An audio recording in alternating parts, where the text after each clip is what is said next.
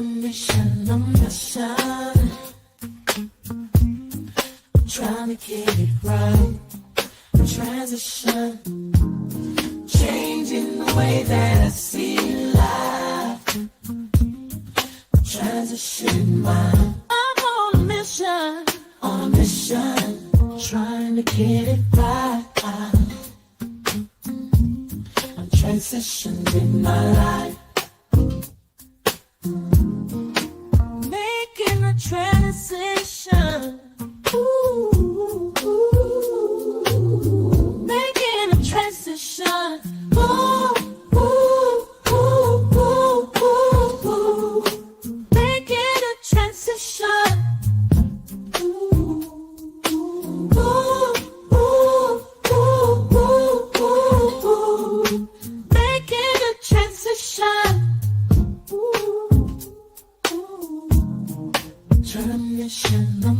I'm on a mission, I'm trying to get it right.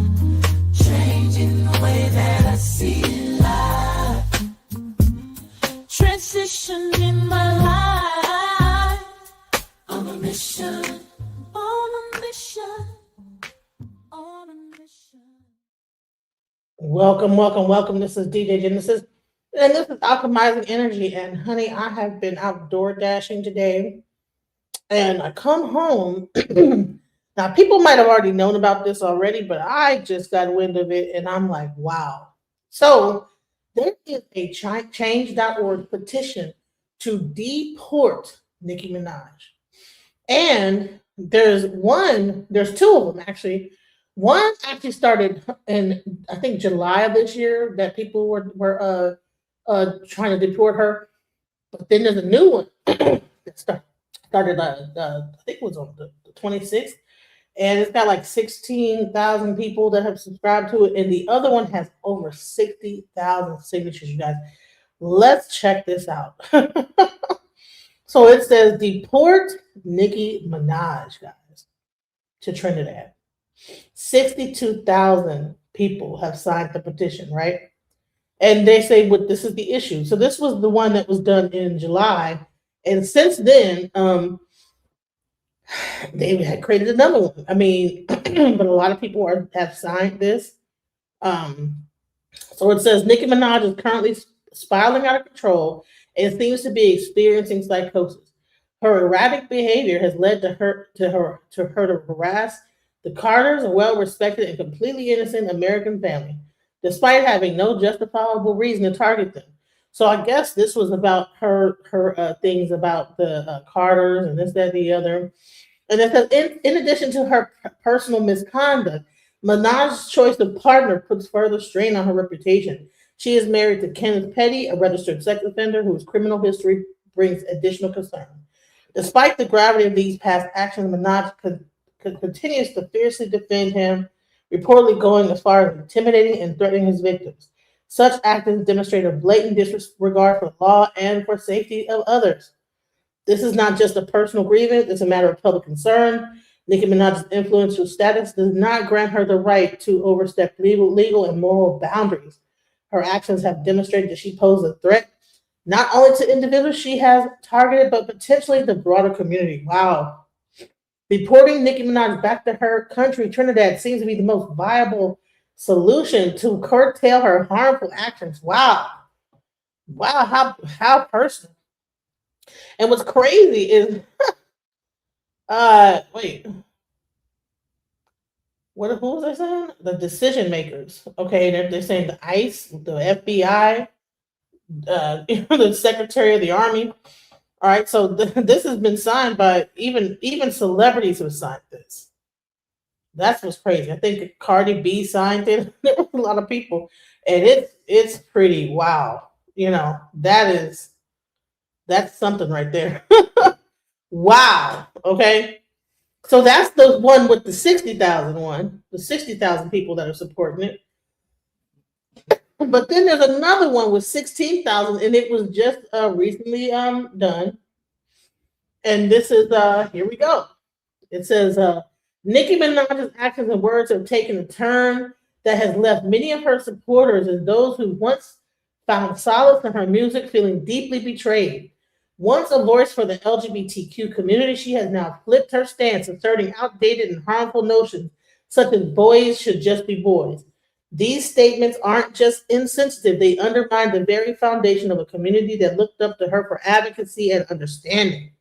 So I think her LGBTQ audience has turned against her, y'all, because I guess she just said a few things. But she not only said things about the LGBT community, she also said things about Black women. So we're gonna go into that. We're gonna like cover some of the things that she was saying during this turning point USO. I didn't, I'm not really into like celebrity stuff, Um I try to avoid it, but hey, the way if it's getting this heated, because I mean we're talking about FBA, we're talking about immigration and all this other stuff. And so I mean, if that celebrity stuff comes over into the political realm, I have no choice but to cover it. So let's go. It says, this is personal for those who watch Nicki rise as a beacon of hope, only to feel abandoned by her shift in values. Her public platform carries weight and responsibility, and her recent statements are a stark contrast to the solidarity she once showed, leaving many feeling deflated and disillusioned. Furthermore, Nicki's status in the United States is not based on citizenship, which raises questions about her continued presence here, despite her divisive actions and statements. Deporting Nicki Minaj back to Trinidad would serve as a reminder that public figures need to be accountable for the words and the broader impact they have on diverse communities. It's not just about one person's fall from grace, it's about holding everyone to a standard of compassion and consistency, especially when they possess significant influence. Sign this petition to urge the immigration authorities to review Nicki Minaj's residency status in the United States and consider deporting her back to Trinidad as a response to her harmful rhetoric. Let's stand together to advocate for a community that is inclusive and respectful, leaving no room for abandonment based on outdated ideologies. Every signature counts. Okay, wow. Again, the decision makers, Donald Trump, James Vance. Okay. And again, I think Cardi B signed this. I think they said Ariana Grande signed it. I mean, I don't know how true that is, but I did see some of I saw some of those things in there. So 15,000 supporters. So this was started by a person named Tristan Hamilton. Wow. Is Nicki Minaj a illegal immigrant? And this is an article right here. Just based on this, it says, is Nicki Minaj an illegal immigrant? Netizens calling to deport rapper back to Trinidad and Tobago. This is really, really getting heated up, guys. I'm not sure what anybody thinks, but this is crazy. So what it says, Nicki speaks her mind and her former friend tried destroying her life. Terrible. So let's go. So it said Nicki's garbage. Wow. Man, everybody's turning against Nicki Minaj. It's crazy. So Tut needs. She said she is. People need to grow up. So let's go into some of the let's go. I don't know where to start. Should I go into some of the things that people are saying on TikTok first, or should I'm gonna go with what people are saying on TikTok about the change.org petition, and then I'm gonna go into some of the things that were said and how people are now framing their mind. So first, I'm gonna go into certain things that have been said by Ms. Nicki Minaj. And that is going to kind of explain why we're here. Why are we here right now, which is crazy to me. Wow. Who knew it would get this heated. But let's go. Let's look at it.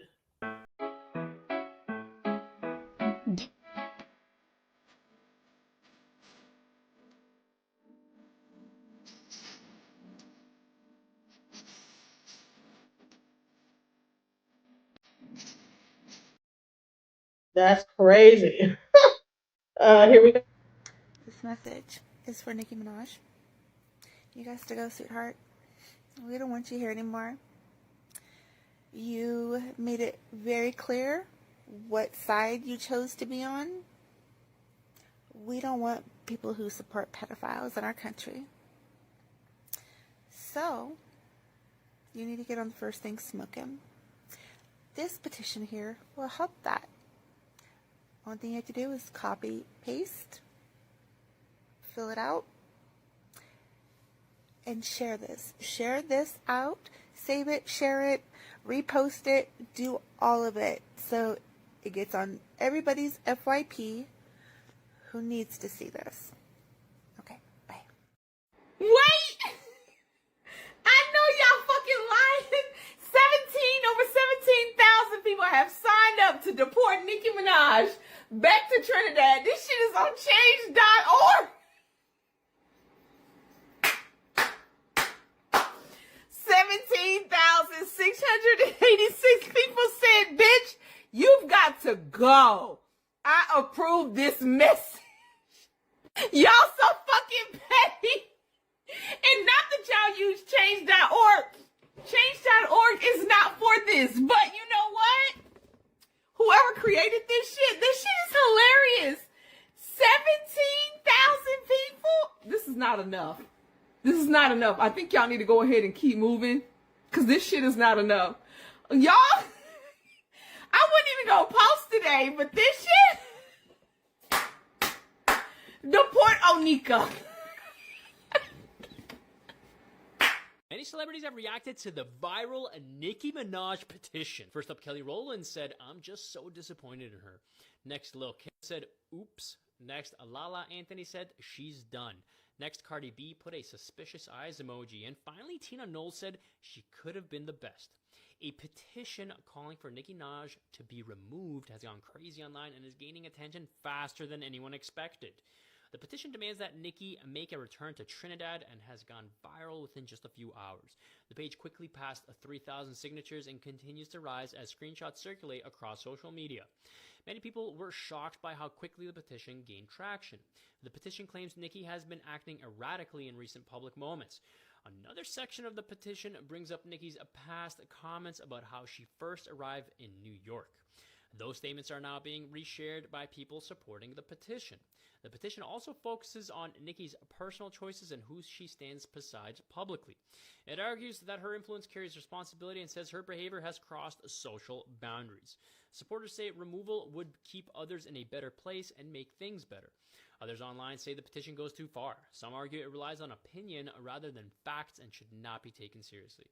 But before you go, I want to know, do you think people signing this petition is a mean thing to do? Listen, I do not know how many signatures on a petition equals deportation, but I do know if that lady goes up in a studio and records a diss track towards Cardi B, sampling 50 Cent, Many Men, that alone should be reason for deportation. Get the fuck out, because you don't even understand. So I went over to change.org, wherein they have a petition to deport Nicki Minaj back to Trinidad. Currently, there are about 41,000 people who have signed the petition. They talk about how she's spiraling out of control and coming for the Carters. Matter of fact, take your screenshot. Good job. A petition goes on to note Nicki Minaj's choice in partner. She chose to marry a man who was already convicted of attempted rape. She chose to marry a man who was convicted of first-degree manslaughter. These were all choices. And then she chose to publicly defend him and even allegedly harass witnesses. The petition does not mention it, but I think it's worth noting that Nicki Minaj also publicly defended her brother. She wanted the internet to know that the powers that be were setting up this whole case, right? And even those tweets were unhinged. But let's never forget that her brother is in jail for the SA of his 11-year-old stepdaughter. 'Tis the end of the petition. If you want your screenshot, go ahead and take it. Good job. But I know that's right. Trinidad, come get her. Come get her, because she over here causing chaos and dissension, honestly. And we don't want it no more. Loser. But who would have thought that we would be here saying boo Nicki Minaj? And if you're not saying that, then I would like to study your brain, right? We can't call it a CTE because you're still alive, but I do want to study your brain because hello, big red truck. I didn't know this was going to heat up like this. Wow. I didn't know it was going to get like this. This is crazy, guys. Wow. If you want to come up and say something, if you know anything more about what's going on, please come up because I don't really, I don't know all the details because the first petition was done in July of I think 2025, and now they have a new one. So they have two different petitions going on. So if anybody knows the details about Nicki, that would be interesting to know. But like on top of the petition, you had a lot of Black women when she did this whole Turning Point USA thing. I mean, they were literally hurt, people that supported her. And so let's go into that. Let's go. We felt that we were not being represented and not being admired for our beauty. If we felt like that as Black women, why would we want to do that to other women? Why would we now need to make other people downplay their beauty so that we can feel, no, that's not how it works. I don't need someone with blonde hair and blue eyes to downplay their beauty because I know my beauty.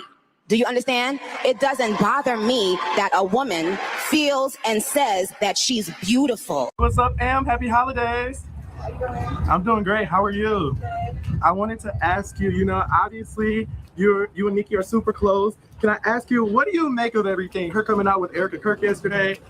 I think she did a great job, an amazing job. I saw you put on Instagram, the Queen has spoken. Yes, so, that's right. You don't think that she should be getting as much backlash as she No, is? she shouldn't. We live in a free country. She has a right to her own political opinion, just like everyone else does. A lot of people feel like because of her fan base being like largely, LGBTQ, that she didn't say anything wrong. She didn't say anything about the LGBTQ plus community at all. Right, but her siding, kind of with the Trump administration, or well, why do people think anybody over there is homophobic? I'm not homophobic. My assistant has been with me for 11 years. He's Black and gay.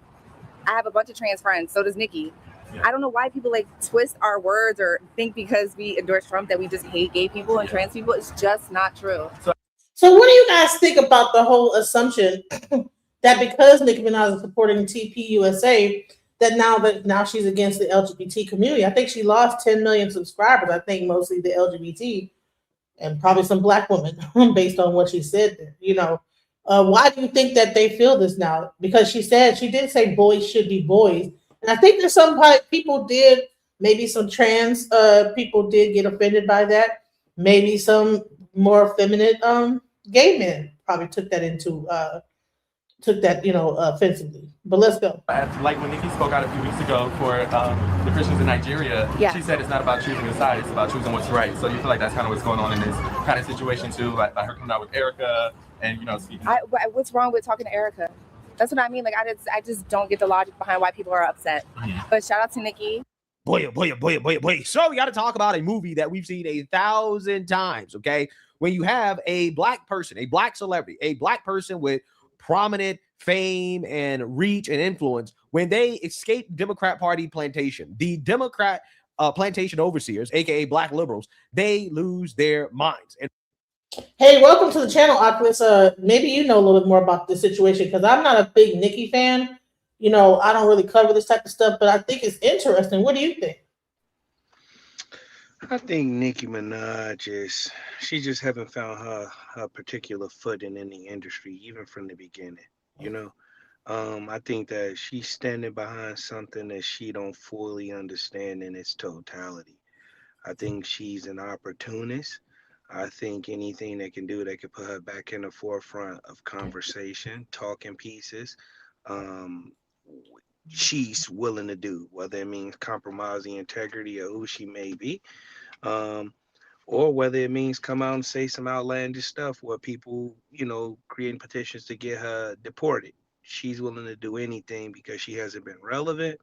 And anybody in the chat, anybody, on the panel can think about it. When the last time you heard somebody talking about Nicki Minaj with any significance of anything that's important? I mean, whatever, if she's doing the publicity stuff, it's definitely working. I don't know if it's working in her favor, but it's working. I mean, I'm not sure if she's coming out with an album coming up soon or what. This is an interesting turn of events. Right. I mean, this could be a rollout, but at the same time, it could be just to get people talking about Nicki and getting people Nicki back in front of everybody eyes and ears. I think specifically she's lost her relevance. She's lost her footing in the music industry, and the only reason why we know about a quote unquote a Nicki Minaj is by way of her music. So for her to get up on a stage and to postulate and say these particular things, even if you go back and you look at Charlie Kirk, he was talking about the black community. He was talking about how Nicki Minaj music, he doesn't support it. And then all of a sudden, his wife brings out a Nicki Minaj to, give her viewpoints when her husband, Charlie Kirk, came out and said he don't stand behind Nicki Minaj or her viewpoints or her music and how it's destroying and killing the black community at large. See, these are the things that people are not going to speak about. People hear these little small pieces and these talking points, but if people really listen to Charlie, they would know that he said this specifically in regards to how the music is a detriment to the black community and how the music actually dictates the behavior of how black people majority act and operate with each other.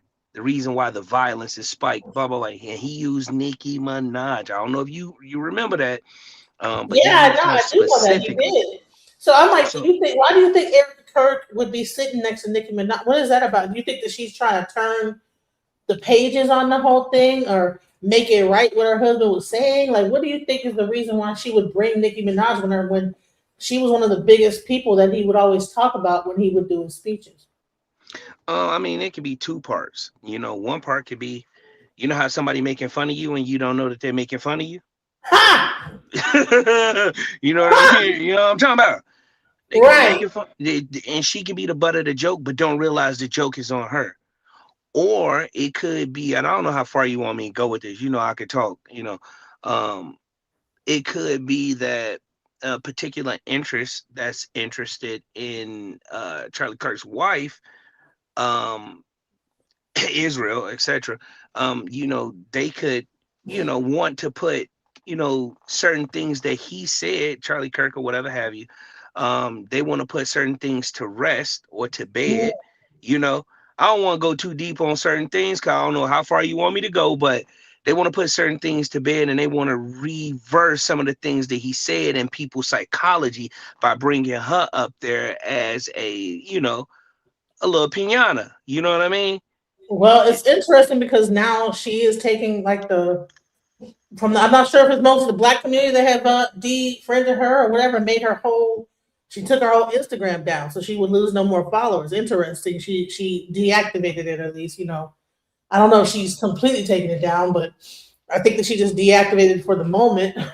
And she's Yeah, but I lose. mean, but once she get back up there, people want to unfollow Nicki. Nicki Minaj has always been on an island by herself, And see, that's the thing about people, when you're on an island by yourself, and let's say the island is in water, right? If you the only one on the small island, if there's some attackers coming to attack your island, and you the only one on there, and they start shooting arrows, the only person that they can shoot arrows at is at who? You, right? Right. So she's gonna take all the heat for anything because she has always put herself on the island. She's always separated herself from quote unquote the majority. You know what So I mean? without getting too far And into this is the the reason why into rappers are Israel, entertainers, without they getting stay too away from far, politics. Wait, yeah, say that again?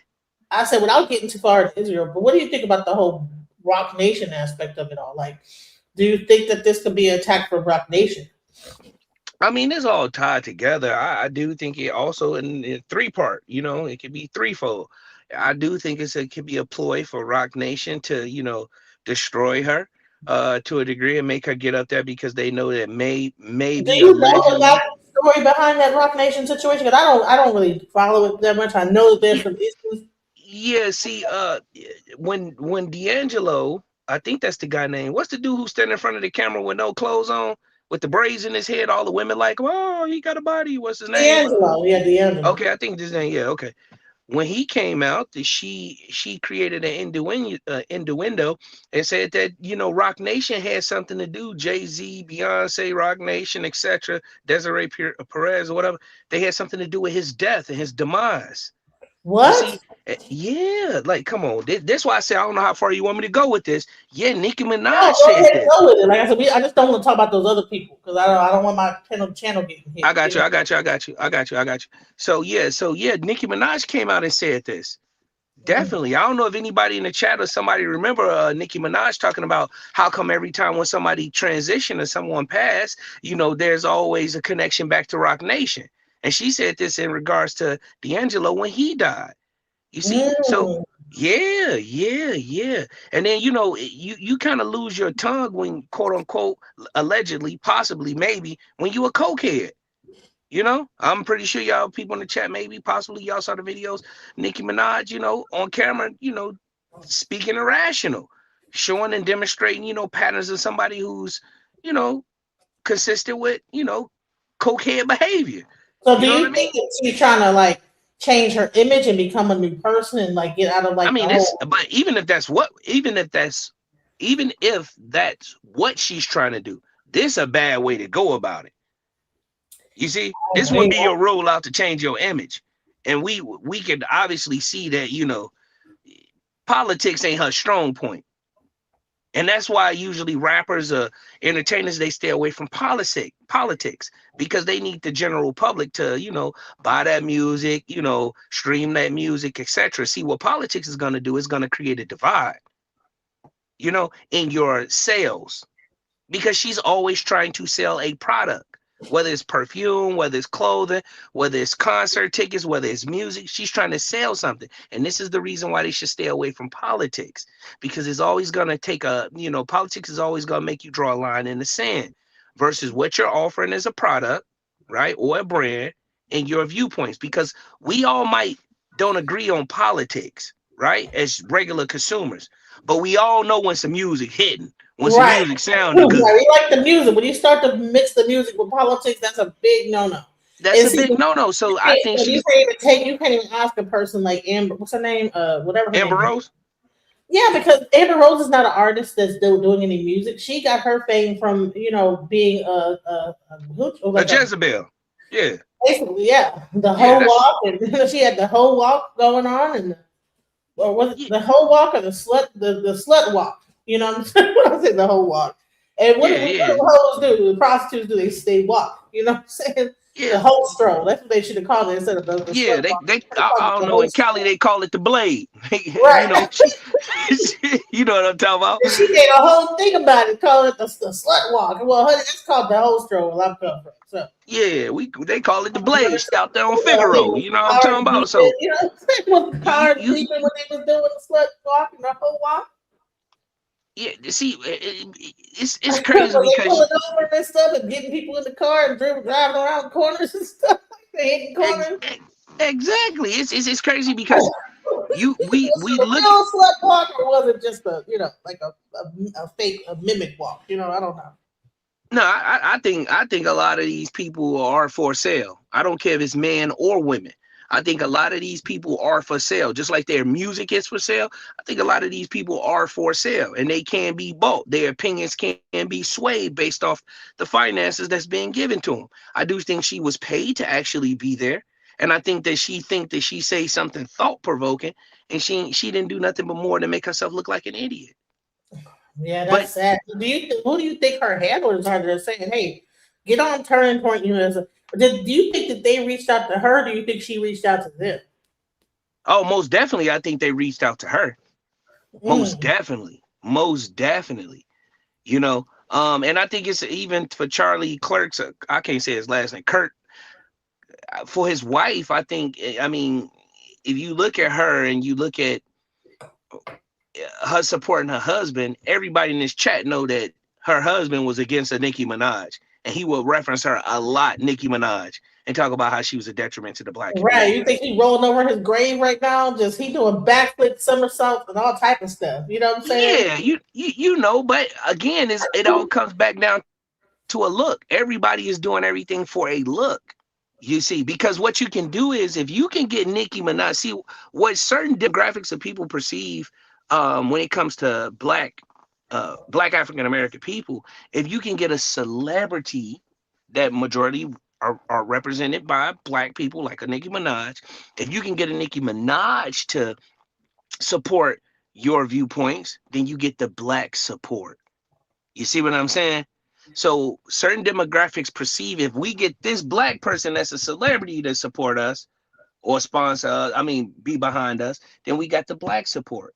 You see? Right. And they're trying to expand. It's interesting. They're trying to expand all these different college campuses. And do you think they're realizing how important the black vote is and the black being having black people behind them? And why do you think? But see, what they don't take into accountability is that some, black people are not reliable and they're fickle. Right. You see what I'm saying? We can be here with you today, and we're gonna be against your ass tomorrow. You feel me? So do you consider that? Are you like an FBA? Yeah. Well, No, not actually. Would you No. consider Nicki Minaj to be a tether? Because she is in hip hop. She did make her fame off of like this music. Wait, you said do I think she's a what? Say that again. Like Tariq Nasheed calls her calls all the people a tether, right? In the Caribbean. Would you consider her to be a tether? I can't speak on what I don't know. I don't know what a tether is. I'm gonna just be completely honest. I never heard that expression. That's what Tariq Nasheed calls people that are from other countries that come into America and get the tether off of like our accomplishments and become famous or this whole thing. Well, you know what? I can't say this just based off the little information that you just said in regards to tether or my general understanding of what you just gave me, right? And I'm using contact clues of what you said. But if you really think about it, a lot of these people that do become celebrities, and become popular, etc., they always from a foreign place. They're never from the United States. Like a lot of people, political views, they might get them from DJ Academics. If DJ Academics said we agree with it, he's not from America. Right. So do you think that people from the Caribbean countries tend to like just make these kind of like bold moves where they like jump on the far right hand side and don't even have any idea of like what they're really even doing when they're doing that? Yeah, because they don't understand the culture. I think they can be bought, but yeah, I do agree with that because I don't think they understand the American culture, seeing that they come from a foreign place. So this person, the Big Cheese says the tether is a non-FBA parasite that undermines foundational Black America. Okay, yeah, I would agree with that. If that's the definition, I would agree with that 100%. So Nicki has just become a tether. Before she was probably not considered a tether. Now she is probably considered a tether. I would agree with that. Yep.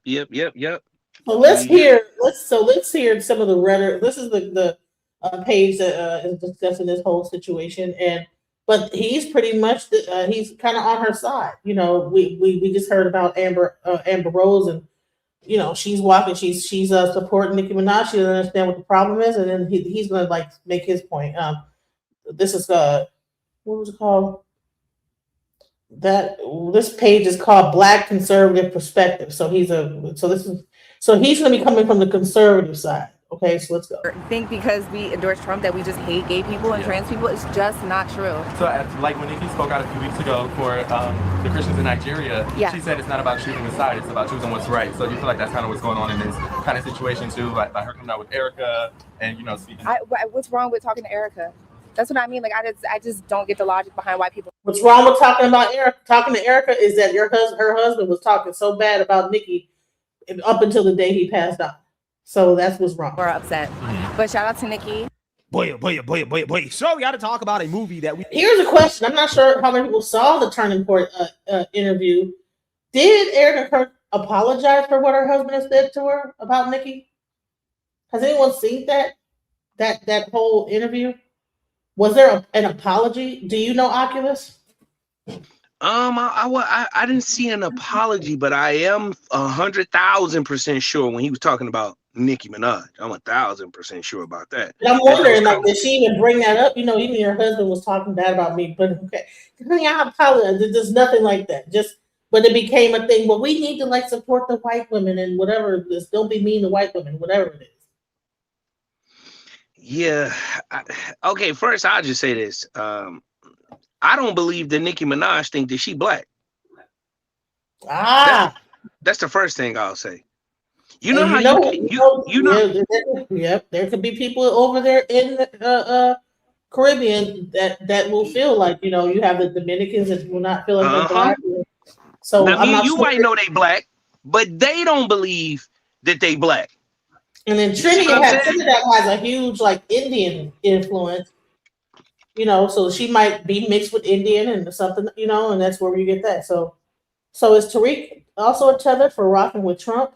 I don't know. I think tether is only for people that are from Caribbean and Africa or different countries like that. Yeah. So where did they say this? Why is everyone pretending like Charlie Kirk wasn't an open racist? No one's pretending that. Not over here.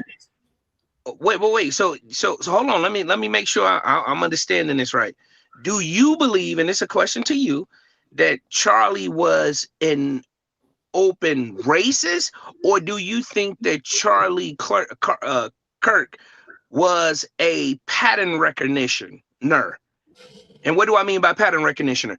If somebody continue to do it, me and you continue to go in the forest, and every time we go in the forest and we take an extra friend with us, the only two people that come back out of the forest or the safari is me and you, then is it pattern recognition for me to say, hey, every time we bring a friend into this forest, one of the friends go missing, just me and you come back?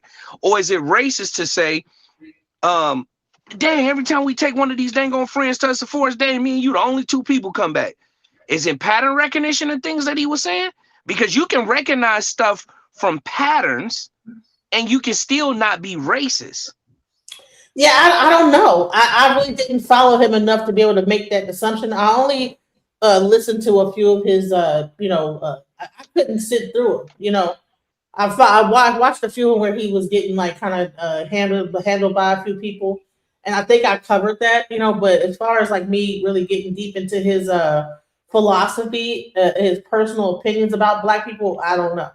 I think that he was kind of like, you know, just pointing out the obvious about certain things. But the fact that it was a whole per capita thing, you know, he was the one who had the whole per capita situation right before he passed on. Boom. He said, what about per capita? Slam, he gets shot. So I don't know. You know what I'm saying?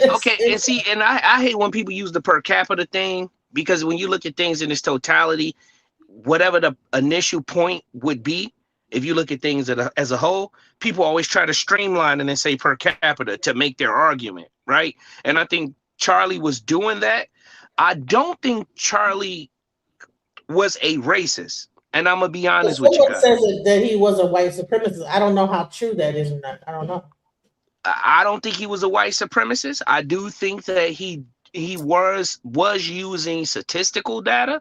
I think that he was a person who paid attention to patterns, because a lot of the stuff that he would say about quote unquote the Black community, if you put us up there and you say, well, so what you think about Black people, and you're a Black person? Oh, I think that Black people listen to violent music. I think that, and this is me saying this Ox saying this, I think we listen to violent music. I think it affects our way that we think. I think it affects our judgment. I think it affects our behavior. And I think that based off the music that we listen to, I think we act out what we listen to in real life. I do think that a lot of Black homes are broken. I do think that there's a lot of fatherless Black homes, and a lot of Black other people would say the same stuff that I'm saying. And if I'm saying it, y'all can't say it's a white supremacist. Hold on. Maybe it's a thing where, hey, you can say this about my sister, but I can say about my sister all day long, but you can't say nothing. Like, cut it out. Well, that's because Black people want to keep mud over their eyes. That's like, don't say nothing in this house that go on in this house and outside in public. What goes on in this house stays on this house. You see what I'm saying? That's that same behavior. And that's the reason why, you know, Black women might be getting assaulted by a family member, because what goes on in the house stays in the house. You see what I'm saying? that we want to know it, we want our family to know, but we don't want nobody else to know it. Some things got to be brought to the forefront for it to be healed. You see, if you get a gunshot wound to your body and you never go to the hospital, you got the potentiality of dying. You see what I'm saying? I'm using that as an analogy as far as like things that goes on in private. Well, I could say this about us, but you can't see it. Why not if it's obvious? Why you can't go to the hospital if it's obviously that you got a gunshot wound? The only one you're going to get some help if you bring it out to the open, aka bring the gunshot wound that you got to the hospital so we can actually help you. See, black people sometimes don't want people to call them out on their bull-ish. We want to go with this whole idea king and queen and this, that, and the other. And I do think that we got some king and queen qualities, right? But at the same time, I do think that there's some things that has to be brought to the forefront. You see, think about it this way, DJ. Look, if I be driving Uber sometime, boom, boom, boom, boom, boom. If I pull up on the scene and I see somebody with their pants sagging off their butt and they got 2 teardrops going down their eyeballs and they got Murder Man 17 across their forehead, you think I want them in my car? Oh, he black and I'm black. Okay, it's okay. Yeah, I understand the black. Take the next Uber. I'm gonna take the next Uber. So is that racist or is that pattern recognition? Pattern recognition. Okay, you see where I'm going with this. Black people sometimes. Allison Williams says that. So if we listen to country music, then will we be better people and our behavior will change? Correct? No, listen to country music. Let me see people trying to be funny, and this is where the education comes in at, right? Let's stop using these third grade defense systems, and we say like, oh well, so we listen to country music. What you mean that we listen to country music? Black people created country music. Thank you. We do listen to country music, and we created it. We the ones that created the whole thing was like, know them fans, where them fans at? Pow, know them fans back, whatever it is. Look, whether it's rock and roll, whether it's country music, I'm not saying that. They're trying to, this person is whoever just said that is using a moot argument. So we listen to country music. Let's grow up. Let's defend up what I'm at. Either you're going to defend me or you're going to give me something that's intelligent for you to just oppose what I'm saying. That argument, I won't even argue it. That's stupid.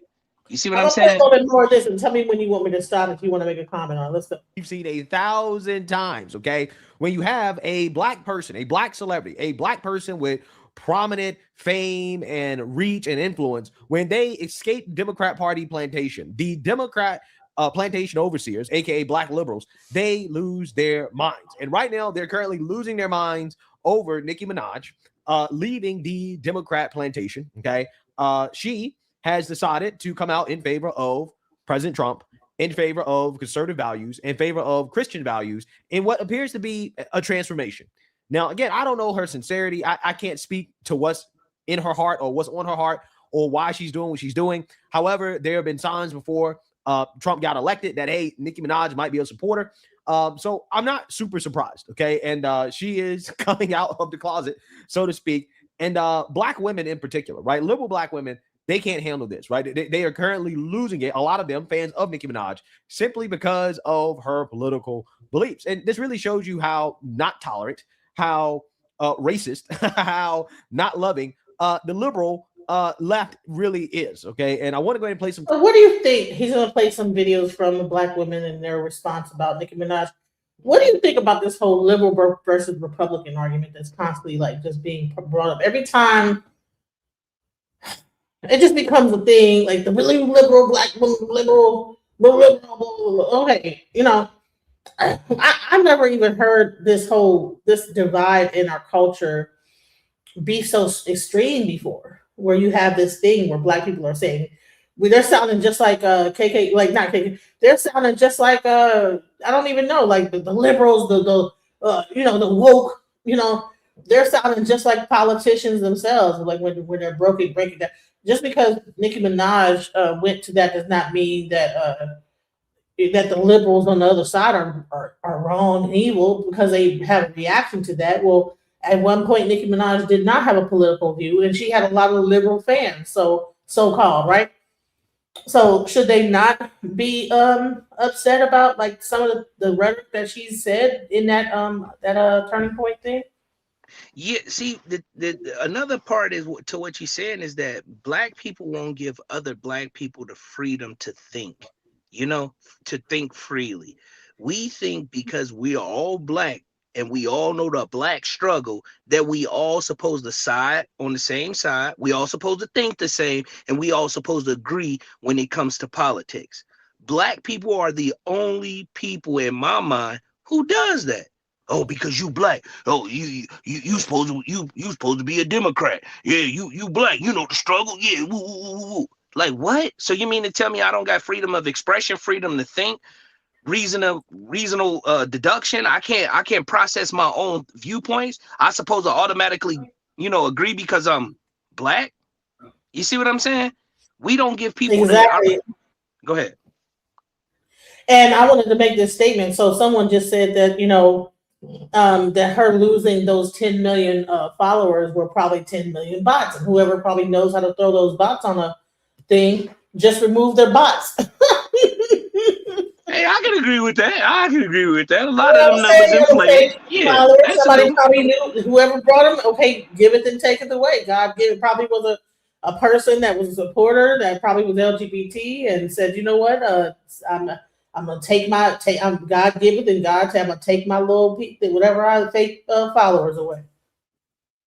Yeah, I can agree with that. A lot of that music industry stuff, a lot of that stuff is bots. It's a lot fake of it and made and contrived. Exactly. Even the record sales is fake. So, well, let's hear what he's going to get into some of the things that the black women said. Let's go. Because the things that they're saying about Nicki Minaj, again, we've seen this movie 1,000 times before. Take a look. Let's be real about Nicki Minaj for a minute, y'all. She didn't just switch sides. She switched values. She switched loyalties. She switched on the very people who built her into a global icon. Because let's be crystal clear. Her fame was not born in MAGA rooms. It wasn't built on Turning Point USA stages. It did not come from Trump's America. Her empire was built in black spaces, in queer spaces, in communities that embraced her when mainstream America called her crude, classless, trashy, raunchy, and ghetto.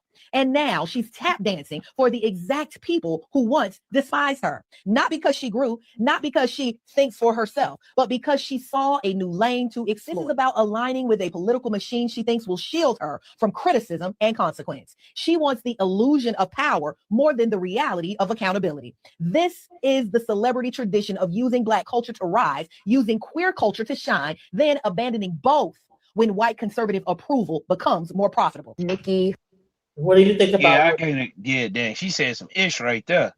Yeah, whoever that lady was, them big old glasses on, she said some ish right there. Wow, I ain't gonna lie. That's cold. That, you know what? That's not only just applicable to Nicki Minaj. That's applicable. You can use that as an umbrella towards 99% of the music industry. And this is why it's important when you in front of the public to not take a stance or to not side when it comes to politics, because a person can say stuff exactly like that lady just said and be 100% right. Wait, so he says Nicki Minaj still has 60 million followers minus 10 million, so that's 50 million. I thought she had like 200 something million followers. I thought, but okay.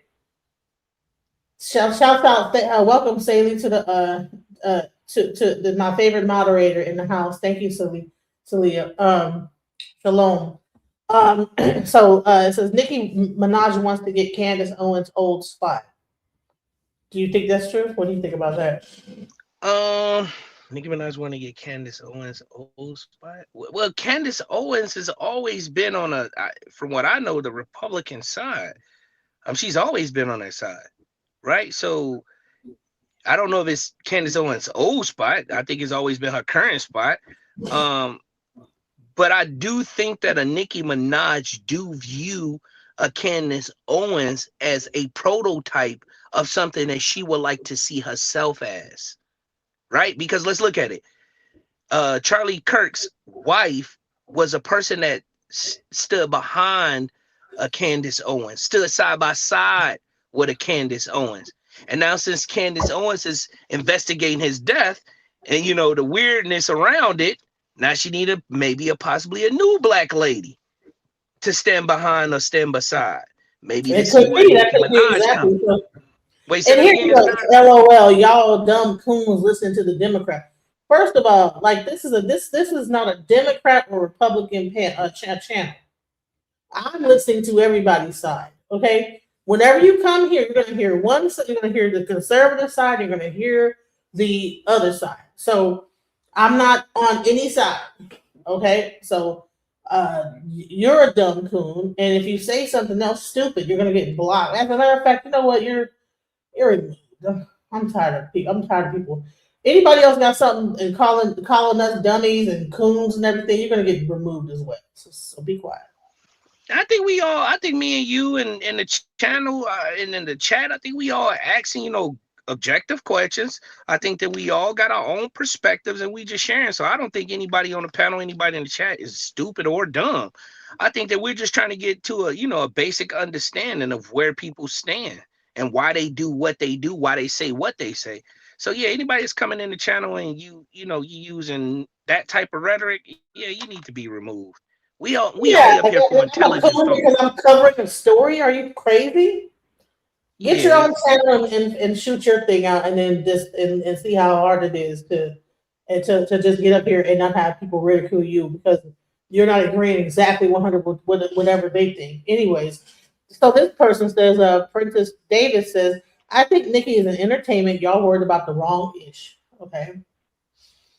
No, I think that we know that she's an entertainer and we're not worried about anything. We're just covering the story and giving opinions on it. Okay, Nicki trying to get pardoned for her husband because she's about to go to prison. So goes to the Supreme says that. Wait. What they mean by Nicki about to get? I can understand pardon for her husband, but what they mean about going to jail or going to prison? What would she be going to prison about? I don't know. I don't even know what he's talking about. Yeah. How do you get a pardon before you go to prison? That doesn't even make sense. Right. Yeah, people be pushing, open-ended statements, in the chat and expect us to decode it. Like if you're gonna say something in the chat, say it in its, in its fullty, so we can understand what you're saying. But yeah, that was crazy. And then I'll say this too. The crazy part is a lot of stuff that Candace Owens say, her vernacular, how she articulates her thoughts, how she formulates syntax. I really do like Candace Owens. I'm gonna be honest. I do too. I'm not gonna lie, and I liked her when it wasn't popular to like her. I liked her when she was getting on, going in on black people too. Like, hey, well, she has a point. We probably I can't say when she wasn't popular because the only time I heard about Candace Owens is after Charlie, Kirk died. Like I don't know if she was popping before then, but she was popping. That was when she was with the I forget what the other station that she was. She just because she was with a whole I forget what the name of the station was, but she was with a whole like organization that was backed by I think Ben Shapiro, and I think that they fell out for some reason, and so she had to start her own platform because she got fired, and so. But she also was with Turning Point USA at one point. I mean, so she was really what year she come out? Republican girl, the thing, I thought she came out this year or something. I mean, I know she supposedly was with Charlie or whatever, but she came out this year with her own platform. But before that, she was with not the Young Turks. I forget what the platform is called, but she was with another platform where they were just paying her to be one of their, comp people, and it's the same one that Ben Shapiro owns. And so I guess they fell out. Next thing you know, she ended up having to get her own platform. And that's why you're just now hearing from her now, because her platform, when she left that group, it blew up and she became probably one of the like number one pages or channels on YouTube. Yeah, I know my YouTube recommended page is, I just keep seeing her face. That's how I found out about her. Prior to this, I didn't know about her. But when you listen to her, it's not like she up there chewing bubble gum, got big dough knocker earrings in her ear. Girl, let me tell you, this going on. Woo. She actually saying some real intelligent ish. And it's hard to argue a person like that. The reason being is because she argues with logic. You can see the brain is going to try to fight logic, but it can't give you anything to process that's going to win your argument against logic. And she does it so gracefully. Go And ahead. I want to say this because people always love to do this. Whenever I play a Democratic channel or whatever, you keep riding on the demo. Well, guess what? If that's the content for some reason that's talking about that when people are because the actual page is Black conservative. It's not a Democratic channel that I'm actually playing. Okay, he's actually against what the women are saying on this thing. So it's not the demos. Okay, these are Democratic women, liberal women, and the guy is actually against what they're saying, and I'm just replaying his channel. So once again, you don't know what you're talking about and say something stupid else again, they're going to remove. Is that the same guy that I removed already? I thought I removed him. I thought I removed you. You're in timeout, sir. Shut up. You know? Agree or disagree, please be respectful. Also, tap that like button. Okay. Sell out coons. Okay, you get removed too. People don't know how to control themselves. It's about money. Who wants more what people are willing to do for money? Right. Exactly. You're right, but y'all don't want to cover stories about fathers fighting for children. Hey, give me a story about that and I'll cover that. What are you talking about? Give me a story about fathers fighting for children and I will cover it. Yeah, Her see this. husband, Go ahead. he's not in prison right now. Her husband's going to prison for what? I don't know. I haven't been following that, so I don't know what you're talking. I don't listen to Nicki Minaj. I don't play her music. I don't know anything about her husband. I don't cover like celebrity news. The only reason why this caught my eye is because it was on my timeline, and I thought it was interesting that TikTokers are doing this. I'm not even sure. Do you think that this TikTok is gonna like be able to like is a petition enough to get a person deported? But I Heck also yeah. heard a dude on a LGBT guy on TikTok saying he called ICE on Nicki Minaj. Yeah, that is 100% facts. A petition is good enough to make laws. Like seriously, you can create a petition and you can give it to your local government, and you can get laws put in place based on the amount of petitioners or people that sign the petition. So heck yeah. What? Oh, okay. So Let Nicki that thing can't get get 4 million signatures. Boy, see, don't they be investigating dang on Nicki Minaj to get her well, kicked up honey, out of this joint? they're close. They got like 60,000. So I mean, I'm not sure like 100. No, they're not that close. But they're getting a lot of this is getting a lot of attention. So Yeah, she can get kicked up out of it. Man, they send it. Look. Let me say this to you. They sending a United States citizen out of here on deportation. You know what I'm saying? Normal, regular people that's actually born in this country. You don't think they get Nicki Minaj out of here because she got a couple rusty dollars? Man, come on. They'll send her right back to wherever she from, where Trinidad James from. Send it right back over there. right. So Conscious Black says Nicki can't get Candace's spot. Their parts are different. She just aligned with Republican because of the positions on the issues she cares about, especially when it comes to gender affirming care. Interesting. So all those LGBT people that were following her and becoming bards, guess what? She never was aligned the whole time. That's interesting. You know what, you guys, could I say something? And if you want me to stop, just say stop. And I won't go further because I don't know what you want me to say on your channel, and I'm gonna try to say it as political as As long as you possible. don't mention those people, that we No, I got you on that. I think that this is a setup, right? And I'm not gonna take full credit for this, but I did hear it. A little bit of what I'm finna say is my point, and a little bit of another person's point. They're going to say, you know how people look at Kanye West like he have dissociative identity disorder. I think that's how you say it, right? Oh Like yeah. personality Okay. disorder. I think they're gonna use that same thing on Nicki Minaj. Think about it. Ever since you've known a Nicki Minaj, she has always been between two different personalities. Think about it. Yeah. She been roaming, screaming, and I'm a monster. Ah! And then Nicki Minaj, oh my God, girls, blah, blah, blah, you. We have always seen this consistent level of personality disorder from a Nicki Minaj, even in her music. And it's hard to distinguish between what you play in the music industry and in real life. something I think is gonna take place with Nicki Minaj, and they gonna say she crazy or she got person. Once they label you as crazy, nothing that you say can be believed. You see what I'm saying? So Yeah. yesterday she roaming and she going crazy. This entity that she called Roman that she invoked. Then tomorrow she got dang on regularly Nicki Minaj, and she a home mother and she love her son and kumbaya. And now today she a damn politician. Will a real Nicki Minaj please stand up? Think about what I'm saying now. Yeah, now she's at the UN. Now she's a You see what I'm saying? right. She Like, done jumped in and out of so many different personalities. We can't tell you something that she truly believe and she truly stand on. Remember when I was on the channel the other day and I was talking to that guy, I said I want to put him on an island by himself so I can see what he's really trying to say and what he really stand on, so I can find a way to agree with it or attack it. But he wasn't really saying nothing. It's the same concept with a Nicki Minaj. Right. She not really saying nothing because you don't know what that girl believe. You know what? The Humongous D, Humongous D. I don't know why that's funny. Humongous D. And every time you say something, I have to say Humongous D. Hilarious. Okay, you can't deport a U.S. citizen.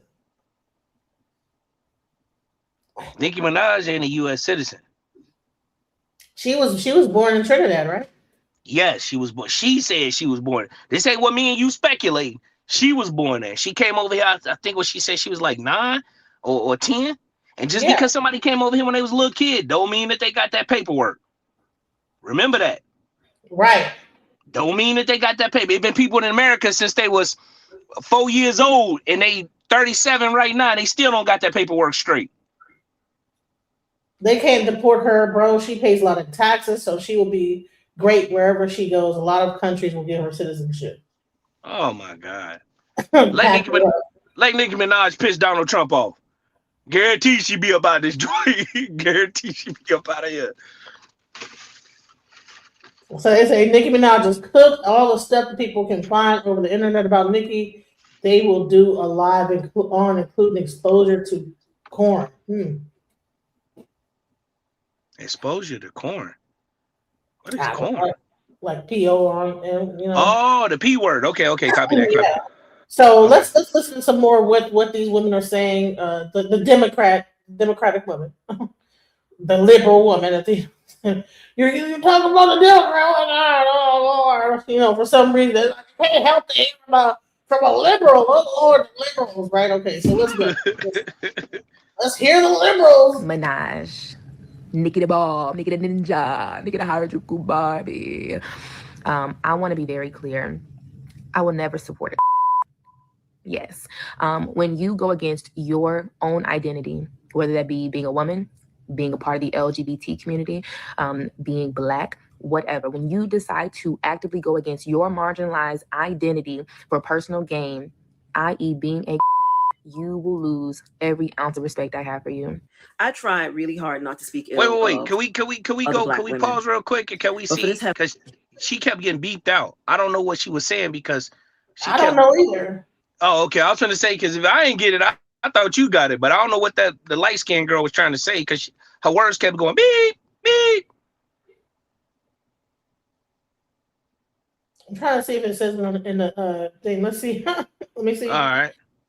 Yeah, it doesn't. Your own identity, whether that be being a woman, being a part of the LGBT community, being Black, whatever. When you decide to actively go against your marginalized identity for personal gain, i.e. being a you will lose.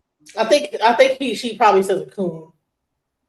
Oh, okay. Why they beeping coon out? That's not nothing abrasive. I think that TikTok is, you know, all that type of thing is being like banned. So every ounce of respect I have for you. I tried really hard not to speak ill of other Black women. But for this heifer, I'm gonna make an exception. Because really, does she even consider herself to be a Black woman? I'm not really sure she does. You asked that question, right? And I did not say that. Listen, I told you they go get these foreigners. Even if look, let me say this real quick before you finish the video. Even when you see DJ Academics talk, he always separate himself from Black people. Even if you look at him doing the war in Chirac, or he talking about celebrities, he's like, yeah, these black mother, you know, crazy. These black people, he don't represent him. He doesn't agree. He think he Jamaican. Like Jamaican is a color. You see what I'm saying? Right, right. They never, even if you look at, I don't know if you know who Poetic Flacco is. Yeah. He don't even look at himself as he's black. They will always separate themselves from black. I think it's strange that the music industry want all these people from all these different countries over here. Like, speaking on black celebrity culture. These folks don't think they black, not the black that you and I think we is. Nah, they can't relate to us. That's a fact. Just like when you're dealing with sometimes with Africans. They don't think that they, the same type of African-American, African, they don't think they like us. They think they better. That's a fact. Mm-hmm. Well, But go ahead. So let's get into it. Nicki Minaj shows up at the Turning Point Convention of Racists this past weekend. I tell you, I'm trying to get my Asian TikTok Part 2 video done, but people keep doing dumb shit on the internet that I have to respond to. So here we go. Ladies and gentlemen, let us talk about Nicki Minaj. Now, here's the thing. Yes, she was born in Trinidad, yet another one. My people are from Tobago, and people from Trinidad and Tobago know this already. We are not the same. I'm going to say that again. We are not the same, and I'm not claiming that heifer. I'm going to say that again. We are not the same, and I'm not claiming that heifer. I was born in the United States of America, yes. My parents are from Tobago. I love Trinidad and Tobago. But let's be very clear again. Some of these people over there, some of these people come over here from the islands, not just Trinidad, all of them. They get a little money, and immediately they think they're better than Black Americans. Now, this is for the trans community and the trans community only. Without the trans community, there would be no Nicki Minaj. Her whole embodiment from her early days to who she is now is derivative of trans women. From the wigs to the outfits to just head to toe, that is that of a trans woman. And me being a biologically born woman, I can admit, I didn't know how to dress and do my makeup before I became friends with trans women. They taught me how to dress and do my makeup flawlessly, as they did with her. Dang, your mom didn't teach you nothing? What the heck? That's crazy. Trans women birthed Nicki Minaj, this whole character she is today. So for her to be y'all's child and go against all of you, her mother, kids do that sometimes. No matter how much you raise them, they're going to go their own way in life. When she decides to get off of whatever she's on and decides to come back, you don't have to forgive her if you don't want to. Disrespect is disrespect. But just remember, without you, there would be no her. So Nicki Minaj does not represent me as a Black American. She does not represent me as a Black American woman. To the immigrant community, you all are going to have to take this L. You all are going to have to, unpack and unlearn your worshiping of whiteness, of the dominant culture. Because my people have made a lot of progress in defining who we are. Right, isn't that crazy? Men taught her how to put on makeup. Like, what? You didn't watch your mom put on makeup? I watched my mom put on perfume and makeup. What's the dude named Joe Reed? Joe Reed, I agree with that. I don't think it's just Nicki Minaj. I think that's a lot of women. That's crazy. When you look at some of the stuff that the trans community does, whatever they take from women, I think the trans community need normal women, and I think the normal women need the trans community. Because whatever they do, whatever the average woman does, now this might sound crazy. A lot of people not gonna agree with this. Because normal women don't even. I don't put wigs, lace front wigs on my hair.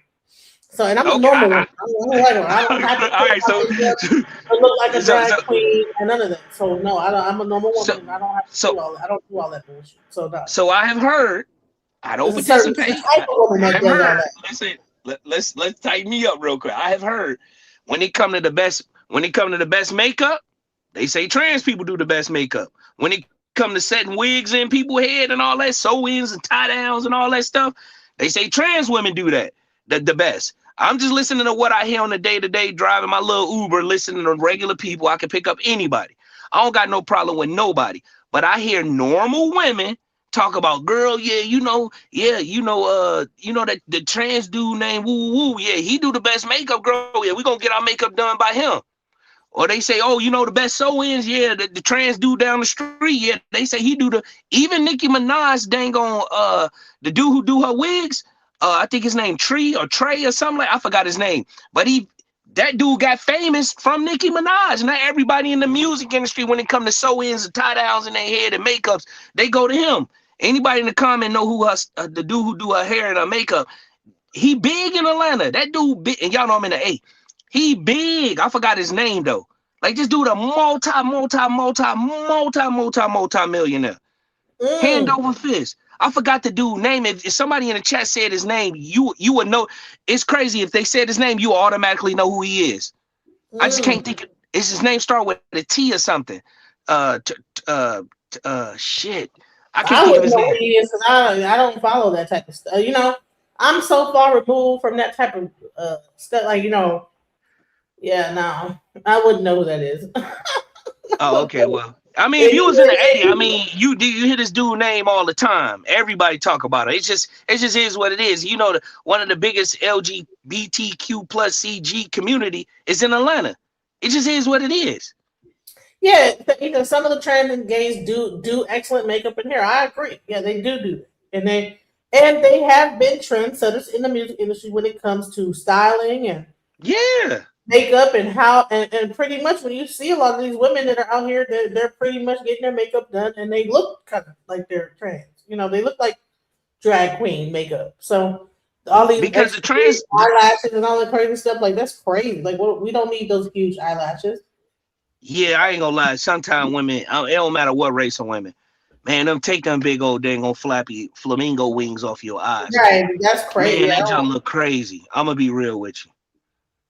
It's so big. That is definitely you know, a thing that came from what they call the balls. You know, they had these balls.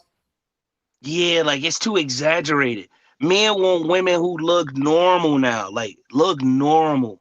Like you would take a normal looking woman, overtaking a woman with all these exaggerated features. 6 pounds, 6 kilos of weave in your head, man, flamingo eyelashes on your head.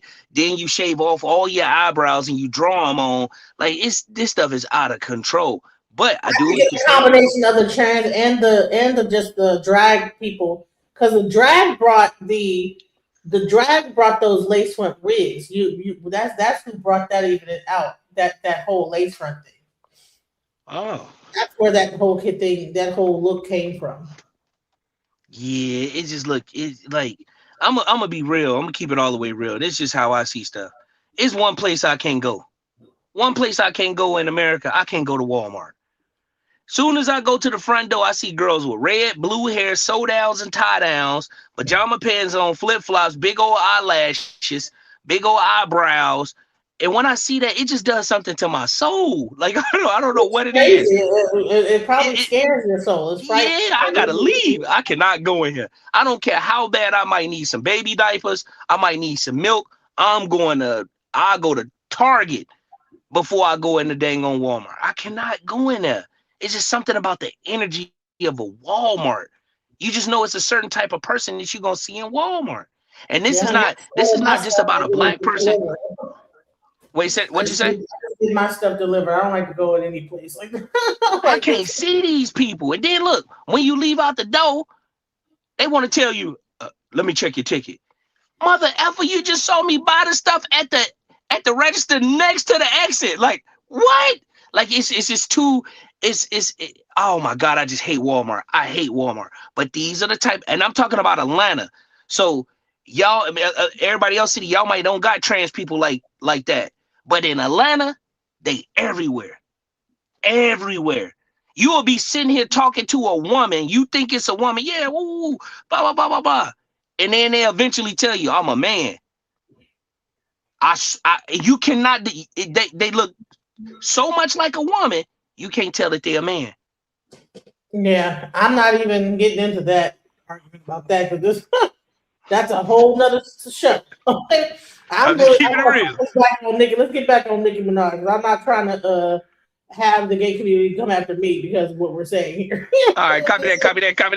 But I'm gonna say this is that there are certain things that did come from those. They had these things called balls, and it's when they compete against each other, and like for certain like aesthetics, such as like the lace front and things came from the drag queens in the balls. And some of those drag queens, and put some of the people that be in the balls are also trans. They have different categories of a person that looks extra feminine and that could passable. There's different categories, and you win awards based on those things. So yeah, I mean, it is what it is. I mean, I used to like go to balls and stuff like that. I used to DJ. You know, me being a house music DJ, I've seen everything. So I'm not against anybody. We're just talking about the origins of some of these looks and everything and where they came from, and including Minaj's look. Nicki Minaj's look came from the LGBT community, and we have to admit that. I agree with that. I agree with that. That are styling her are from that community, and it's interesting that she did have some choice things to say when she took her stance. So we have to be real about, like, is she turning against her own audience? So let's go. As Black Americans, we don't do that. So yeah, this is a problem that, you know, the immigration community has to figure out, why you all have this belief that you are somehow less than white people.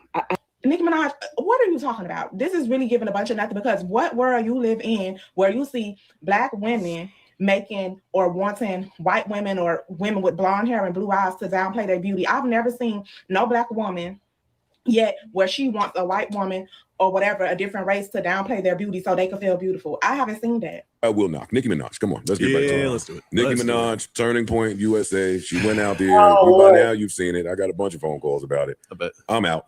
I'm done. That was it. Wow. That was it. Sorry, I'm gone. I'm gone. You know, if Joe Budden That's turned it. it on, Joe Budden was one of her Last biggest dance. supporters. Wow, that's crazy. So Yeah, he was one of the biggest supporters.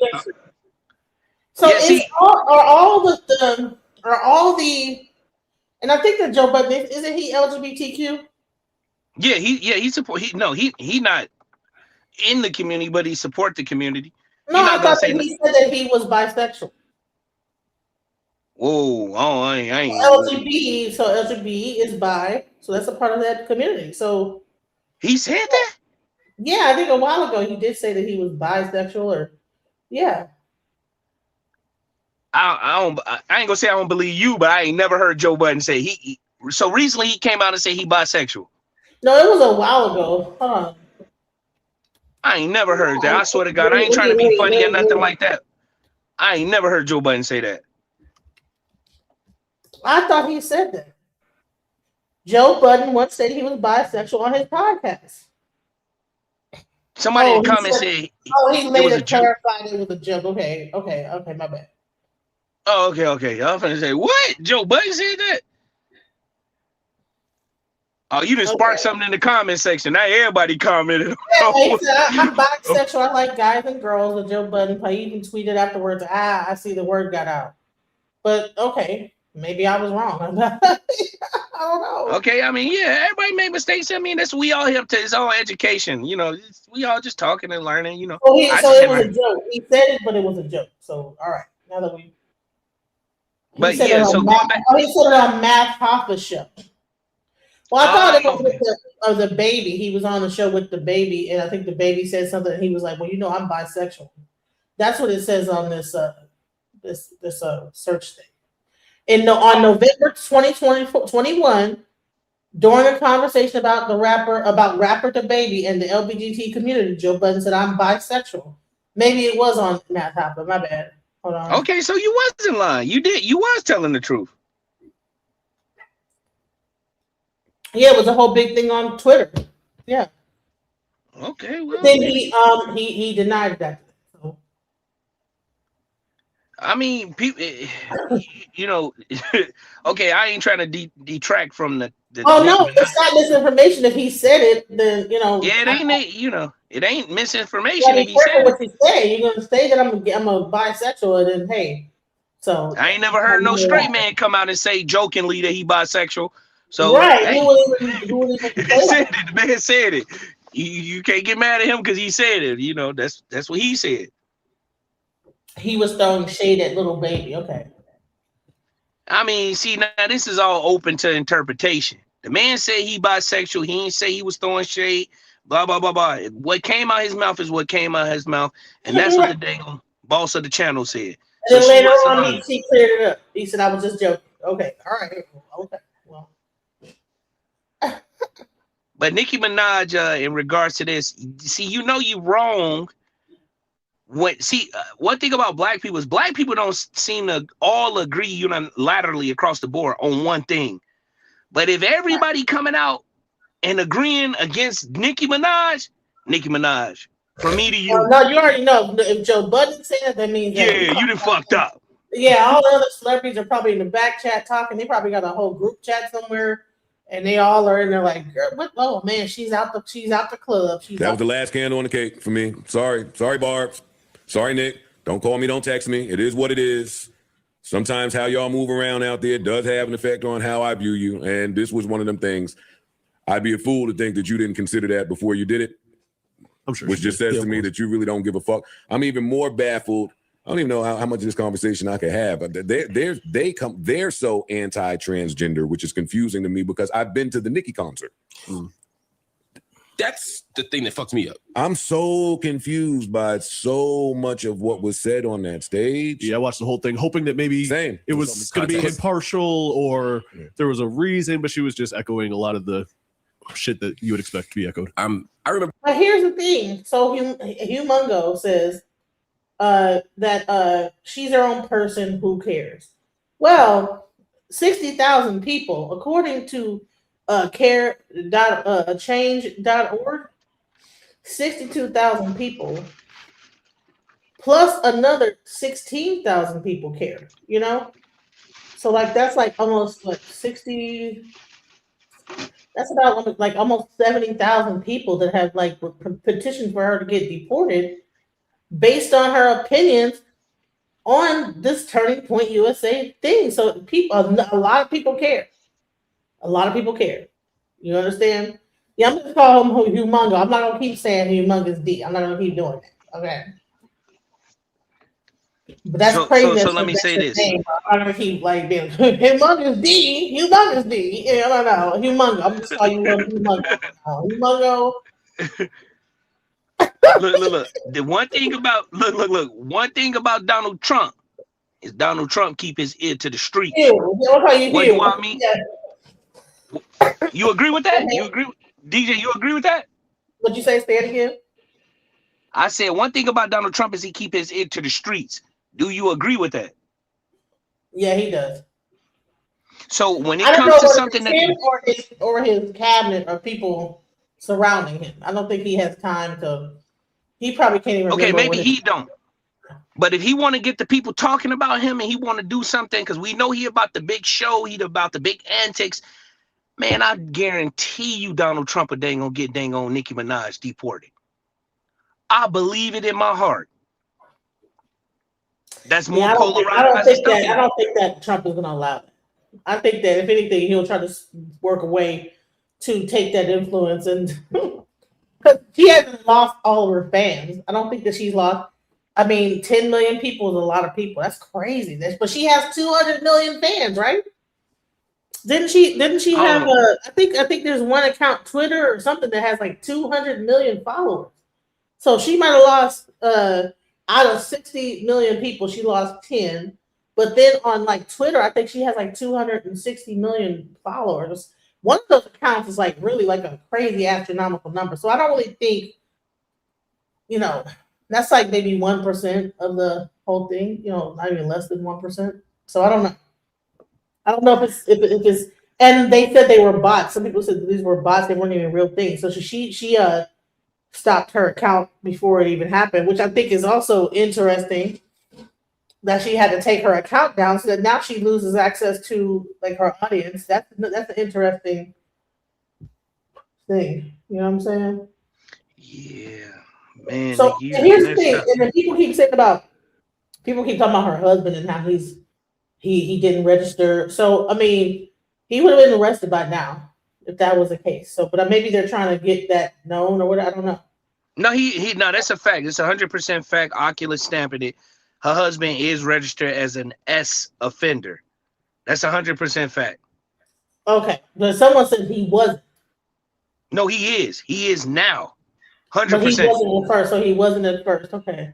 Yeah, he wasn't in first, but now he is registered as an S offender. So someone says they're gonna use her and milk her like a cow and then throw her to the wolves. I mean, that's what I see is happening with Candace Owens, to be quite honest. I mean, they milked her all through. I mean, they had her everywhere. I mean, and now they're making it seem like she's crazy. And I feel like that's what happens. People become on that side and get on, and then they become crazy. Look at what happened to young Pharaoh. Yeah, he messed up. I was just looking at him the Yeah, other he was day. one of the first people to be like pro-Trump. Remember back in the day? That's a fact. That He was one of the first people, and then look at him now. He Kanye was pro-Trump. Now he's gone crazy. It's not about crazy, when you so pro-Trump, somehow you end up losing your mind. I don't know why. Black people, they just start losing. They just go bipolar. I just like I don't know what's happening, or maybe because they start hanging around that crew and Nicki. I don't know what happens, but it's crazy. Like why do they go crazy after a while? Yeah, they messed my boy up, man. They did. Man. We need to do a eulogy for dang on Young Pharaoh. I was looking, I swear, 2 days ago I was looking. I put it on the internet. What happened to Young Pharaoh? He on there dancing with no clothes on, tongue hanging out his mouth. He listening to crazy. Like he messed up. It looked bad for him. It's sad. That's a sad look right there. Poor sad look. Yeah, Young Pharaoh. But you know when it really went bad when Young Pharaoh, and I ain't trying to get off topic, but when he exposed I forgot the guy's name who had the little boy in the shower supposedly and was torturing the little boy. What? Yeah, anybody, if they know Young Pharaoh, they know what I'm talking about. I don't want to get too deep into that because it's your channel. After that is when he started going through the crazy stuff. Who was it? Was it a white person or a black person? What's the dude name? Something Podesta? John Podesta? That's the thing. Is a lot of these black people, they get into it and get real deep into politics and they get to start yapping off about stuff and then something happened to them. They start, I don't know, they take a drink somewhere or something and they just start losing their goddamn mind. They lose their mind. Straight to the fucking crazy house they go. So let's go. Let's see. Let's go. Highly disappointed. Oh, same. Yeah, extremely disappointed. I'm not disappointed. Very, very anti-black of you. Nicki Minaj is a stupid, goofy ass, ignorant ass, clown ass bitch, and I don't really give a fuck about anything that she has to say. Oh my god! And she came through the gate hot, boy. Like fire. She came on fire. Boom, boom, boom, boom. Shots. Are you sure this ain't the AI? Because you know the AI be sounding just like AI be sounding just like when they would whoever be programming the AI. They be sounding just. This might not even be a real person, y'all, because who just come out like that? That's crazy. Like, what? She came out hot. Jeez, like that was wow. Okay, that's how you gonna start off the thing like that. Wow, like oh my god, shot.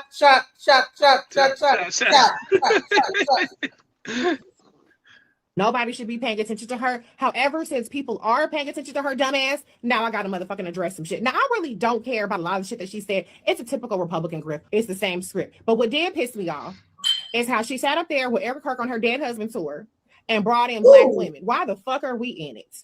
For her to sit up there and say, well, if black women didn't feel good about themselves, then why would they turn around and try to make a white woman feel bad for herself because she looks good? Bitch, what?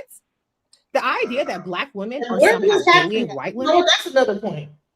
That whole rhetoric of, the black woman, why would they make white women feel bad about themselves because they look like what? What is she talking about? So I get the outrage. I'm like, what are you fucking talking about? I'm gonna cuss. Like, what are you talking about, man? Because again, Nicki Minaj don't see herself as black. I'm trying to tell you. Yes, so here we go. When black women be over here minding our motherfucking business is stupid.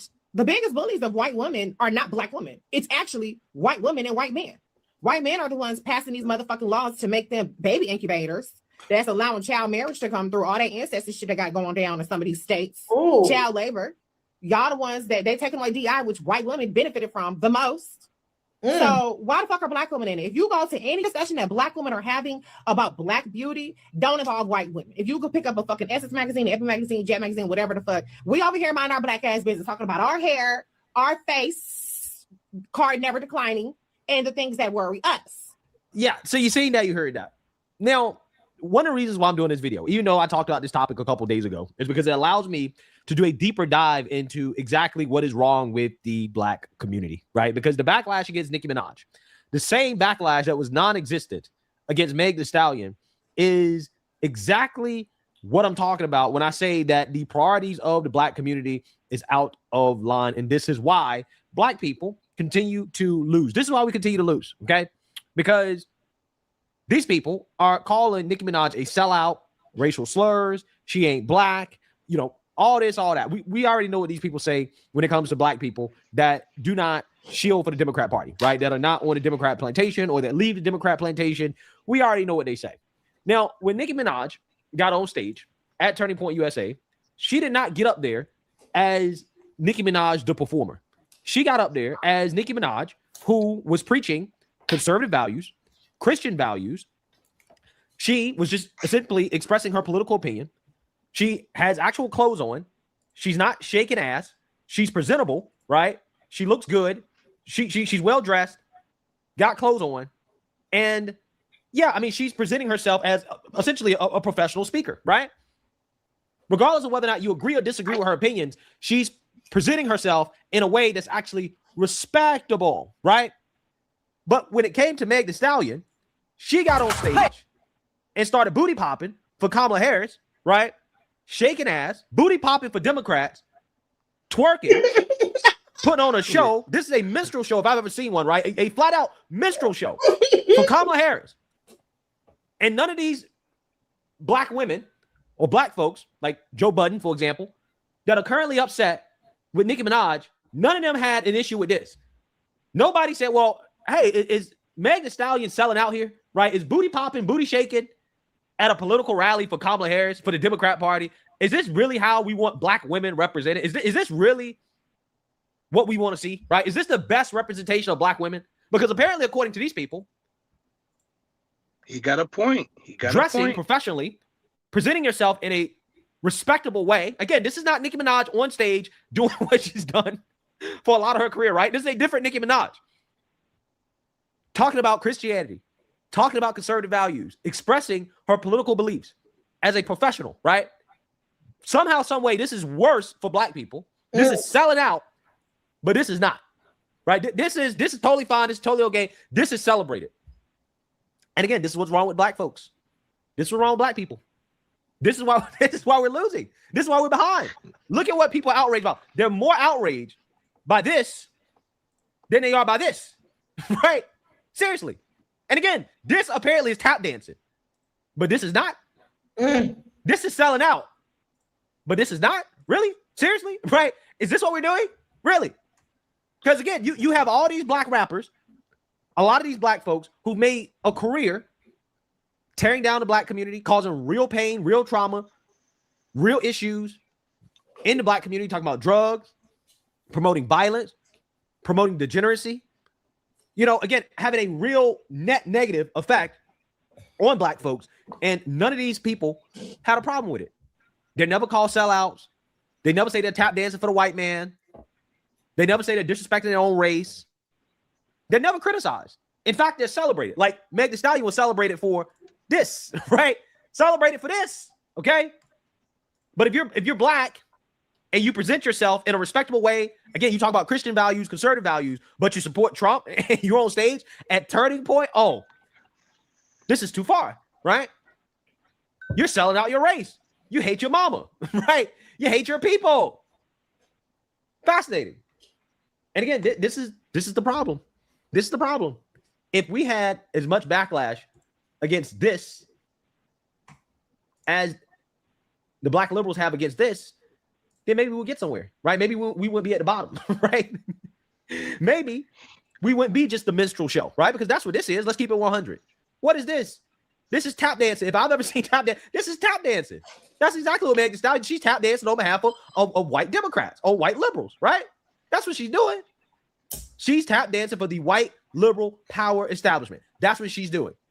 Okay, hold on. Can we pause again, none of these individuals had a problem with this. None of them accused her. Okay, go ahead. Can we move in the goalpost? Because I ain't know this was finna pop up. He got a strong point, you know. But they both tap dance. They both tap dancing on both sides. Just because Nicki go get just because she go get cleaned up and put on a dress that's long and further past her kneecaps, she do the same stuff that Megan Thee Stallion do. And just because Megan Thee Stallion will probably say it again. Well, because Nicki Minaj be booty clapping too, bent over and everything. They had a whole thing. My anaconda don't want none unless you got buns on it. Yeah, so I mean they both the same person. Nicki Minaj, Megan Thee Stallion, Lil Kim, Beyonce, they all the same people. We just getting different versions of them at different times. Right. Both of it's tap dancing. Yeah. But again, like I told you, these people don't think they black. But what does it mean to be black? It doesn't mean, booty clapping. What does it mean to be black? It don't mean I grew up in the hood. Woo, woo, woo, woo. What it means to be black is the integrity, what you feel on the inside to be a black person, whether you man or woman. It ain't about a struggle. But the thing is we not all gonna see the same thing. So the question becomes, what was even the song that she was performing? That was at the Democratic National Convention? Yeah, they did that in Atlanta at Spelman University. Oh my God. I was dropping people off and picking people up that they was laughing at her. They were laughing at her? They was laughing at her. I told you I'm in the A. I told you. Was it white people or black people at that mostly? It was white and black people. They was like, what the hell is wrong with Kamala Harris? What would make her think it was okay to go to, a HBCU and go have Megan Thee Stallion shaking her ass on stage? Do she really think that's gonna make her the president? Megan Thee Stallion's people that say shake your ass on stage, like at a political event. Like whoever her people should have said dial it down a little bit. Don't do no clapping. Don't do no Man, Kamala Harris agreed with it. I'm gonna tell you, she agreed with it because you think as the vice president of the United States, she didn't know exactly what dang on. This the president now. The vice president now. You don't think she knew exactly what her performance was gonna be? You don't think Kamala Harris and her team watched the rehearsals of rehearsals? They had to see it. They had to see it, man. This is the vice president of the United States, man. You can't drop water on some shit in there without them knowing about it. You see what I'm saying? So, man, they knew exactly what she was gonna do. But what do they have a good problem with doing? No problem with doing? Making fools of black people. They love making fools of black people. And as long as it's some money, because, black culture, it tells you everything money, get the dollar bill, y'all. All that crap that we buy into. We're both black, sir. We're both black. You can hear you can't hear it in our voice.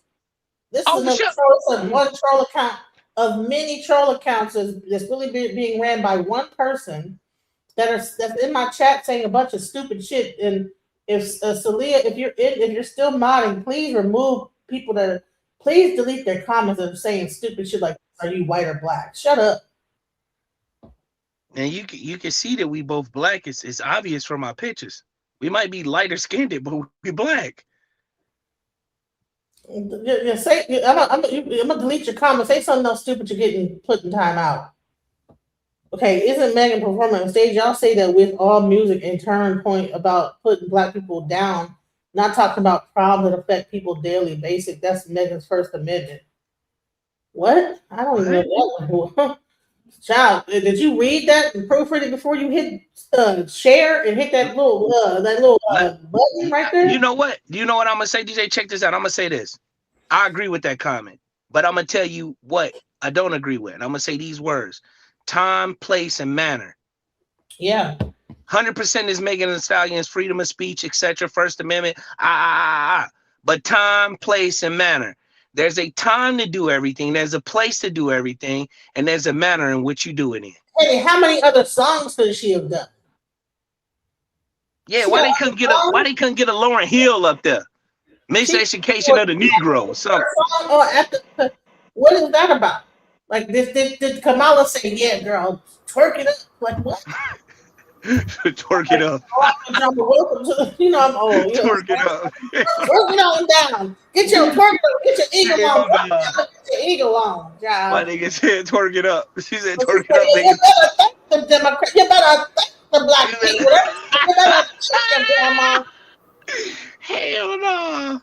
Oh, we got somebody on the stage. Hey, Bronco Drum. You better twerk that booty.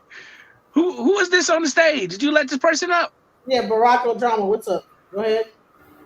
No, I'm just listening. Can you hear me? Yeah, I can hear you. I can hear you. I just think that people should live and let live. If I'm a fan of hers and I'm on the other side politically, that doesn't change. That's a different issue. We live in that's the problem with society. When you don't go along with people's narratives or you don't see things the way they see it, they come at you kind of funny. You know what I'm saying? If I if I love her music or anybody, not just I'm not picking on her, Snoop Dogg, Nelly, whoever, that doesn't change because I don't agree with you politically. And I think that the world needs to learn how to do that. It's a separate issue. And now I dislike Trump, more things about Trump than I like about Trump. But that's not going to change my attitude towards an artist that I've been supporting or that I like because of that. I think that people need to learn how to do that. You know, that's just my opinion. The whole thing is a big mess about how people coming at her, deport her, this and that. That's like personal stuff. That's like, if you're a fan of her stuff, just be a fan. Why can't she like him if that's who she like? You know what I'm saying? I mean, I'm not saying you should agree with my opinion. I'm just saying It's about like the fact that I think that it wasn't just about the fact that she was at TPU, and so it's also about what she said at TPU. Well, she's misinformed about a lot of stuff she said. Like, for example, she was misinformed when she said about the thing about Nigeria, about the killing of the Christians. America is not don't care about blacks here. Why they gonna care about black Christians? That's all about the oil.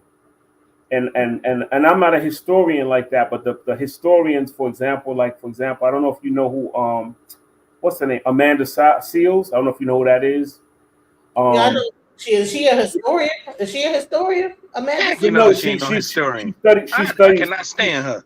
That's not the point. She studies that. Like, that's not my area, but she studies that kind of stuff. And even she said that, and a couple other platforms have said that.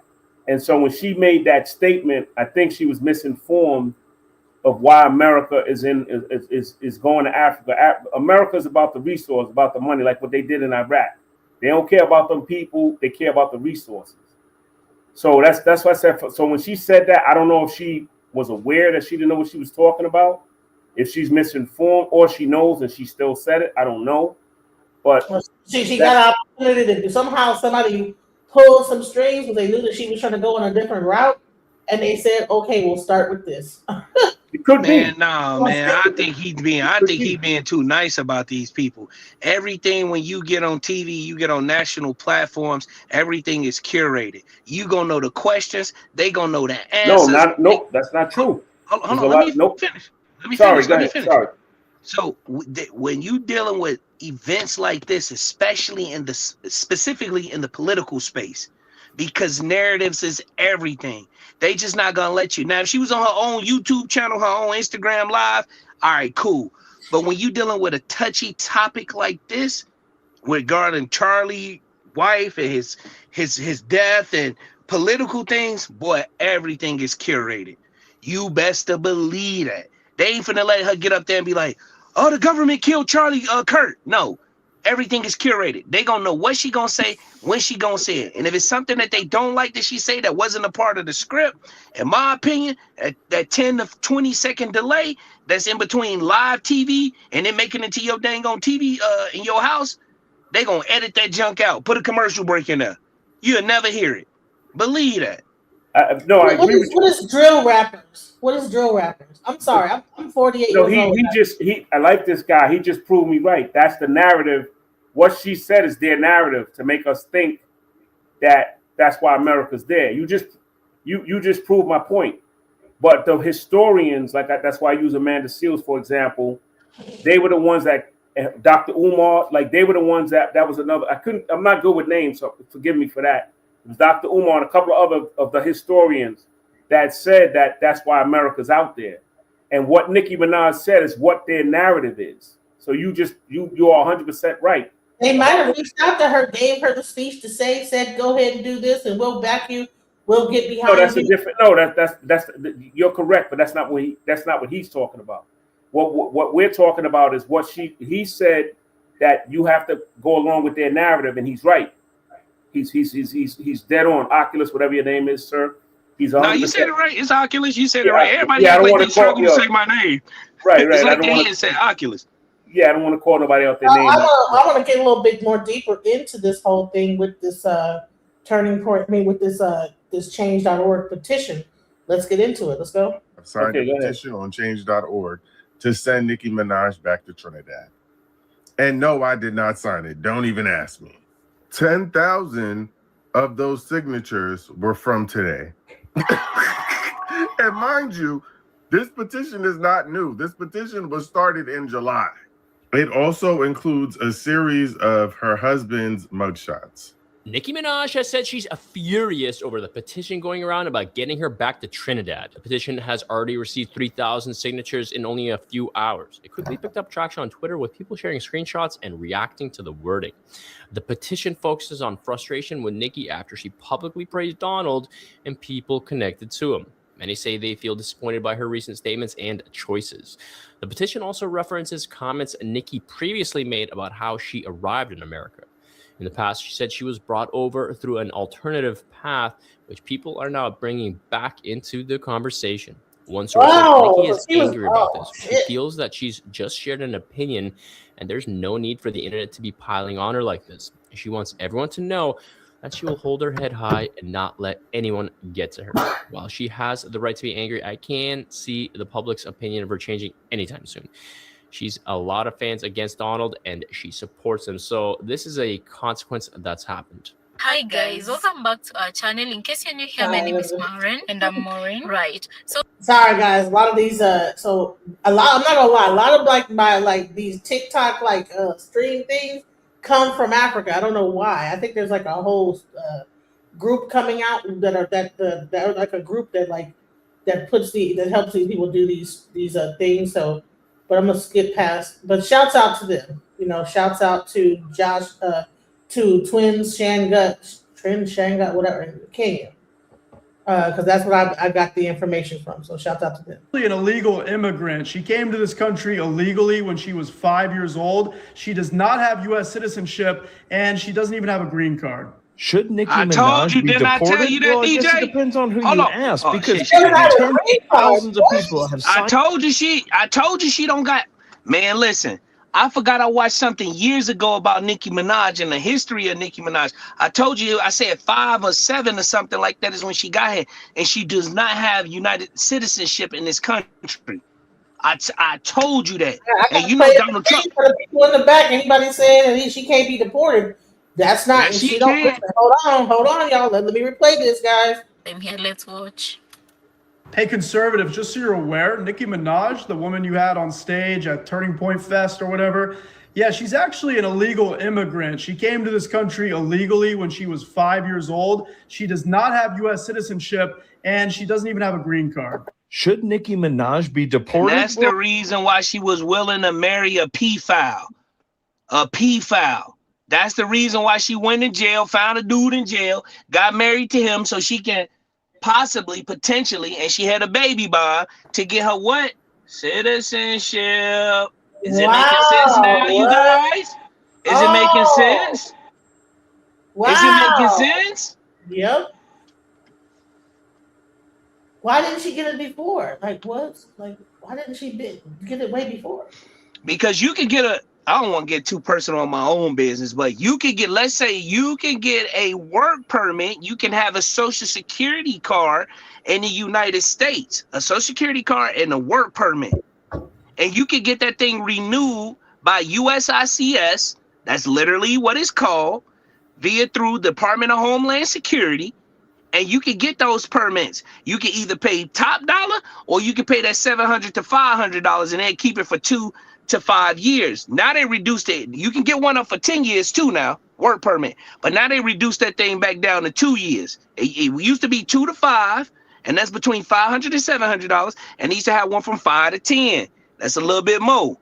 But now Donald Trump reduced that joint back down to 2 years. So your ass got to go back in front of Homeland Security, or you need to go back to immigration court for them to verify, are you still working in the United States? Are you doing asylum? Are you doing family green card?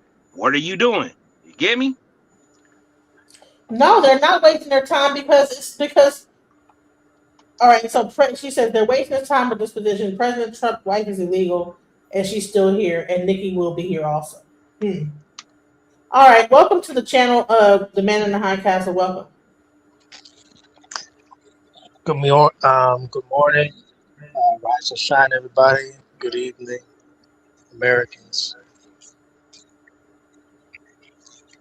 Did you have something to say on the subject? Yeah, I mean, Nicki Minaj, she's doing exactly what she should be doing. I don't have a problem with what she's doing. However, I can see her also, I don't mind her being brought up for deportation either. It's just the way it goes. I see a couple avenues. It's good in the sense of she's pulling others to gravitate now away from the Democratic plantation. That's a plus. A younger crowd. And then on the other hand, to proliferate delineation. So it's a good time with her right now. I like it. I mean, I don't think it's been effective. Whatever pulling that they thought was going to have, I don't think it's effective. People are, they're calling for her deportation. So that tells me that a lot of her audience is not agreeing with that stance and with the Republican stance, especially because who's her real audience? Her audience is LGBTQ, Black women, primarily. Sure about that? Who buys those records? Listen, I haven't done the sound exchange or whatever. Last time I checked, who goes to her concerts, it'd be the Taylor Swift looking fans. Right. Who be buying hip hop the most. It'd be them. I don't know. I can't tell you that as a fact. I can't tell you who's buying her records as a fact. I don't have her demographics. I don't break it down, the breakdown like that. We can speculate, but I don't know for sure.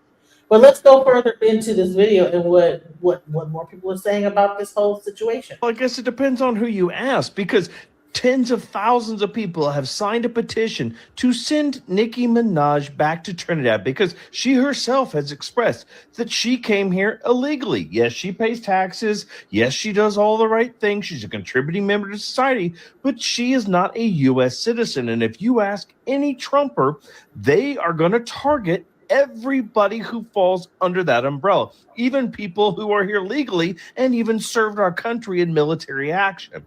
But Nicki Minaj is here illegally. She is an undocumented migrant.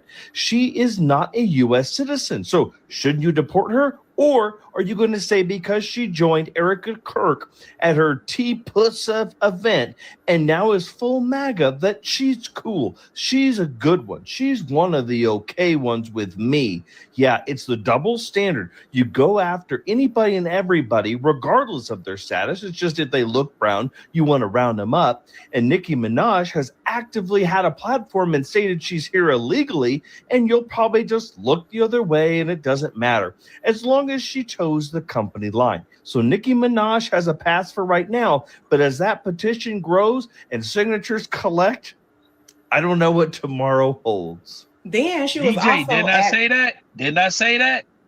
Yeah. Exactly what I said. They will send it to the She probably might. I think she might get deported out. I think there's a chance. I don't know. Man, Donald Trump don't care about her supporting her. He want all illegal immigrants out of He the might make an country. example out of her. Yes, just for the optics, to let people know he ain't bullshitting. It don't matter how great, how much you done did, how much music you done sold, and guess who gonna come behind him and support him? Rock Nation. Give him some money towards his campaign or something he trying to do. Let's get Nicki Minaj out of here. Jay-Z, hate Nicki Minaj. Rock Nation, hate Nicki Minaj. Why? Because all of the the bad stuff she was saying about Rock Nation. See, when you in illegal status, it's best to keep your damn mouth closed. But all that coke she doing and all that dang old that ego that she got, it's hard for her to do that. So what if she has done? By the time we look at it tomorrow, it might be 3 million signatures on that thing. Right, because there's more people covering this. It's more and more people beginning to cover it. You know, just like the whole passport bro thing that I was talking about. More people are beginning to cover that, and I don't know what's going to happen with that situation with some of them passport bro. Same thing has happened with Nicki, and then they have a whole petition that's online, and let's go into it. What would be her message to young girls and women, etc., growing up? And this is what she had to say in response to that. As Black women, we felt that we were not being represented and not being admired for our beauty. If we felt like that as Black women, why would we want to do that to other women? Why would we now need to make other people downplay their beauty so that we can feel, no, that's not how it works. I don't need someone with blonde hair and blue eyes to downplay their beauty because I know my beauty. Do you understand? Now, with that one, she really lost me. It's not like with the boys one where you could try to make it fit something else and maybe it was taken out of context. She lost me with this one because why would that be your message to women and then you're singling out Black women? Oh, as Black women, we didn't like when other people made us feel less than, so we shouldn't try to make someone else with blonde hair and blue eyes feel less than. We don't need them to downplay their beauty to make us feel beautiful. What is she? Nicki Minaj, what are you talking about? This is really giving a bunch of nothing because what world you live in where you see Black women making or wanting white women or women with blonde hair and blue eyes to downplay their beauty. I've never seen no Black woman yet where she wants a white woman or whatever, a different race to downplay their beauty so they could feel beautiful. I haven't seen that. I have not seen anyone expecting, any Black woman expecting white people or other races to downplay their beauty for us to feel beautiful. Baby, we are beautiful Black queens and we don't need that. So I don't know where she's saying that at or why is that her message to young women or Black women? She lost me with that one. Y'all let me know about that one in the comments because that's new to me where Black women, we are making other women feel like they can't be proud of themselves and be beautiful and they can't boast and brag that make us feel less than. No, baby. Man, that caused on a crazy, crazy. Hey, hold on. When you put this photo of this woman up, I thought she was a Ninja Turtle, dog. I swear to God, I thought she was a Ninja Turtle. I caused that right at a crazy time right there. Yeah, that was crazy when you pulled this. Right when you talk about beauty. Hey, she popped up on the screen. Hey, that was bad. I believe she has something special to say. Maybe she does. But it's just crazy that when we're talking about it, and then boom, and I'm like, okay, wait a minute, my bad. So let's go. So y'all want to deport Nicki Minaj to Trinidad, but y'all are against deportations of actual illegal immigrants. Make it make sense. Just because she doesn't align with your political view or whatever, you wanted her to be deported. She is from what I'm told, or what my research, she is a U.S. green card holder. Because how can she be an illegal immigrant and go on world tours and then come back to America? But she had coyotes putting her in America, bringing her back across the border. No, I think she's a U.S. green card holder. She probably never got her naturalization, and that's it. I mean, but at least she's a green card holder. Like, my problem is I have no problem with nobody that's a green card holder. And plus I know she has a little case. She had a little jail time or something when she was younger that may have prevented her from getting citizenship. So maybe she's trying to wipe that now and do the right thing and get a citizenship. Who knows? If she ever been to jail, she cannot become. I don't care what age she was. She can never get naturalization. Never. Isn't the whole thing about deportation about criminals and criminality? Yes, if you ever been to jail, you get deported. So yeah. And look, and DJ, why does this topic concern me so much? Because I married somebody that's not from the dang on United States of America, and my wife is a green card holder. How do I know so much about it? This is how. I'm fully invested in it. She will not become a United States citizen. And even if you hold a green card, that is a privilege. You see? So they can revoke the green card and still send her back to her country. You hear what I'm saying? I think that people are not realizing that this is a real thing that could possibly happen. I think it's gonna, and if it does, that'll be like almost like a thing that they can use as an example to others. Like, okay, it don't matter whether you're Nicki Minaj, you know? Right. Yeah. She can be deported, even though she got a green card. That is not a what they call it. It's a privilege. It's not a I forgot what they call it. Dang, I forgot it. But it's a privilege. A green card can be revoked. They can cancel your green card and send you back to your country. How do I know? I've been in immigration court. I'm in there when they pushing people and they walk out the courtroom one by one. They pushing them. ICE agents pushing them into the eviction room. It literally say on the door, eviction room. I'm there. So you've been through it. Yeah, it's called the eviction room, literally. At least in Atlanta, it's called the eviction room. That's what it say on the door. So you had to deal with ICE and everything? Only people walking up out of that courtroom is people who come in that courtroom with a $15,000 lawyer. When you go into that immigration court, what they're going to do is they're going to bring everybody that's on the docket list inside the court. Family members and everybody got to stay outside of the room. The only people that they acknowledge first when they go into that courtroom is the lawyers. The only time I show up is when the lawyers leave the floor. You hear me? Boom. Once they leave the floor, the people walk out with them. The ICE agents don't mess with the people with the lawyers. The people who go in there and they talk about, oh, I got asylum and this, that, and the other. But if you don't bring irrefutable evidence that you are being prosecuted or trying to be killed by your country, or you don't bring in the fact that you got religious beliefs that your country is not siding with you and you're looking for asylum in the United States, and you don't bring irrefutable evidence, they is going to man, come on. I ain't making this up now. I was in there. I was in there 2 times. You hear me? I know this for a fact. I ain't guessing about it. This ain't something I'm just talking about.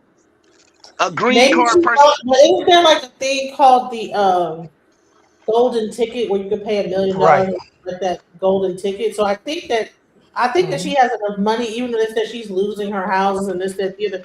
She has at least enough money to get the golden ticket. So I think that that she, if she's smart, she's probably going to go ahead and get that, because if she can't get the golden ticket, DJ, because Nicki Minaj has been jailed. She has been jailed. Wait, so you can't get the golden ticket if you've been jailed in America? No. You can get it. First of all, she's right there with the person who founded this. She's right there on behalf. I don't know what y'all not seeing, but these people see green. All right? And if she works it off properly and successfully for a term, I'm pretty sure she's good money and she gets that gold card, that Trump card. I don't know what you're saying. I put my life on it. She don't get that. Yeah. You're not with what's going on out here. Okay, I'm just the only I'm the person on the stage who's married to somebody that's not from this country. I'm the person on the stage. So you know about the gold card? Yes. Okay, so who do you know who has a gold card? I'd get a green card. Who do you know who has a gold card? I know about it. I didn't say I know. Listen, I didn't say I know Nicki Minaj is right. It's connected to the people. Nicki ain't get no gold card. She's connected to the people who give out the gold Connections don't represent results. She's connected straight to the people. You cannot. She went straight to the source. If you look it up, DJ, if you look it up on the there's nothing to look up. She's right there with the person. Right. I got you. I'm right. right now. Who's the most handsome president? So DJ, if you look it up right now, if you have who's the most handsome president? Anytime you have been jailed, anytime it disqualify you from paying that dang on $1 million to get that gold card. Trust me. So the gold card costs a few $1 million. She compliments the president. She's working off what she can to help out the administration. I don't think you get that. Yeah, I don't think Okay. you get it. I don't think you get this. That it's a green card holder with a criminal record, even with money. That's what I'm Generally, trying to you tell him. get the That's what proposed I'm trying to tell him. Trump gold card for fast track residency. He Okay, ain't hearing me though. I'm the position, person on the especially stage at who the married to a same legal time, immigrant. creates inadmissibility, blocking most visas, while the Come on. gold card requires Come already on. qualifying under strict Come on. categories Come like on. Talk about it, EB1A DJ. or EB2 Get NIW. that But pardon. background checks and fees make criminal history Get a that presidential significant pardon. barrier, not a purchasable bypass. And that's based on the National Immigration Law Center, and that is the So as DJ, as So of when you she said gets he's as that of right. presidential September pardon, 2025, as of September 25. So it says So DJ, the green card holder has a criminal offense. This is the National Immigration Law Center. Okay. All right. Green card holder, know your rights. Risk during the second Trump administration. Okay. And I asked, okay, so if you had a criminal record, and it says no, you can't get it. So no, she would not. It doesn't matter if she has the money to get that. well, you know, Steve. she get that presidential pardon, it's all clear. Yep. Is there a So presidential pardon for the gold card? Like, Hell yeah, she's right there with the president, man. How y'all not seeing that? It's that like wasn't your Simon argument. says, That's wasn't your she's right argument. You there. changed your argument to a pardon now that she read the information that I was telling you from the I beginning. have been said this. She No, you right wasn't there with saying the that. You were people saying who do the thing. you were She saying right connected to the prior to people. this, you were saying prior to this that she She's don't get the gold connected to card. the And people. she just read to How do you you that you think cannot Kodiak get a Black gold stays card. here and other You people who cannot are get a illegal gold. Your and got argument was money? about If the you got gold card. money, if you You got cannot money, you get the can make gold card things if you happen. have a criminal record. there Nicki isn't a Minaj has Even a if you specific. have a criminal record, if you have money, you can make things go away. And if you're connected, Listen, there isn't a specific presidential pardon for the new gold card, an investor visa.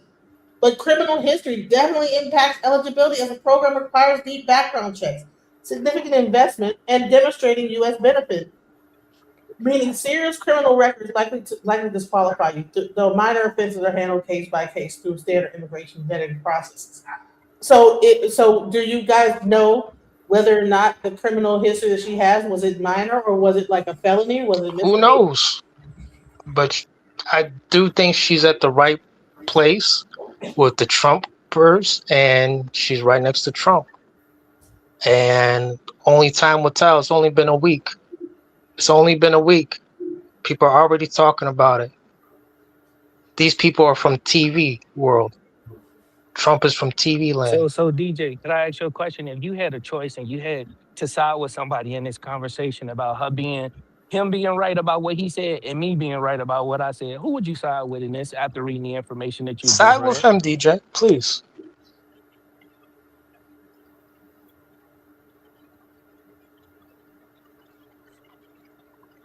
I look things in long term. It's only been a week. Linear thinking. DJ, can you hear me? Can y'all hear me? I don't Loud think and nobody clear. can hear me. Yes, sir. Okay, so the point that I'm making is that's what I was trying to tell you from the beginning. She just so happened to pull it up. A lot of stuff that we speak about and we debate on, we can just pull up the facts and the evidence. We don't gotta go back and forth.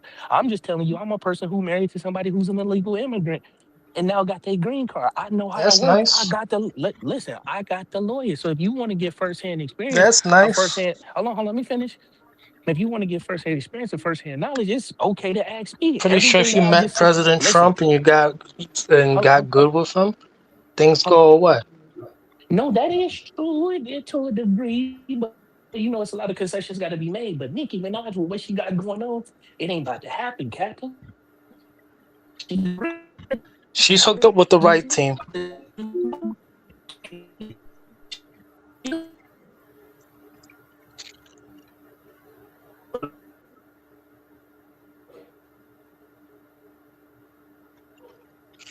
If she was a regular civilian, hey, Nicki will never get that. Listen, all I want to say this to you. Nicki can't qualify for that because they're not gonna do something that make Trump looks away. Nicki cannot get that because she has been jailed. It's like 4 times she's been jailed. Trump is the greatest president of the United States. He ain't tripping on all that. Okay. How is he the greatest president of the United States? How you figure that? Who better? Who better all time? Do I really have to answer that? Yeah. There's a lot of people that was better than him. I mean, if you look at it, name one. Lincoln, Obama, it's a whole bunch. You serious? Okay. You're opening up my eyes, but Trump is the greatest president He's the president ever. now, but he ain't the greatest. He's the greatest president ever. What did he do that made him so great? You'll see. No, I'm he asking keeps you on now. winning, and he keeps on winning. What is he, But what you is he- open my eyes to those last 3 people you mentioned. No, I'm Great asking job. you what made him so great. That's what I'm asking. You'll see. I know you voted for Kamala. That's You don't fine. know who I voted for. Who said I could even vote? I might be a felon. Who Hey. said I voted? Go talk to Trump. No. Who said I voted? You making assumptions. I didn't make no assumptions about you. I just asked a question. Who beat 34 counts? Trump. He He make didn't things beat go anything. away. He's a convicted felon. He didn't beat Who gonna erect the 3rd temple in Jerusalem? Trump. Hey, we're not talking about anything going on over there. Okay, so I didn't say anything yeah, derogatory. don't say anything about over there. Period. Trump is the greatest president ever. He said So he's a good. And I said, what did he do that made him so great? I could keep going. He's putting money back into the American economy. He's getting rid of the sickness with gender affirming healthcare. He's getting rid of these illegals who are killing Americans and don't like America. He has a way of charisma that gets people to tune in and follow. America's becoming more competitive day by day. I know you want to pack up and leave. Who said I'm in America? See, you're making another assumption. I might be on vacation in Dominican Republic or Jamaica. You don't know where I'm at. So if you like America, So Ghost of Supreme said Kodak Black is born in Florida. Nicki is not born in America. Same thing that happened with 21 Savage. He was born in the UK and he got kicked out of America. So I don't know why people think that she is immune. isn't he still in America though? He got kicked out of America and got deported back to the UK. Oh, okay. 21. Time to go back home. Hey, if they got to go back home, they got to go back home. You know, I look at it both ways. Delineation is great, and this administration is the best administration in a long time. Hey, so to get more people away from the Democratic plantation, that's great too. I don't even know why you guys Great get so times. hung up on Democrats when there's Because they're sick and twisted. That's all. Well, you sound kind of twisted yourself, sir. You don't sound like you are right in mind. But anyway, let's finish up this video right here. Okay, let's go. Because you want to say that a whole Wait, group of people. DJ, you never responded to me. Me. Oh no, I had to step away. Was there a question? I'm sorry. I asked you. I said after reading the information that you read, understanding my position on what I said about the green card and the golden card, and understanding that I'm married to somebody who's not from this country, and then hearing his disposition and where he's standing, who would you agree with? Does it sound like I he would was have right, or to does say it sound that like there's probably a better chance of what you're saying than what he said. You know, because the bottom line is that, you know, everyone doesn't just get to, you know, just because they are who they are. So that's the point that I was making. I think, and it's no offense to him, but I think he see what side we stand on, And then whatever side we stand on, he gonna stand on the opposite side. I think, That's what I think. I'm just being to honest. be oppositional, Yeah, I think he just played devil advocate. He Yeah, gotta I be think doing that's that, exactly bro. what he's doing. That's exactly what it is. He's a Because character. this ain't the first time. This ain't the first time. This about what, my second or my third time being up here. Yeah, He get up here. it's I'm not just a saying. real. I'm not coming for him. I'm not disrespecting him. I'm just saying, if you playing devil advocate, bro, just say you playing devil advocate, so I can start wasting my breath. Because you can't be standing on some of the things that you're saying, especially given the information that she researching live on the channel. You can't be doing that, bro. It don't make I am sense. gonna be doing that, and hey, who beat 34 counts? He didn't beat anything. It stuck with He's his still record. a felon. What are you talking about? He didn't beat If he's a anything. convicted felon, what are you talking Of about? 34 And counts. still became what? Still became what? Well, President of the United States of America. he's a white man, so that's white privilege. Oh, so race exceeds all the above? In America, yes, it does. So what do you think this man can do for Nicki Minaj with his Trump No, card, his on Trump that golden issue, card? on that It issue, has I his agree with face you. on it. It has his face on it. No, I But agree with you on this that. guy What you can't said be on There's that. a whole Congress. There's a whole Senate. There's like a whole government. Why do you think that Trump is gonna hook? Yo, Come we gotta on, stop responding, No, bro. he's He right gotta about be that. joking. He His gotta power be is we're joking. not in a dictatorship yet. Okay, No, but his he's right power is about not that. absolute, sir. So we gotta cut that out. Hey, I know how Chris said Michelle went through it. I don't think Nicki Minaj is gonna go through it like how she did, and she's get totally abandoned Changing because his she name. went to Trump.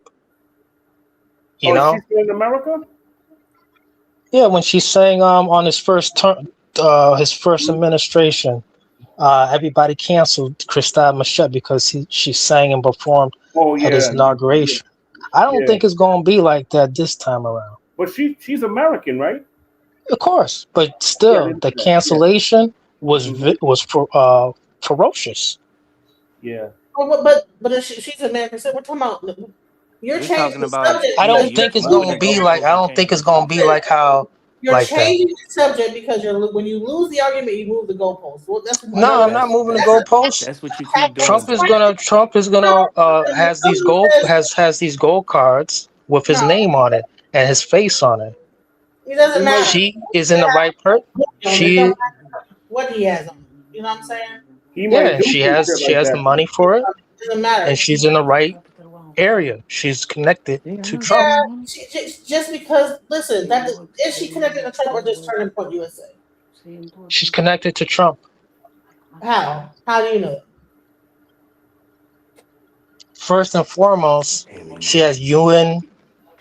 She got on the UN stage. I like his lips like that. She didn't get there for no reason. How many people go on She the was UN stage? right.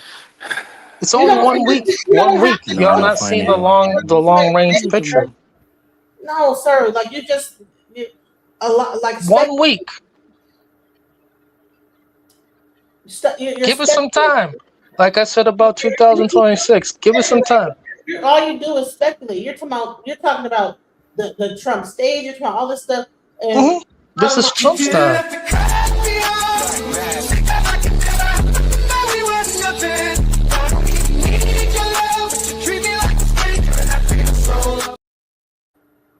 I'm not gonna keep getting cut off on my own goddamn show. Who cut you off? He keeps cutting me off. Every time I say he's talking, as I'm talking, he's talking. That's that defensive talking where you talk at the same time somebody else talks. I don't like that shit. This is my show. You don't. When I'm talking, you don't just talk through me like I'm not here running the show. Oh, okay. Stop doing that shit. Every time I say something, it's like I say something and you just answer the question exactly when I'm talking. Oh, I didn't notice it. Yeah, you didn't notice it because he does it so often and so much that you're just used to it. You know what I'm saying? I get tired of that. Like every time I say something, you're saying something at the exact same time. Stop cutting me off. Is your blood sugar high?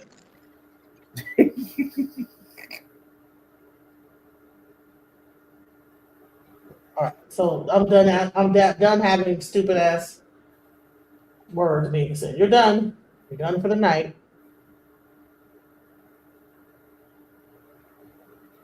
Fuck your show. It's bullshit. Well then, goodbye.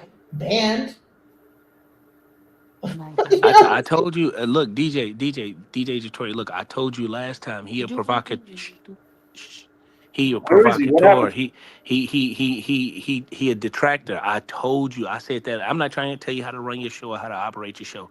But look what he did to us last time you was running your show. Look how remember he called me the F-bomb for no reason.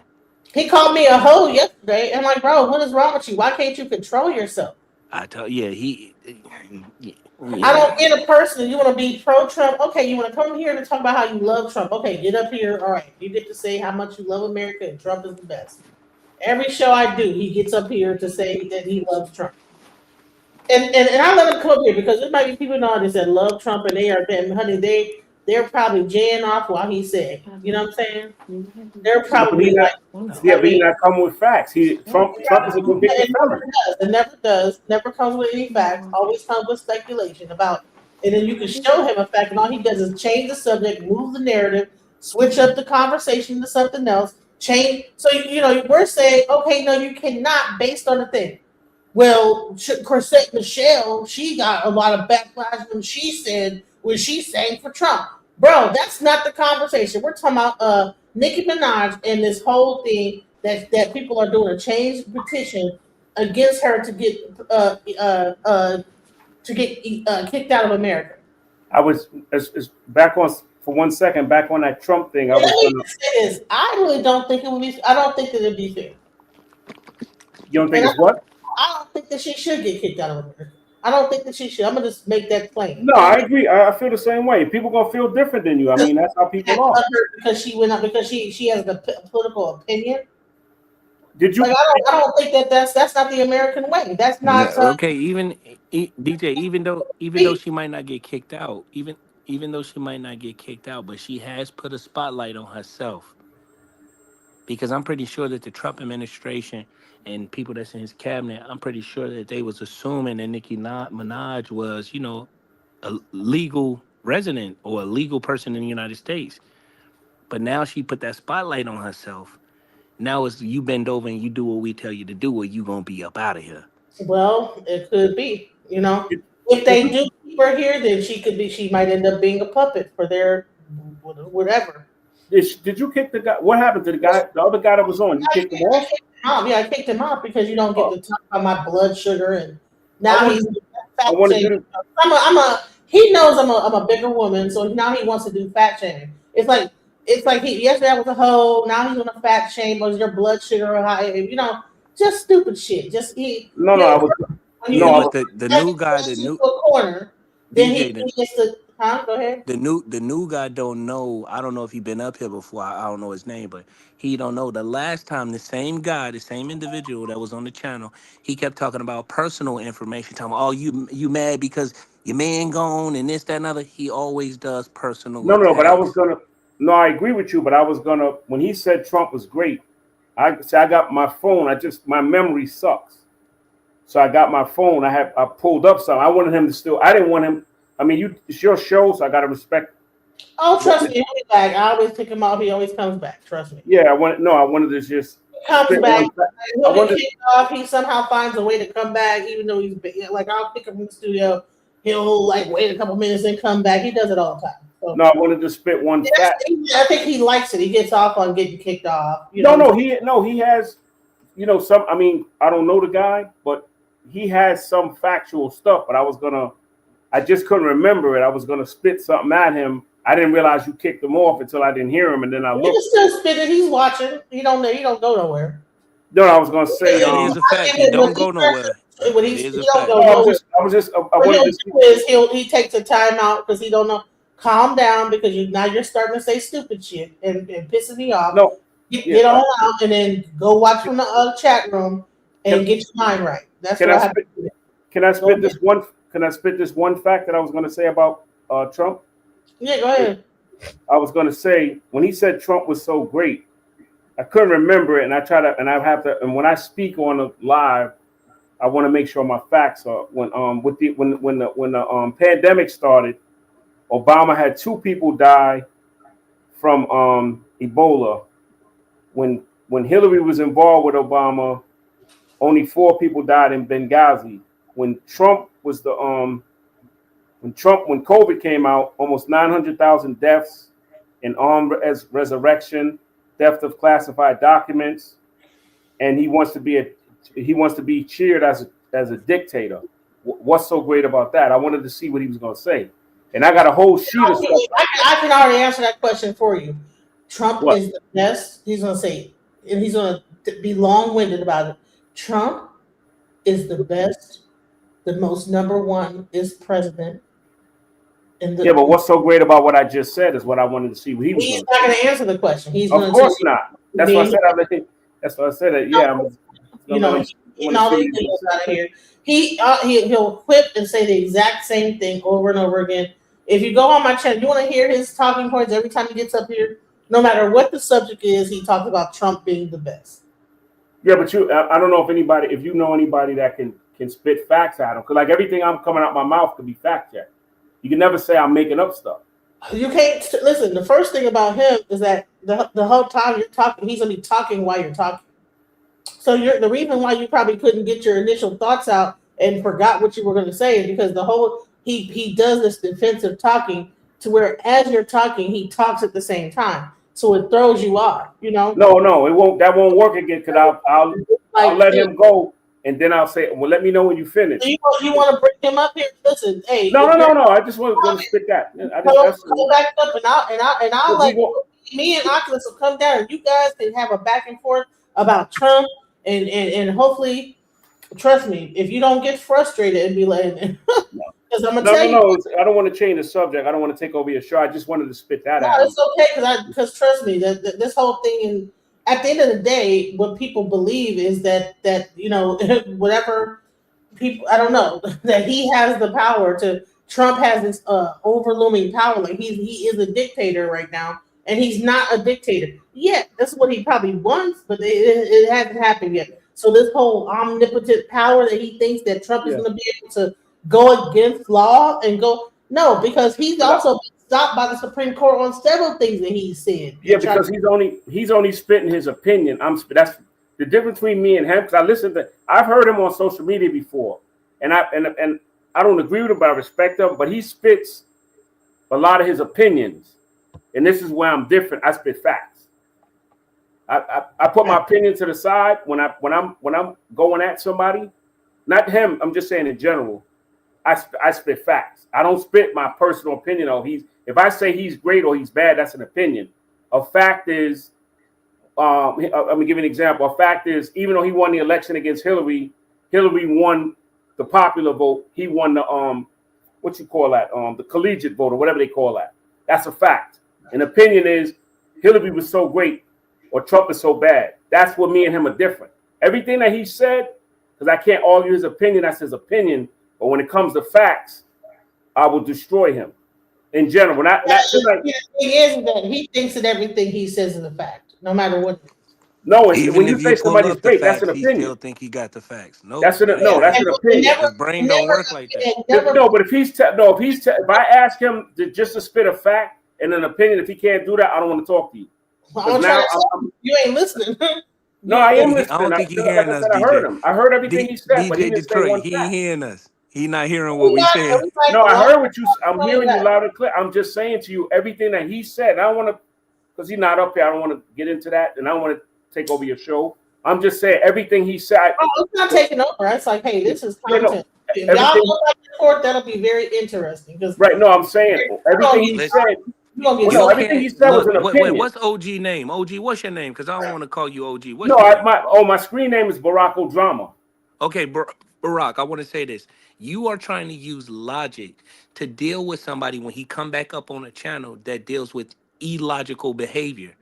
He does not think logical. You will see this. The more you come on this channel and he pops up, you will see how he does personal attacks. He's a provocateur, and he's disrespectful, and then he always thinks he's right, even if you bring up the facts on the internet. And then what he's going to do if you're right, he's going to move the goalpost.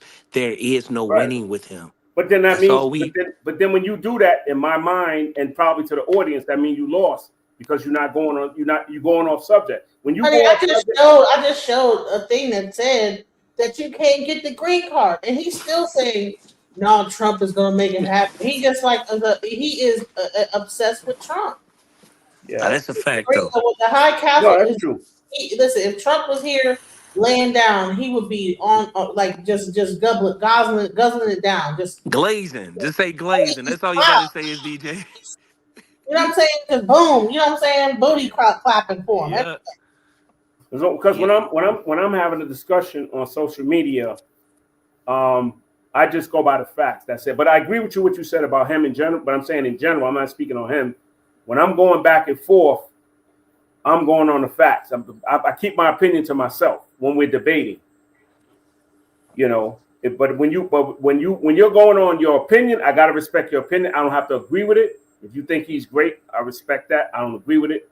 I could say the same thing about Kamala or Joe Biden or whoever. That's an opinion. But when it comes to facts, for the most part, I'm gonna kill whoever I'm going at it with. Because I also have to take into account my audience, people that come here on a regular basis, like Benzino effect, and like some people that get to hear. People get mad, I believe, when they hear him kind of like say offensive things to me, and so I don't want to make it go too long where people start to get like frustrated with me, like on some like, why do you keep this guy here? Look, this guy's retarded. Get him out of here. I mean, people are just like, man, it starts to piss them off, and they begin to like start people start leaving. You know what I'm saying? Because it's like they don't see me getting talked. But when he, I will say it like this: when you start, Cancer boys are aging straight up. You know what I'm saying? People are looking, yeah, good. When I kicked them out, good job. You know what I'm saying? When you start attacking, to me, you're losing the battle.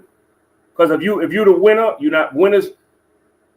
Cheaters never win, winners never cheat. When you got to do that, then you're a cheater, and that means you're a loser. That's what I would have told him. I said, you going off subject on everything. When I said to him, spit a fact to me about what Trump did that made him so great, he gave me his opinion. He never said a fact. Like what I just said was a fact. Straight up disrespecting you, and I see it every time I'm here. You know, people don't like seeing that. I know, I understand that. So after a while, I have to say, okay, that's enough, sir. You know what I'm saying? Because then he'll start to do these personal attacks and saying wild stuff. They see me on different channels and stuff like this, you know, and it gets ridiculous. He's an agitator. If he wants to, yeah, he is definitely. I think that his whole goal is to get up here and rile people's feathers, because he thinks that this is a leftist, left wing Democratic panel. And it's like, no, it's not. But I know how to come back at him. He said I voted when he said I voted for Kamala. I said, what makes you think I voted? Who said I could vote? Who said I'm not a felon? Who said I'm in the United? Like I throw shit back at him that I know he can't respond to. Not just him personally. That's just my style. I don't want to pick on him because I don't know him. I don't have no beef with him, no problems with him. But I'm just saying, like, you throwing shots, but you don't have no evidence to back it up. And he never does, and he never will. Yeah. You like I said, when I throw shots, I got the proof is in the pudding. When I spit, unless I'm misinformed, then I'm not like I said, I'm not an expert on certain things. But the stuff that if I go at it with him, I got all my facts in order. Right. Listen. Have you subscribed to the channel? Yeah, I've been subscribed. I all notifications. Trust me, he'll be back. He every time I do a show, he'll come and tell how much he loves Trump. And honey, when he does, make sure you hit here he goes. I told you he'll be back. He can't stop it. He can't stop. He can't hold himself back. Like, listen. Okay. You wanted to go. Listen, Oculus, don't leave. I'm gonna go to the back. I'm gonna let Barack Obama and Man in High Castle go back and forth about Trump. We're gonna have this moment because he wanted to do it. So let's let it happen. You in the High Castle. Thank you for letting me come back up on Alchemizing Energy. Hit the like button, share, subscribe, everybody. Let's get these views up. Support the channel. New content coming up 2026 on Alchemizing Energy. You said Trump was great. So spit one fact that's great about him, not your opinion. Okay. Who am I speaking about, Mr. Barack? No, I just want you to say one thing, not your opinion, that's great about Trump that he's done. Well, that's a great question. Of course it is, because it's coming from me. Okay. The first thing that I think that President Trump has done great is win back America. How did he win back America? He didn't win me back. I'm American. That's an opinion. That's not The a illegal fact. immigrants were swarming all over America, taking jobs, siphoning the economy, usurping our children's futures, Social Security funds, all the fraud and waste, the decadence. The Democratic Party chose them over Americans who have been here, heritage Americans, full-blood Americans like myself. Okay. Now I'm going to counter that with one question. What high-paying jobs have they taken from Americans? The trucking jobs. Those are not high-paying jobs. Those are You jobs. said high-paying jobs, though? Those are a lot of the jobs that they're taking are a lot of jobs that Americans don't want. They're doing construction. I'm talking about overall. I'm not talking about a handful. Overall, when you look at it, let me finish. Okay. Overall, the jobs they're taking are the jobs nobody wants. That's what they're taking. The construction jobs, the messenger jobs. They're not taking. You don't see them on Wall Street with those jobs. I said trucking jobs, sir. You only said one thing. I just said 10 things. So what other jobs? They took over the clerk's office and the court's house. Those are not high-paying jobs. Those are not. Doesn't matter. Jobs. They took over jobs. No, those are jobs white people don't want. That's American. That could have been American. It doesn't matter what race it was. No, it does matter because could have been American. No. Americans should be put first ahead. No, when you say taking jobs, they got to be good stuff. They're taking jobs from Americans. Nah, I'm not talking about someone's race. No. That's not taking. They're taking jobs nobody wants. They're in the fields picking the tomatoes. They're picking the apricots. Those are the jobs that they mostly got. They don't have Social Security, so they can't get those jobs. So your information. They were getting Social Security, sir. No, they were living off of Social Security, siphoning Social Security, sir. Some of them don't. No, it doesn't matter if it's some.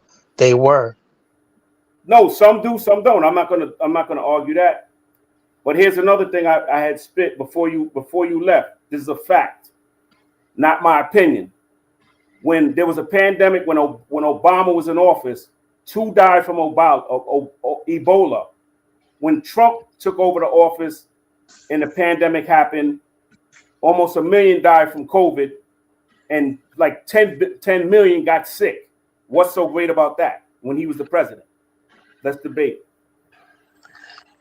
COVID or the pandemic was a worldwide event.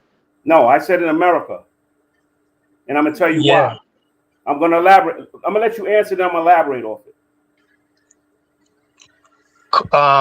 Mr. Trump wanted us to go outside and not be locked down as much. However, the Biden Democratic administration, yes, I said it, the old Biden Democratic administration kept the lockdowns longer. Trump was going to give another stimulus check just before he left the office. He's doing what he could on a limited amount of time. No one expected that to happen. Okay. It was a tragedy. However, we moved past it. No, before you continue, can I elaborate off that? Go ahead. Okay. Obama formed what you call a pandemic team in case of an outbreak. When the pandemic, when the Ebola and the SARS and all those other things broke out when Obama was in office, the reason there was no pandemic is because Obama stayed on top of it. He sent the team and he stepped back. When Trump came in, he dismantled that team, and that's why COVID was so bad in the United States. And do your research. See, what I'm not giving you none of my opinion. I'm spitting facts. When he was in office, Trump dismantled that team because Obama was part of starting it, and that's why the pandemic got out of hand. If they had the pandemic team, they might have been able to stop COVID in its tracks. because that's what Obama did when SARS came out, and he did when Ebola came out. Do your research. Because, like I said, I'm bringing you the drama, and when I bring the drama, I got all facts. This is not my opinion.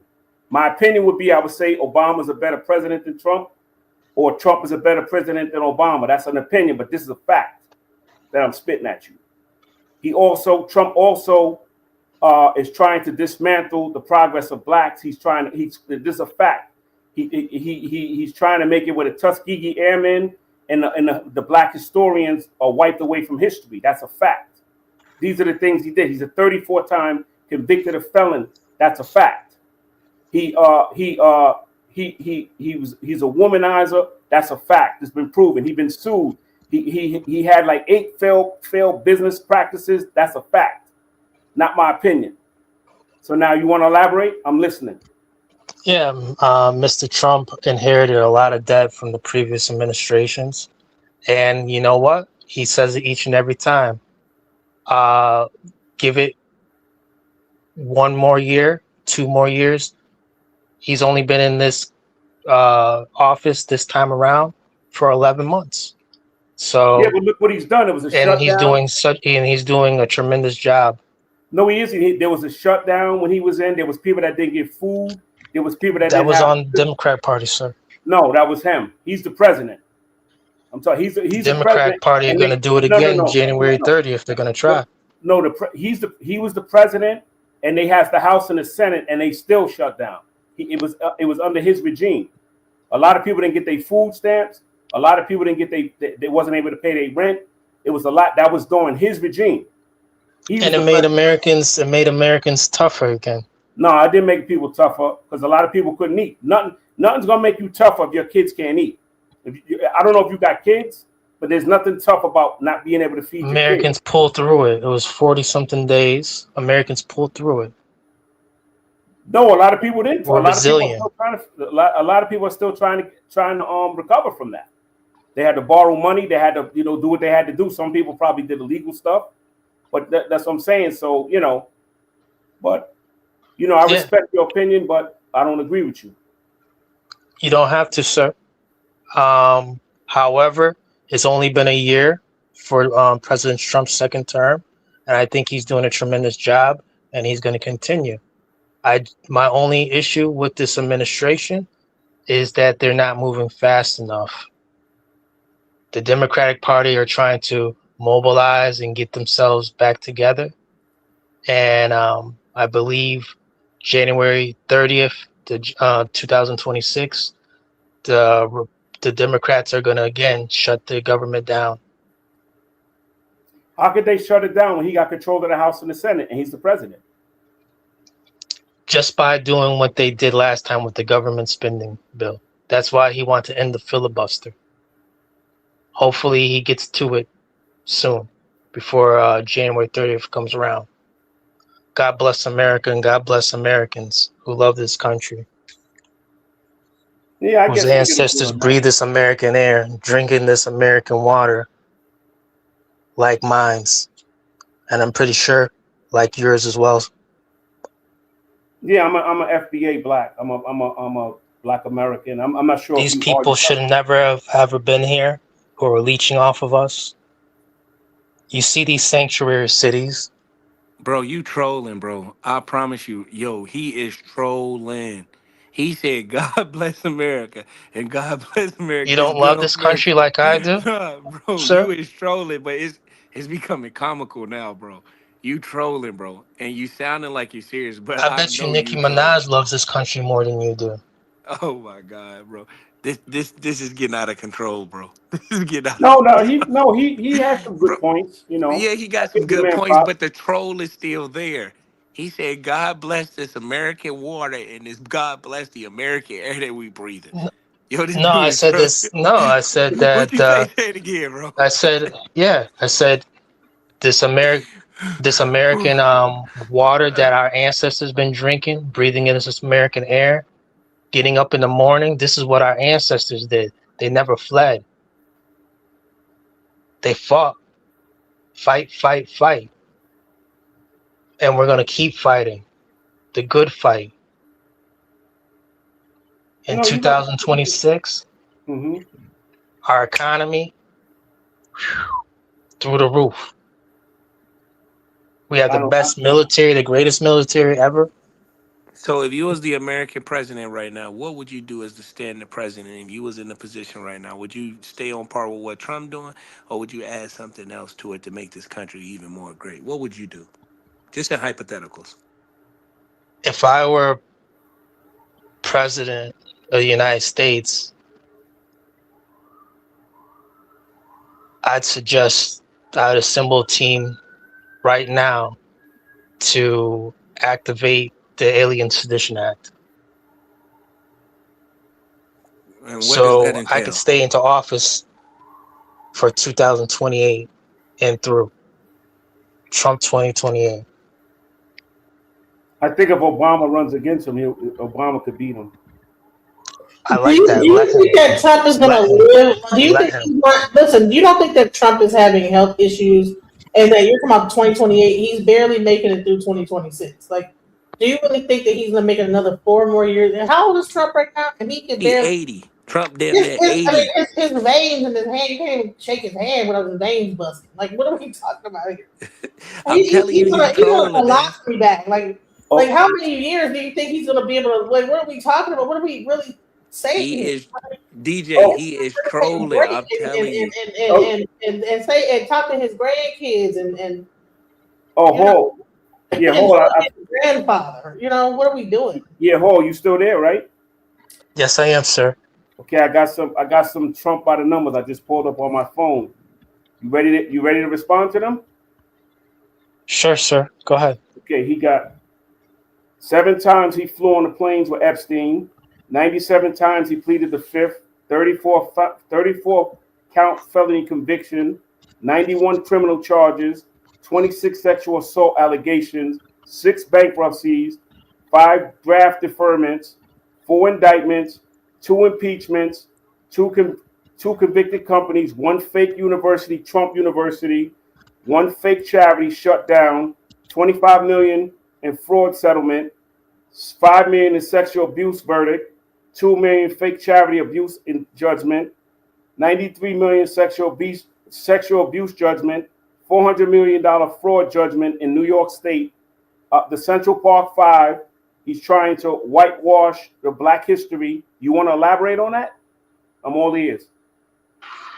I voted for this, and America voted for this. Trump keeps on winning. That's very exceptional. You didn't elaborate on what I said. Counter what I just said. We know he voted and he won the office. I didn't ask you that. I asked you to elaborate on what I just said.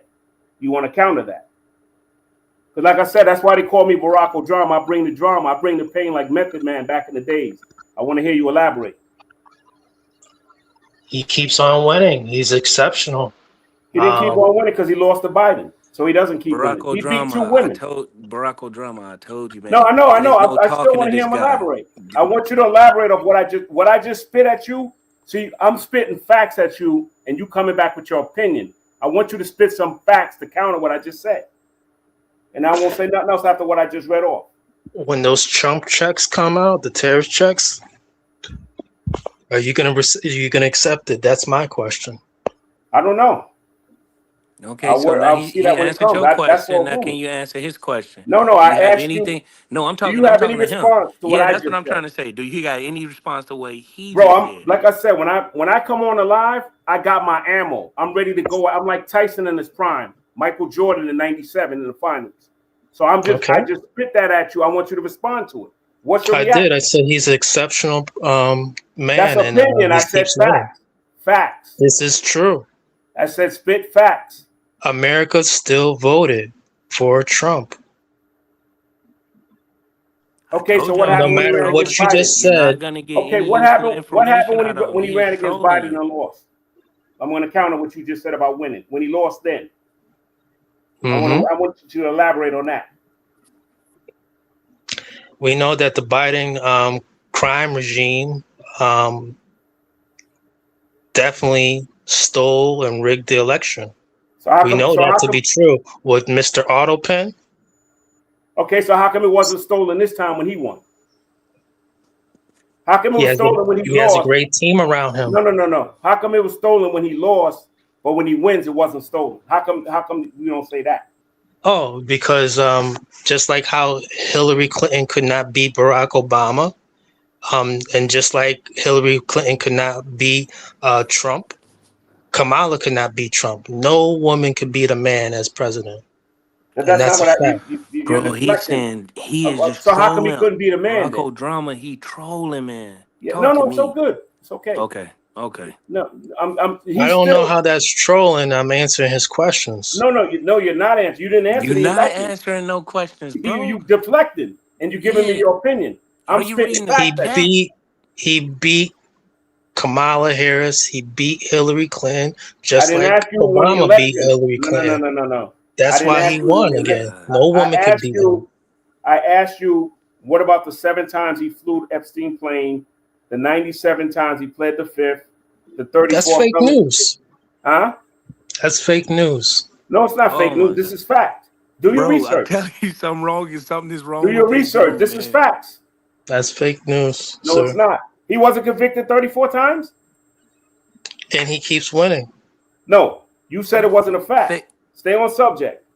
He can't do it. He trolling, man. The Epstein stuff is fake news. Bro, the audience is telling me I'm killing you.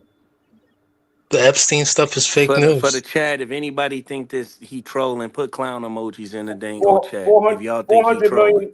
$400 million fraud judgment, the sexual abuse. That's not fake news. That was in the court. That's documented. This court document. If you love America, press 1 in the chat. Well, we all love America. That's not. If you love America like I do, the man in the high castle, press 1 in the chat. And if you don't, what do we press? Put the clown emojis if you think he's saying clown-ish. The man in the high castle wants y'all to have a happy New Year's as well. And let's return to this program, Alchemizing Energy. Hit the like button, subscribe. Yeah, I'm about done because you haven't spit no facts. All you did was spit your opinion, which we said the DJ and everybody said you was going to do and deflect. I spit facts at you, and you saying it's fake news. Everything I said to you was backed up. The Central Park Fire, all of that's true. This is not. This is all facts. Okay. And at the end of the day, are you for immigrants, illegal immigration? Bro, we can't I'm answer not no for that. questions That's that you different- asking, bro, because you are not answering. I'm for mass deportation, sir. Yo, bro, I don't think nobody ever bought you this kind of smoke, and I don't think you know how to react to it. I think you I'm used not to fight tripping, Randy. sir. Huh? I'm not tripping, sir. Go No, I ahead. didn't say you tripping. I said you're not answering anything. I answered responded to every question you asked, sir. No, you didn't. Yes, I did, You said sir. it was fake news. That's not fake news. I This said is it all was fake news. That was my answer, sir. You said it, no, but it's not fake news. This is all documented. What is fake news? So can How you is it fake news, hold on, bro? can you talking describe about? what fake news is? Maybe we're missing something of when you say fake news. What is fake news? Which particular area of the So why question? would What I said was fake. when he's saying it's fake news?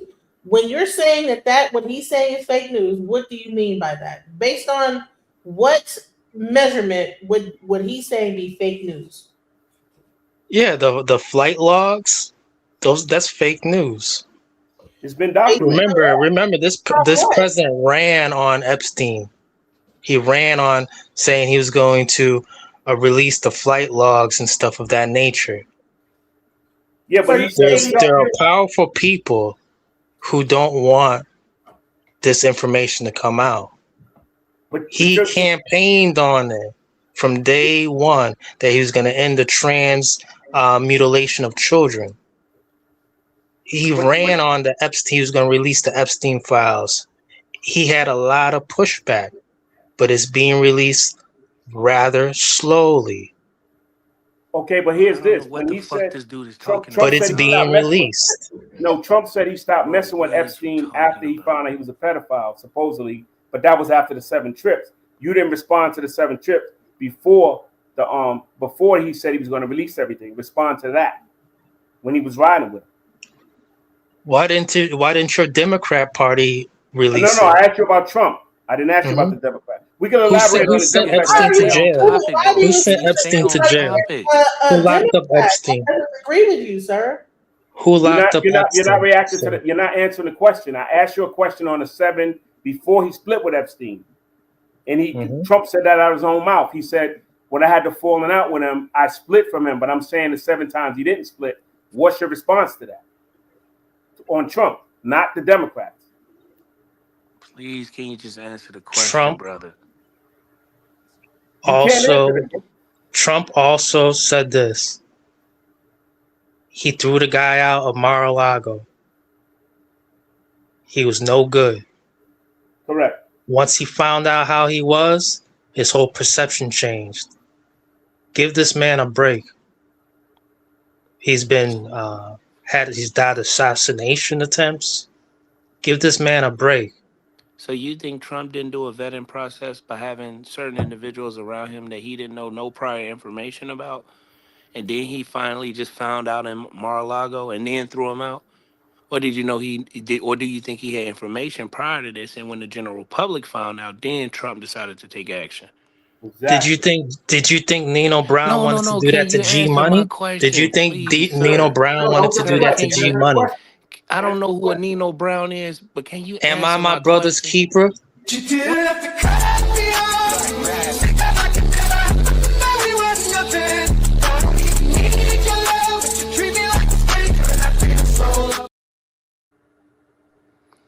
See, here's the thing. I always say this, is that when he gets back into the corner, he gets to doing this defensive talking mechanism to where when you're talking, he begins to talk at the same time. And that's to throw you off of what your question is. So one at a time, one mic, stop cutting each other off, man in the high castle. Answer the question. Don't answer the question with another question. So a person asks you a question and blah, blah, blah. You saying, so did Nino Brown eat brownies? What the fuck does that got to do with the conversation? Did Trump blah, blah, blah? Well, did the Dorothy follow the yellow brick road? Has nothing to do with each other. Like, what are we doing? Every time somebody asks you a question, you go into movies and fucking, well, you know what I'm saying? Did the Avatar, were the Avatars blue? It's funny, man. Somebody say, hey, did Trump do this? Were the Avatars blue? Or did they have big green eyes? Like, do you walk to school or carry your lunch? I mean, just a bunch of bullshit. Just when somebody just deflection after deflection after for real. All I said was, debater, sir. You are a terrible debater because that's not how debates go, sir. No, when he goes at it with, like, I consider myself a good one, mostly with sports, not really politics. But when I do get political, I have my facts and all. Like everything, like this is being recorded. Everything I spit is documented. So I'm not making stuff up. I'm not misinformed. Like I said, these are the people that my information come from, the people that are into this, and I didn't come on. I came on here to talk Nicki. This just came up. I'm not even bringing him the real pain like Method Man, but I'm just bringing him a little bit. No, bring the real pain. You came to bring the pain hardcore to the brain. Bring the real pain. No, actually I didn't come. I came here for the Nicki I came to bring the pain hardcore for the brain. Do it. Yeah, Go ahead, please. Yeah, it just came up. Cause I go at it with the MAGA boys all the time. Well, go at it, because I want him to finally, because he feels like every time he gets up here, he feels like he's undefeated. I'm always undefeated. What do you call this? You call this a debate? I call this a conversation. Okay, well, I call it a debate. Someone asked a question. I'm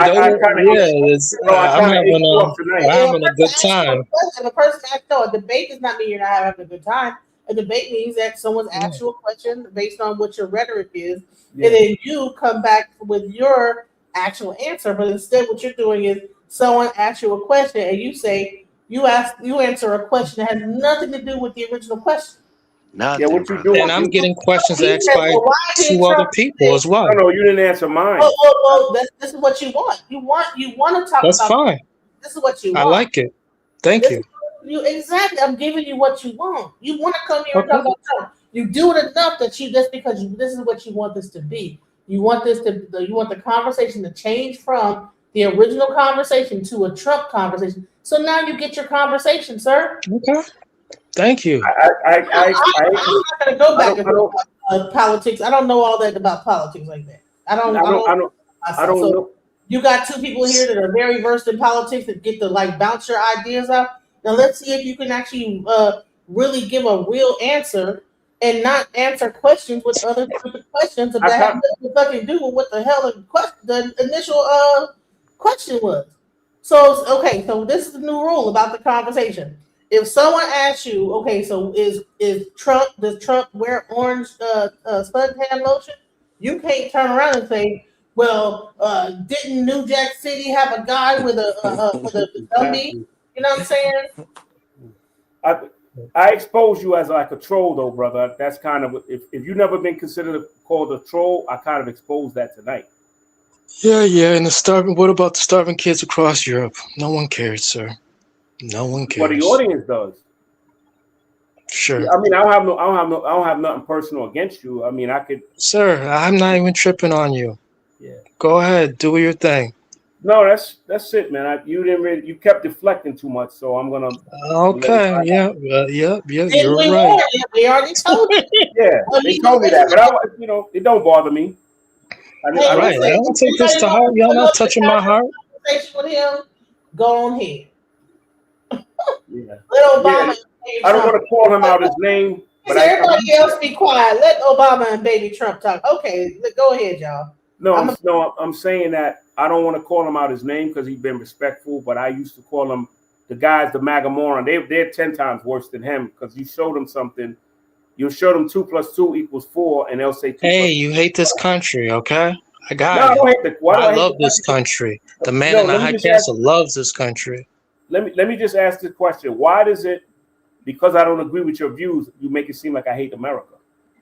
Sir, your heart's pumping rainbow, and you got pigtails and pretties attached to it, and little barrettes. You know, you're not about America like that. Do you have children? Have you produced offspring for America? Bro, just stop talking to him, man. Just stop talking. All right, you should grow more healthy family for America. How do you know I don't have 10 kids? Hey, if you do, be proud. No, I'm saying you make it. How many kids you got? Got multiple, sir. Multiple American children, and I'm proud of it. They're healthy too. Okay. Well, I don't want to get. I leave kids out of it. That's not my style. I don't mess with people's family. I answered it. No. You asked it first. I mean, you brought it up. Yeah. I don't. It's not personal. No. I don't have nothing personal against you. I just get to it too, sir. It's 2026. If you're married, have more healthy children for America. Logical fallacy fest of just a bunch of ad hominem attacks and slippery slopes and a bunch of bullshit. Yeah. Well, I'm telling you, man. I guarantee you that Nicki gets that Trump card. Yeah, well, let's get back on that subject. That's true. But the thing is that even if we get back on that subject, he gonna diverge and take us back to another, meaningless conversation, man. Really, pretty much, nobody really want to hear you just be a troll, bro. Please, we could tell you intelligent, but why are you trolling? God bless America. It's the greatest nation on planet Earth. It is. And you're not proud. You're going to wake up tomorrow in America, sir. Bro, just stop trolling, though. Like, the show would be a better show. Like, just it does seem like you're trolling, though, bro. Yeah, you playing, bro. Come on, cuz. What you want me to say, sir? No, I threw some stuff at you, and you really didn't respond to it good. That's all. You're not supposed to react to everything. You're supposed to be tough. Fuck you mean? Come on, y'all. We're having a conversation about stuff that I'm throwing. Man, you hate this country. Grow up. I love this country. About, bro? Why do I hate this? How you know I didn't fight for this country? How you know I wasn't in the military? How you know I'm not in the military now? Have you, sir? Are you? No. That's not the point. I asked do you have plans? No. How do you? My question to you is, how do you know I'm not in the military calling you from a base right now? What's your evidence? Hey, you could tell you don't love America. I didn't ask you that. So how do you know you deflected from the answer? I said, how do you know Can you cam up? Now you know he ain't gonna do that, man. Can you cam up? He cam up. Somebody gonna dox him. Yeah, no, he ain't gonna. If you Nah, cam he up, ain't I'll gonna show do you that. something. If you don't cam up, I'm not gonna elaborate. Can you cam up? He ain't gonna cam up. Believe that. You could believe If that. I see a $20 super chat, No, I'm not giving you so nothing. I'm asking you a question. Can you cam? You someone asked me send about. DJ Genesis a Give $20 me super a chat. $20. Hey, listen, y'all give me a $20 soup chat. What did you just hear that I just said? Matter of fact, Never mind. we need to like take a break, okay, guys, because Yeah, y'all, I'm done. I have been here for 3 hours and ain't nobody gave me no super chat. Ain't no. Have y'all liked the video at least? Have y'all subscribed? Okay. Yeah, I think I subscribed. That's what I've been asking at the same It is my time. job, Yeah, I sir. think I did. I don't have a job. You go get it. You go get it. Let him troll. Don't let him Well, it's bother not you. cyber panhandling. It's like, bro, that's a part of like YouTube. That's why they have super chats. Stupid. See, I'm working on the algorithm, and some people are taking it hard. You know, I'm telling people hit the like button, subscribe. As soon as I came back up, I said, No, you did. "Thank you, Alchemizing Energy." Y'all not getting this. Y'all No, you taking this did. to You heart. did. I give you a props where you deserve it. You're not getting this at all. I am getting. I give you a props on what you just said. From day one, I keep it professional. I'm Thank you, calling ma'am, people for your subscribe. right. Thank So you. I would do it, send a $20 super chat to DJ Genesis. However, that's what it is. That's the strength of the algorithm. You could tell who really watching right now. Go ahead and do that. You know, probably jack off to it. Whatever you're gonna do. You know, hey, everybody's spending money on what they do. But I'm just saying, you know, he said I since wanted to see a fight. Okay, well he said all right, he'll cam up, you know. No, that's all right. It's Nah, okay. for sure. Yeah, Yeah, it's you all already we know he all ain't do. camming up. No, I wanted to show him. I had a military thing. I don't even know where it's at. I just wanted to show it to him, but it's all right. Hey, I'm ex-military too, so it doesn't even matter. He don't have no respect for the military. So let me ask you a question He this has no time. respect for the military, and I'm a veteran, so whatever. All you do by telling him information is arm him to ask more goofy questions. It's just the truth.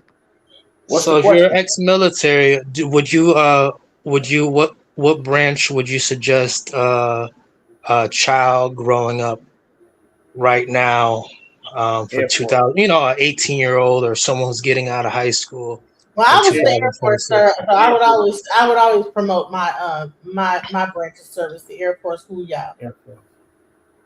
Can you We fly are the Air planes? Force, mighty Air Force. Everywhere we go, people want to know Isn't the Air who Force we is for the are. brains, and then the Army is for the bronze?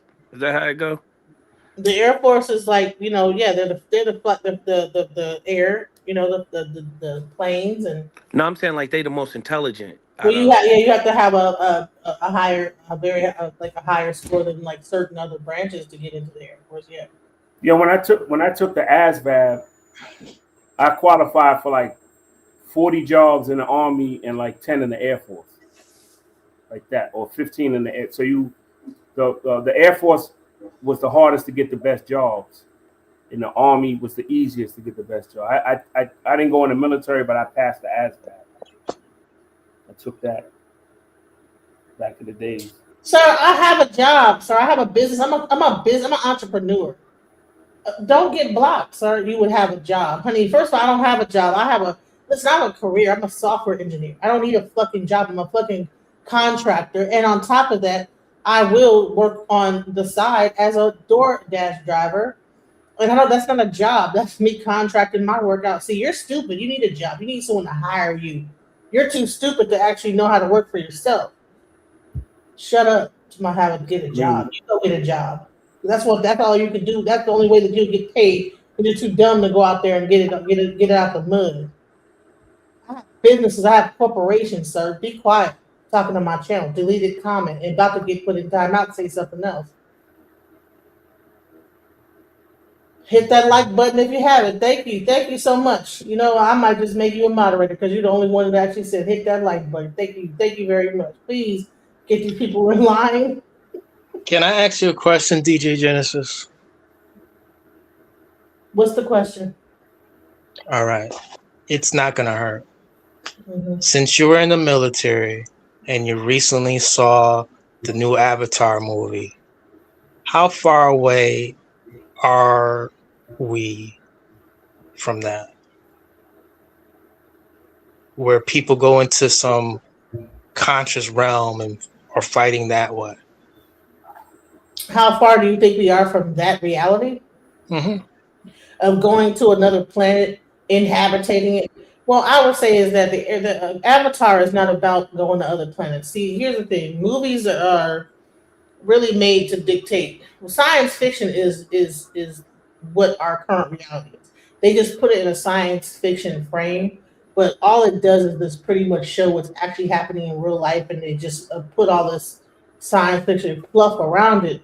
But the storyline in between it is what's really going on in real life. So what actually Avatar is about people coming and bringing technology to people that live in nature and that are foreign to it, and then how those people that are in power try to like pretty much exploit the land and have no care, for the land, and it's really about that struggle of power between natural living and the false sense of this well, we have a false sense of what we live in right now. It's a false civilization. Like, okay, yeah, we have roads, we have all these different things, but it's messing up all the tree, flora, and fauna that we used to actually care about. So that's what it's really about. So science fiction is not fiction; it's reality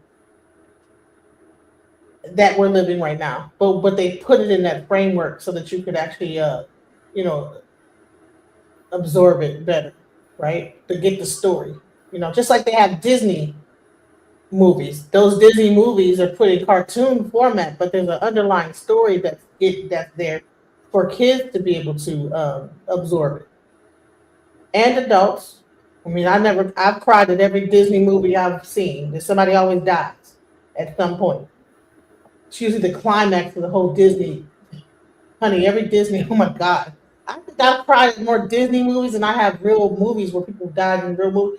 Honey, Disney will get you crying. They know how there's a formula to get your emotions going. But all this is like to really make a point. Let me ask you this last question. Any mythology that we watch is really like there to make a point, underlying point, So yeah. I don't Let think me the test your military. Disney I knowledge real don't. quick. Hold on, All right? real quick. Let me answer back on that question. I do agree with her, where she did state that You're kind of low. I do. I said I do agree with you on how the Avatar is a movie about the connection to nature and the disconnection from nature, or organic connection and an inorganic connection. Yeah. I do agree with that. I don't like the fact that he asked that question to you just because you was in the military, because one thing about the military and what they do as far as information goes is the reason why it's different branches and the reason why people do different things in the military is because what they do in the military is they compartmentalize the information. So, for example, say if they was building a nuclear bomb, let's say in hypotheticals, what they would do is they'd get maybe 20 people over here to work on this part, 20 people over here to work on that part, 20 people over here to work on this part, but each one of the 20 groups don't know what each other is working on until they have all the information that they need to put the whole bomb together. You see what I'm saying? So for you to say, or you to ask that question and say, well, how far? I mean, it's just a normal question, but I don't like how it was phrased, but how far are we, from that type of technology in the Avatar, et cetera, et cetera, et cetera? Well, if you've been in the military, you will only have a certain understanding of one aspect of the military. You see what I'm saying? Is that making sense? But they don't even need to have all that technology in the Avatar, because what we have right now, we've been doing the exact thing that's in the Avatar. That's the point I was trying to make. It doesn't take all that whatever they're showing. So all that stuff is a bunch of fluff to make it to make in your mind this superior group of people, this superior government that is able to travel and traverse the stars and have all this technology, CGI, and fake whatever, to make it seem like, oh wow, look at how mighty these people really are, but really like they're doing the same thing with machine guns and tanks. So I mean, do they really need all that?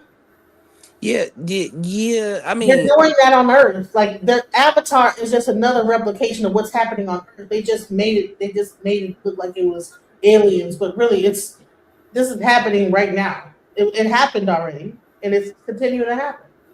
you know Like what? I think the more we fuse with this spoiler alert, technology. I'm gonna say this. Spoiler alert, right? Mhm.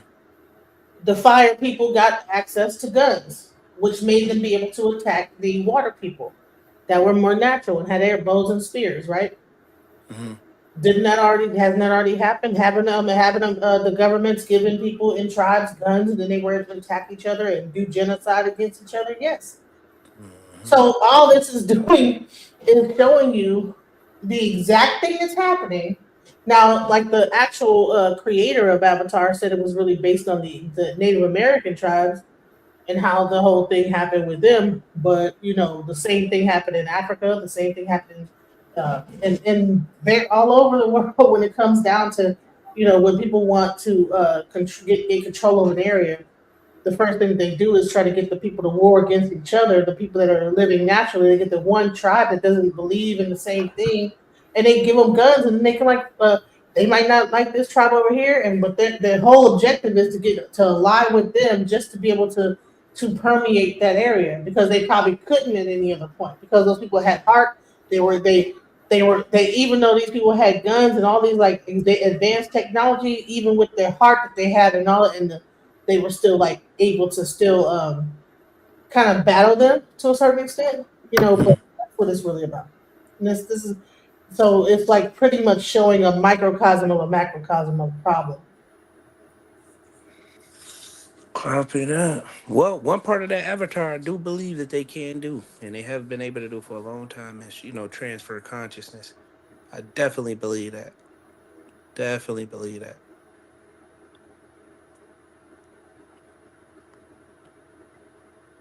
DJ Genesis,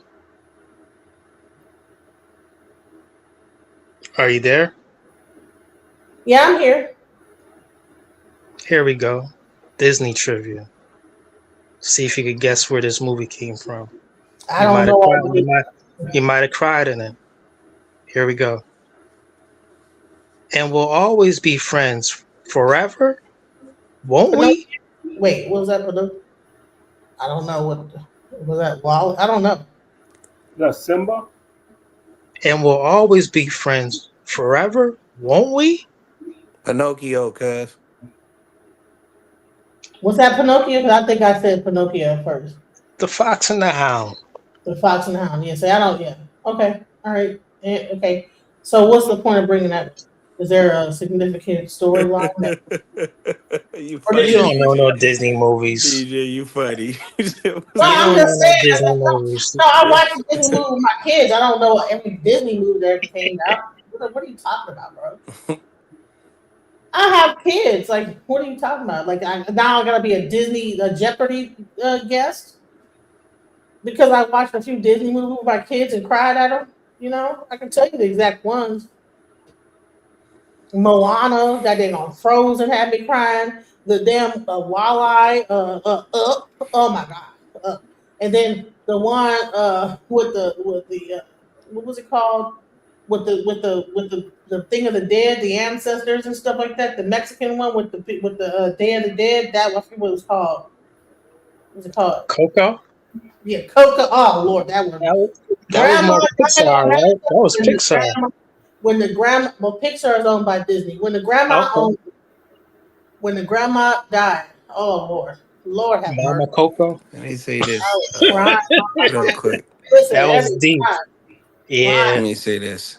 In regards to this what you call it, the avatar thing, I'm really into that. Thank you for liking and subscribing. Thank you. The whole destiny swapping, the whole energy transfer. Okay. The way you do that, I actually know how it's done. But in order for a person to know how that's done, in regards to harvesting, I won't call it souls, but I will call it consciousness. Do anybody on the stage know what a soul is comprised of? Outside of the monotheistic sense, outside of, well, Jesus, molded us and put a blue breath into us, not that way. In the scientific sense, what is a soul comprised of? From a scientific sense, I don't know. Okay, cool. That's The subtle bodies? Nope. It's a physical. It's a no, physical essence of a person, religious often person. seen as a compromising mindset and emotions. Nope. And a There life is something that souls, just like we know that the body is made out of stardust, right? The soul is also made out of something. You see it every day you walk outside of your house. Air or no? Nope. Tell me The something. sun? divine energy. The sun? The sun. Okay, y'all. We getting there. So the God? sun. I don't know. Look. No. Whoever said sun, I don't know who said it. Light? Okay. But what is the sun comprised of? Go even more simplistic. Fire? So Fire. no. In particle form, what is light? Radiation? Yeah. Nope. Matter? In particle form, the Helium? sun. No. In particle form, the sun is photons. What is photons? Photons is a quantum of light based on electromagnetic radiation that has zero resting mass. So this is why when a person give you an illustration about somebody dying and a soul comes out of their body and it moves at the speed of light, the reason why it does that is because the soul is comprised of photons. That is light in particle form. So if the soul is not dense anymore, it's able to move at the speed of what? Light. The soul is radiation. So your soul gives off radiation. Have you ever got around two people that didn't like you for some strange reason and you didn't like them? And every time you get around them in the workforce or you in public with them, you say, dang, that person make me sick. The reason why that person make you sick is because that soul, just like everybody's souls, are operating off radiation and magnetism. You see, so a person can physically make one sick. You go to the hospital and you figure out, hey man, hey, yeah, I got stomach cancer. How do I got stomach cancer? I eat healthy all the time. I do this. I never ate meat. I never smoked cigarettes. Blah blah blah. It's the people that you're actually around because all of our souls gives off electromagnetic and radiation. So someone, depending on what frequency that their soul, based off the frequency of photons, is operating off of, can actually physically make you sick. Now, if we can capture and we can use light manipulation in this reality, because the sun is giving off photonic energy in particle forms, and we can encapsulate that light in this reality. Right now, we can do that because we can manipulate light with, let's say, holograms, etc. Blah blah blah blah blah. That is light manipulation. And if the soul is comprised of light, right, which is photons, right, then you can also have soul manipulation or consciousness manipulation. This goes back into the idea of what I'm trying to get to, back to the avatar, which was the original conversation about transferring people's consciousness. But if you don't know what a soul is comprised of and how it works and how it operates, you wouldn't have no idea that what they're telling you in the movies about how you can transfer souls or transfer consciousness, it can actually be done. You get it? Now, I will actually even go a little further. Just tell me when you want me to stop. I can show you how it's being done. You can, please. Listen, this is Okay. going on the whole nother level. This will change from a bit Nicki Minaj facing deportation to a whole scientific discussion. Hey, listen. Hey, I go with the flow. I'm a Gemini, and I just go with the flow. I'm not gonna So stop can you it. pull up? Can you You pull know, up on? Can you pull up on the screen the definition of photons and even why the origin of the word soul is synonymous with the word sun? You see what I'm saying? like solar. Yeah. Yeah. Okay. So and this is Photograph, photon, photo. You know yeah, all that. there we go. Now look, ooh, you said some shit right there, DJ. Think about this. Ooh, baby, I like that. I like that. I like that. You just put something in my head that I know a lot of stuff, but sometimes I need that spark to make me remember what I even know. So think about it this way, right? To show you that your soul is the sun or photons, which is light in particle form. Back in when you go to some of these lost Gotta be a tribes little that louder though. People can't hear you. oh, okay. My baby sleep. I'm not trying to be too loud, but okay, think about it this way. I want the audience to listen to what I'm saying, the chat, to show you this, to show you how you can manipulate the soul, which is a sun, which in particle form is photons. If anybody ever thought about these ancient tribes that ain't never had contact with civilization, and let's say we took a little white dude over there and we gave him a camera, did they want people to take a picture of them? And did they not believe that if you take a picture of them and they see the picture that you are encapsulating their what? Their And soul. they sold. There you go. Stop. You Their said being. it. Listen, listen. Now to show you that this all of these words are derivatives of one another, to show you that the sun gives off light, which is light in particle form, which is photons, right? And I told you how you can manipulate light and you can control the soul or the consciousness, right? When you take, listen to the word, a photo actually takes in what? Light. That light can be manipulated, right? This is why a lot of these ancient cultures, can y'all hear me? Dang, I don't know if they can hear me. Yeah, we can hear you. We can hear Oh, you. okay. This is why these ancient cultures, they didn't want nobody to take a photo of them. You see? And even if you take a photo in this reality, right? What's the best way we encapsulate people light in this reality? By using a phone. Listen to the word photons, photograph, photo. You see how all these words sounding the same?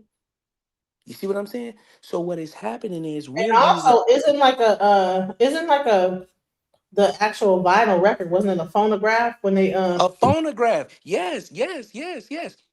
All of this stuff is dealing with energy. So it is nobody, I won't get too deep, because then I had to start talking about some Jewish people and what they know in regards to energy transfer or transferring people consciousness into other bodies. This is a real thing.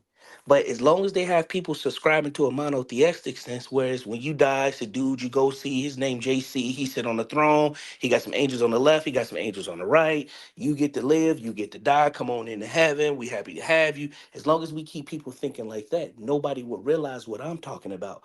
But if you really listen to what I'm saying, just think about it, and I just gave you a simplistic way to think about it in regards to your soul, your phones, photons. So when you're using these words, if people don't understand the definition of these words, they would never be able to make the connection and how all of these words are derivatives of one another. Now, I'm going to show you even further. Now, we showed you photons. I told you photons is a quantum of light based on electromagnetic radiation, but have zero resting mass, right? We also have phones, right, that take photographs, right? Now, peep this. Check this out. I'm going to ask you, DJ, why do you eat? Listen to the word now. Food. Listen to the word. Let me go again. I told you about photons. I told you about a phone, right? You even said a phonograph, right? I said photos, right? Then I just asked you, sound like all these words sound the same, don't it? And I just asked you, why do you eat? And go to the most important word, food. Don't all of these words sound the same?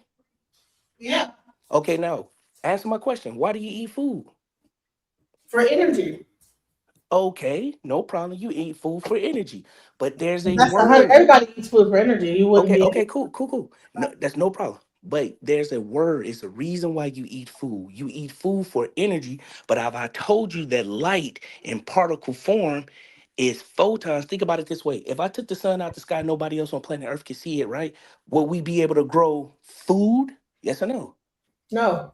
So this tells you that food is actually a secondhand version of sunlight, even condensed, where it's able to make what?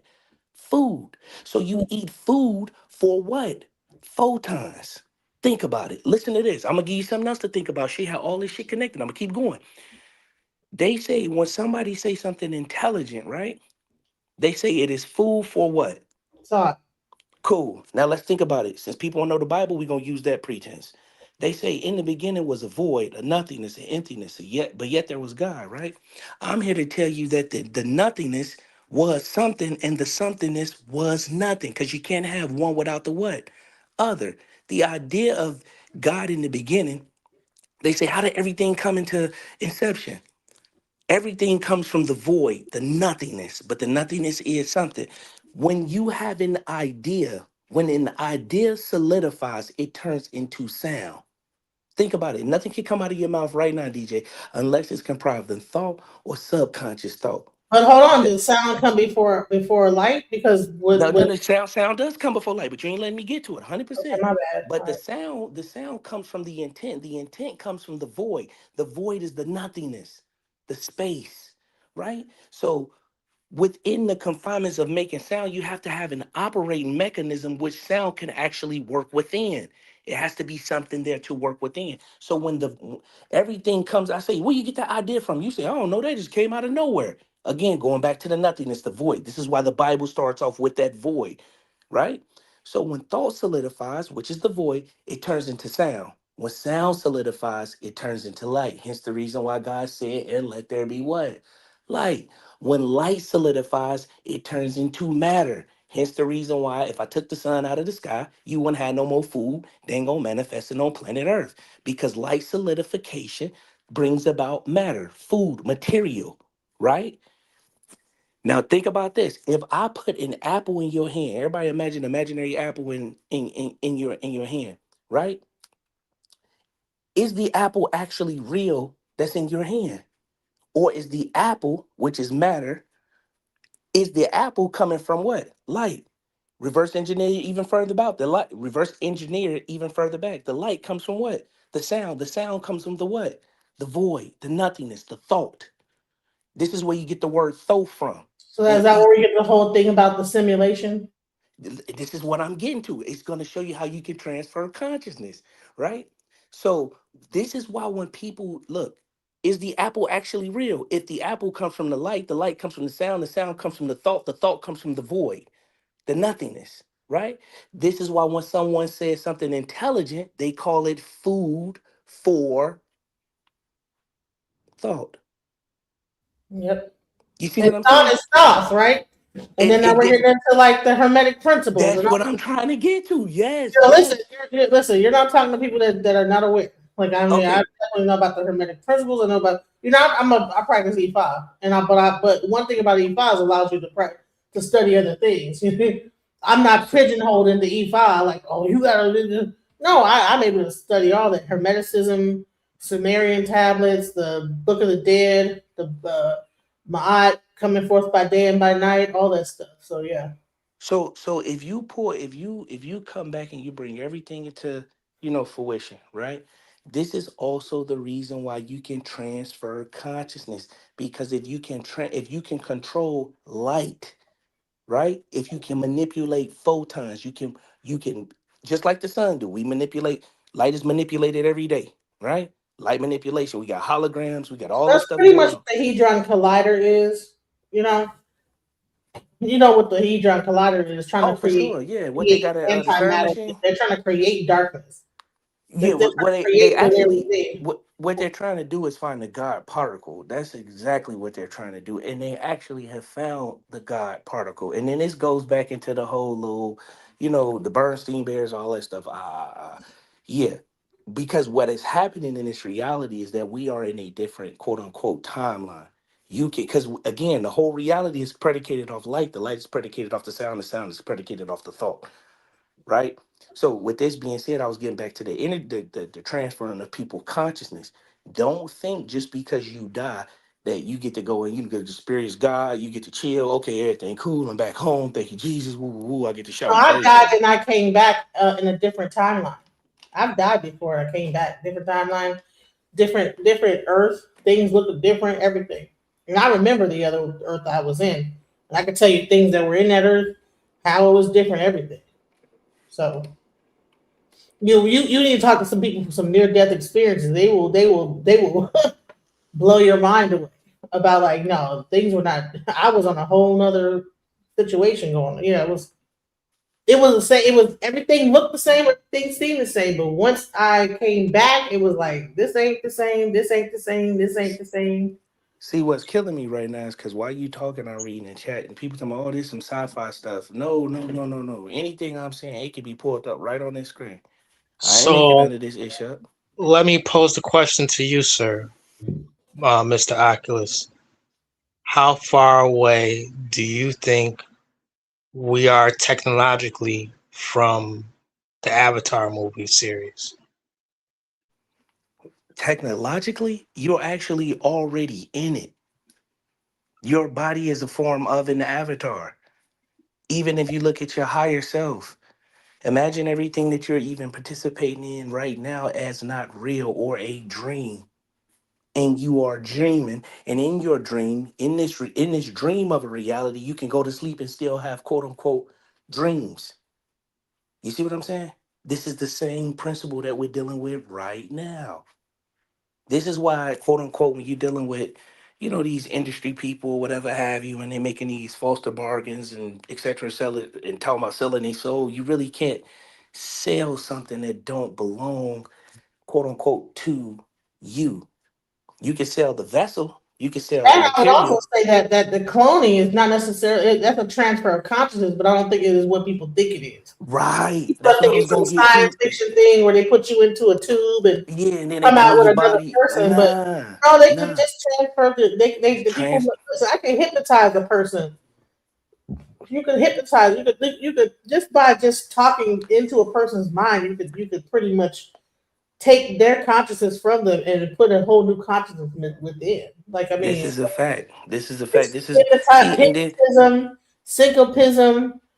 You know, when you get into these conversations and they get outside of the realm of what people can hold on to, what happens is in life they can't hold on to nothing, they start falling, and then what they want to tell you is, oh, this bull crap. Why? Because you don't know nothing about it, don't mean everybody else don't know nothing about it. I ain't talking about you two on the you panel. know what's I'm so talking crazy? about the This chat. guy is saying that we watch Interstellar, Inception, Matrix, and all.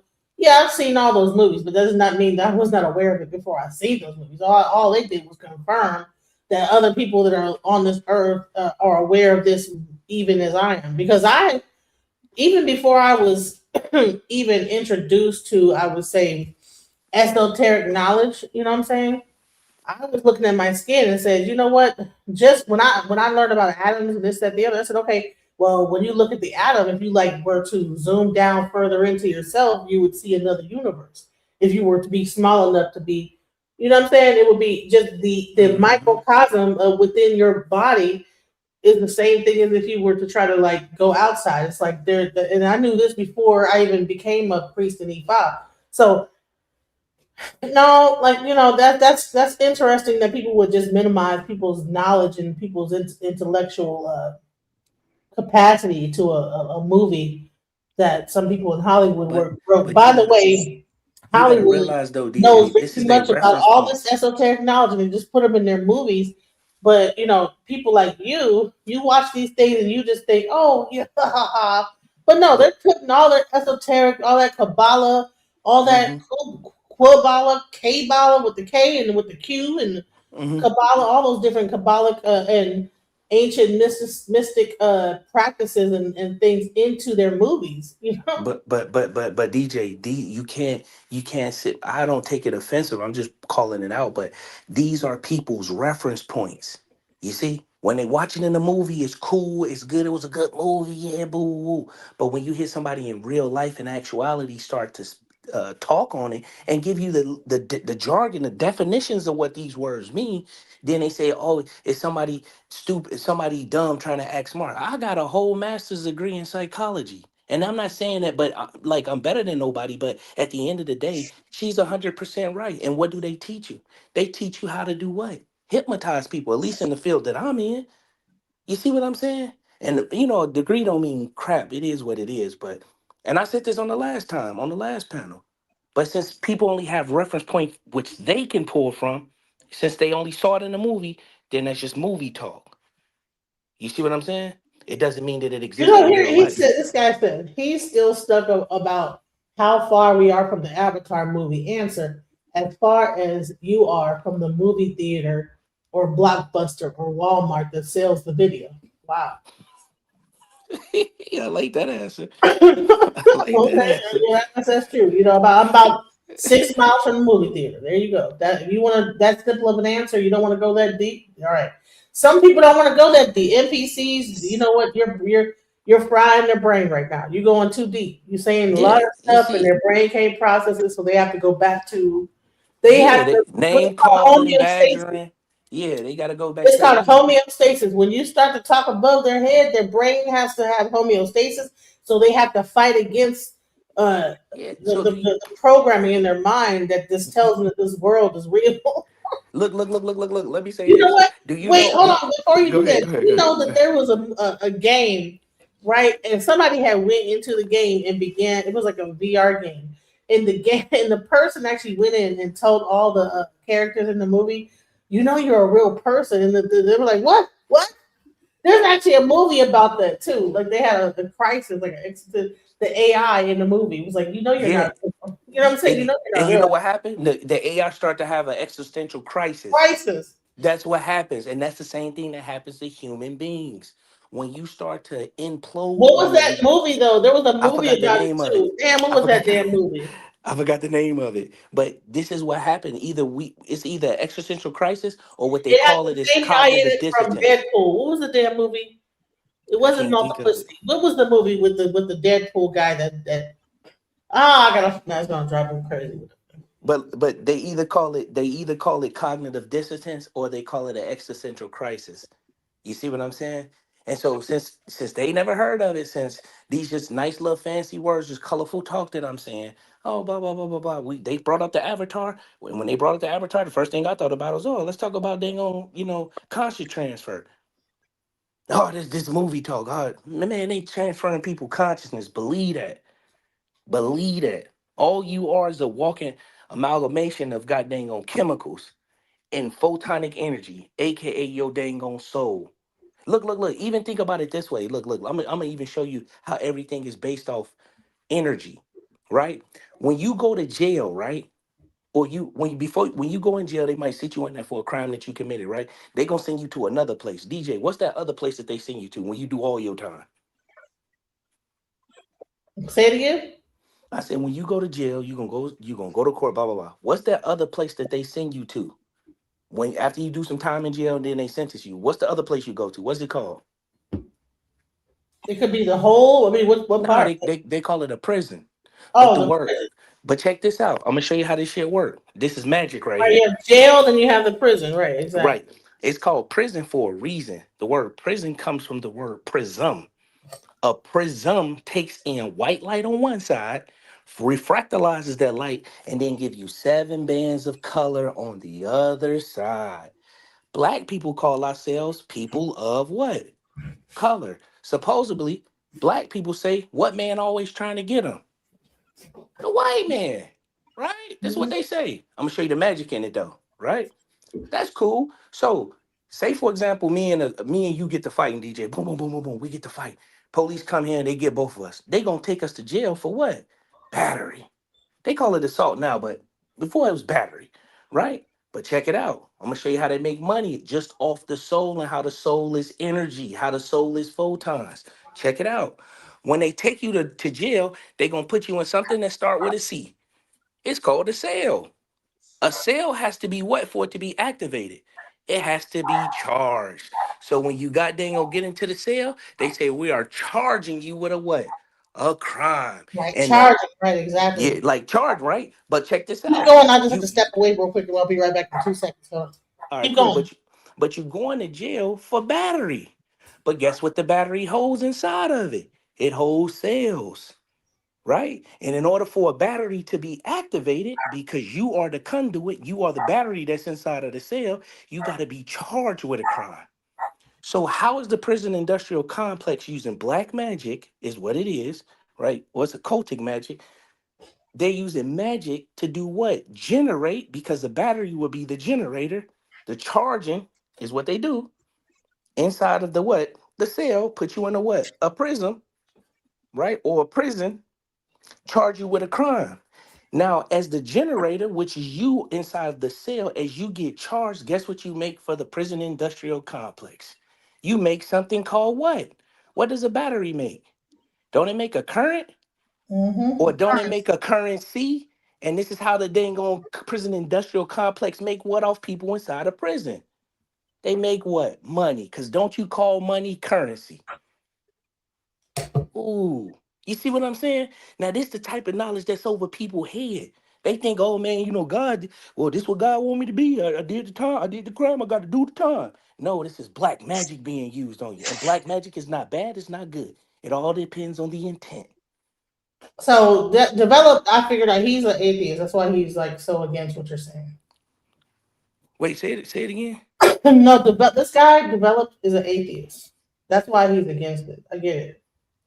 No. Okay, you're an atheist, and develop, you ain't gonna believe it. No, I get it. Are you so hardcore? Get like you don't believe it. You don't believe it, bro.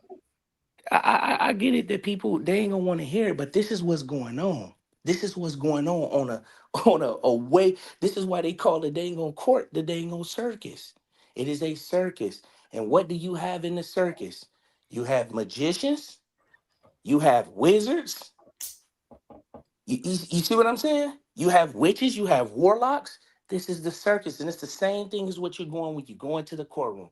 You have the court jester, right? I ain't gonna go too deep, man, because I'm taking it too far. I'm not sure how much I know about what I know. Fuck that. Yeah, like I got some Fuck it. atheists in Motherfuckers the audience. idiots. Like they not Idiots. ready for it, you know, Yeah, because people idiots, they idiots. That's all it is hard. What atheists believe is that listen, you're a monkey.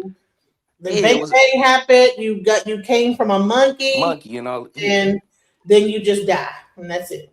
So anything that's talking to anything above that level of esotericism, that's. Oh, I know the movie you're talking about now. My son and I watched this a few years back, maybe 3 years back. I had to think about it, and I did no Google, but I was thinking about it. Homeboy, Little Rel was up in that movie too, right? Yes. Damn, but I gotta think of the name of the movie though, because I was just thinking like, damn, okay, well, but I still don't got the name of the movie in my head. But I remember Little Rel's up in that. He played that security guard, and damn, what was that name of that movie though? That's a real. They were all like in like this video game, and Right. yeah, that was a good movie. That was a very and good listen, movie. hey, listen. No, it's not Get Out. It was a movie about a video game and how the people they were trying to get people because the people that was in the video game didn't realize that they were. But I don't think what was the purpose. NPC basically. Yeah. Yeah, and then when he began to tell that, it made the whole world shatter in the movie and everything and everything. I'm about to look it up now. It's crazy. But That's a what good you do to movie. people's. But here's another movie you guys need to watch is Three Body Problem. I finished it the other day. So tell me what you think about that movie. Rate it wise, or just tell me it was good. It was All good. right, so what do you think that it was talking about? Like when you actually have to summarize what that movie was about. Have you seen Three Body Problem, Oculus, on Netflix? No, I Not a haven't movie, seen it's that. a series. It's a But series. the crazy part is somebody, just to bring it back a little bit, and I change the topic real quick, but somebody just put in Get Out. What did they use to fuck with people's souls in Get Out? Didn't they use a what? A phone that took a what? A photo, or a camera that took a what? A photo. It fucks with the soul. Well, here's the thing: is that as much as this guy developed doesn't want to believe that in these Hollywood movies, they're showing you the thing, everything he's saying. Like, bro, they're showing you the knowledge, but people are only certain people gonna catch on. And you aren't meant to catch on to it because you're meant to just live your life and just be a regular person. You're not meant to know that much. You know what I'm saying? And you're probably You're meant to be controlled, like a person that's like that. They meant to be controlled. Well, I mean, but the reality need these people. Just like we need good, we need bad. Just like we need bad, we need right. good. It's almost like a program. When you start to like talk outside the program is trying to correct itself. And so it's like, no, it's not then true. it's in bots. No, It's in bots. no. Yeah. It's in bots that they ain't gonna defend the program. It is what it is, bro. You ain't gotta be mad at me. I ain't make this stuff up. This ain't. But I think it's definitely a bot that has a number right in the middle, like develop it 1152. Yeah, I wish That's a life number. was that simple. No one's name it. Who's gonna put that number at the end of their name? You're really not even a person. You're really a bot, bro. Someone is typing through you. That's another person, and you yourself are a bot, an NPC. You haven't realized that you're not real. You know. It's called Free Guy. Free Guy? Yeah, that movie that you were mentioning earlier with the dude from Deadpool. Yeah, that was a good movie right there. I was Yeah. like, wow. You know, And Little I Ralph. wasn't. It looked like it was going to be some goofy comedy, but it actually was pretty deep. Right, it was. Yeah, I think the three body problem was good. Um, I just the whole dealing with the nuclear particle reactors and the sci-fi elements to it remind me of a little bit sometimes because there's some storylines. It remind me of the this chick flick television show called Once Upon a Time a little bit. Yeah, I don't know, but the main part that I felt interesting is toward the end, where it was supposedly this alien civilization that was supposed to be coming to the Earth, and when they began to talk to it, there was a part where the actual where the so-called alien were was trying to communicate a certain way, and then the person said something. They was like, "No, you lied. Right. Initiate such and such, right?" And it made a whole like dome over the earth. We can't trust liars. Yep. And the way I believe that was not even an alien. Like I said, do you see where that was probably AI? right, I believe they were AI, especially when they came on the plane to visit the head dude, the head boss, military or contractor person. Yeah, I believe How did they communicate with the aliens? with the headset, with No. the On with the light. screen. What? Oh, with light. No, they were talking on the screen, and the thing was actually it was communicating them Right. via To the AI smart device. right. Right. These aliens these interstellar aliens in a different dimension, light years away, are able to transmit themselves, their consciousness through AI, and get people to formulate cults, basically. That's exactly what was going on, and it was wild, because that the whole thing with the headset, the VR headset, um, and the whole way of like how past rulers like Genghis Khan may have used one and all the above. I don't know. A lot of it wasn't too far fetched. But you see how, like, even at that time, they said they tried to use I Ching to solve the problem, but they couldn't. Right? So if you notice that was divination. They were trying to use divination to solve the problem, but they couldn't. Yeah, the I Ching, the 50 something hexagrams or whatever. Yeah. The 8 diagrams. So what it's saying, what I believe that whole movie is saying, that even like ancient like practices like divination, AI is far surpassed that. That was the old way. This is the new way, and you can't crack the code with the ancient knowledge. That's what. This gonna sound crazy, but I just want to throw this in there. Everybody think that artificial intelligence is the way. But there is something unique about human beings where artificial intelligence would not be able to exist without human beings. And I'm going to say this.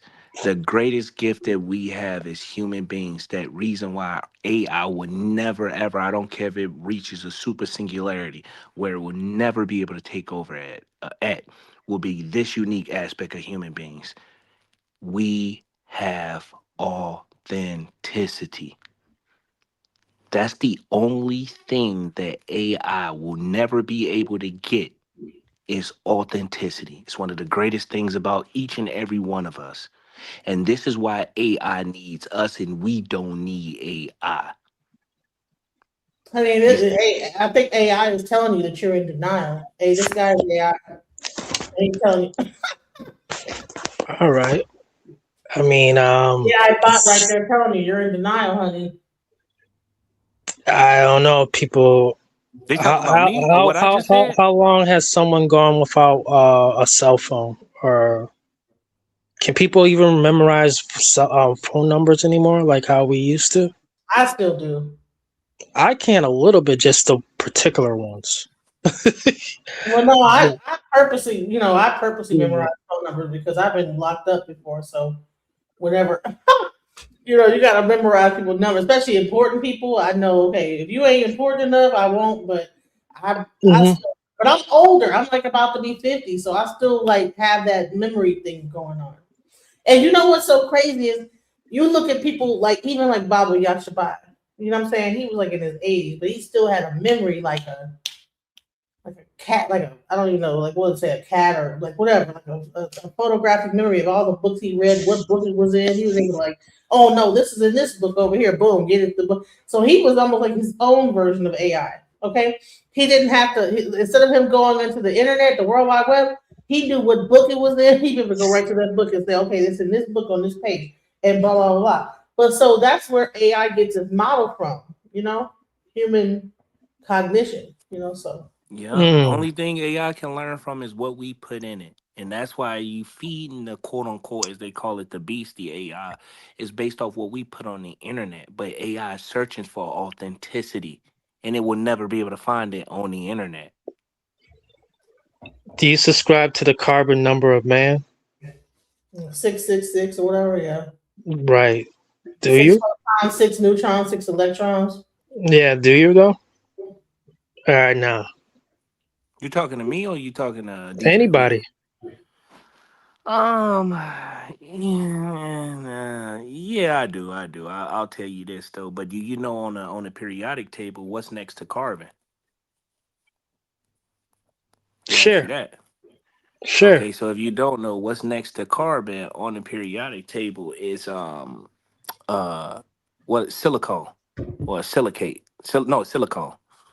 So Okay. so anytime you bring carbon in proximity of silicone, silicone and carbon always tries to make a connection, right? So a lot of the material that's inside of a lot of these electronic devices is silicone. Think about it this way: when a woman go get breast implants, what's the first thing they don't put wood inside of her breast. They don't put dang on cheese inside of that. What they put in there? Silicone. Yes, silicone. Because anytime you bring carbon and you bring silicone together, guess what? It makes a connection, right? Most of the silicone or the silicate is in the ocean. They get it from the ocean floor. DJ, if you want to, you can look this up because, once I start talking about stuff people don't know, then, it get a little weird for people, right? So they get this off the ocean floor, right?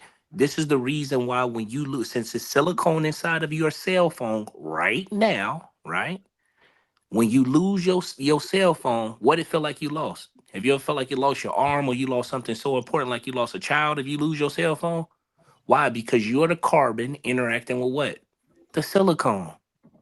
You see what I'm saying? Or if you lose your computer, it feel like you lost your car or something. Like, damn, what the hell? You going crazy. Like you lost the arm or something.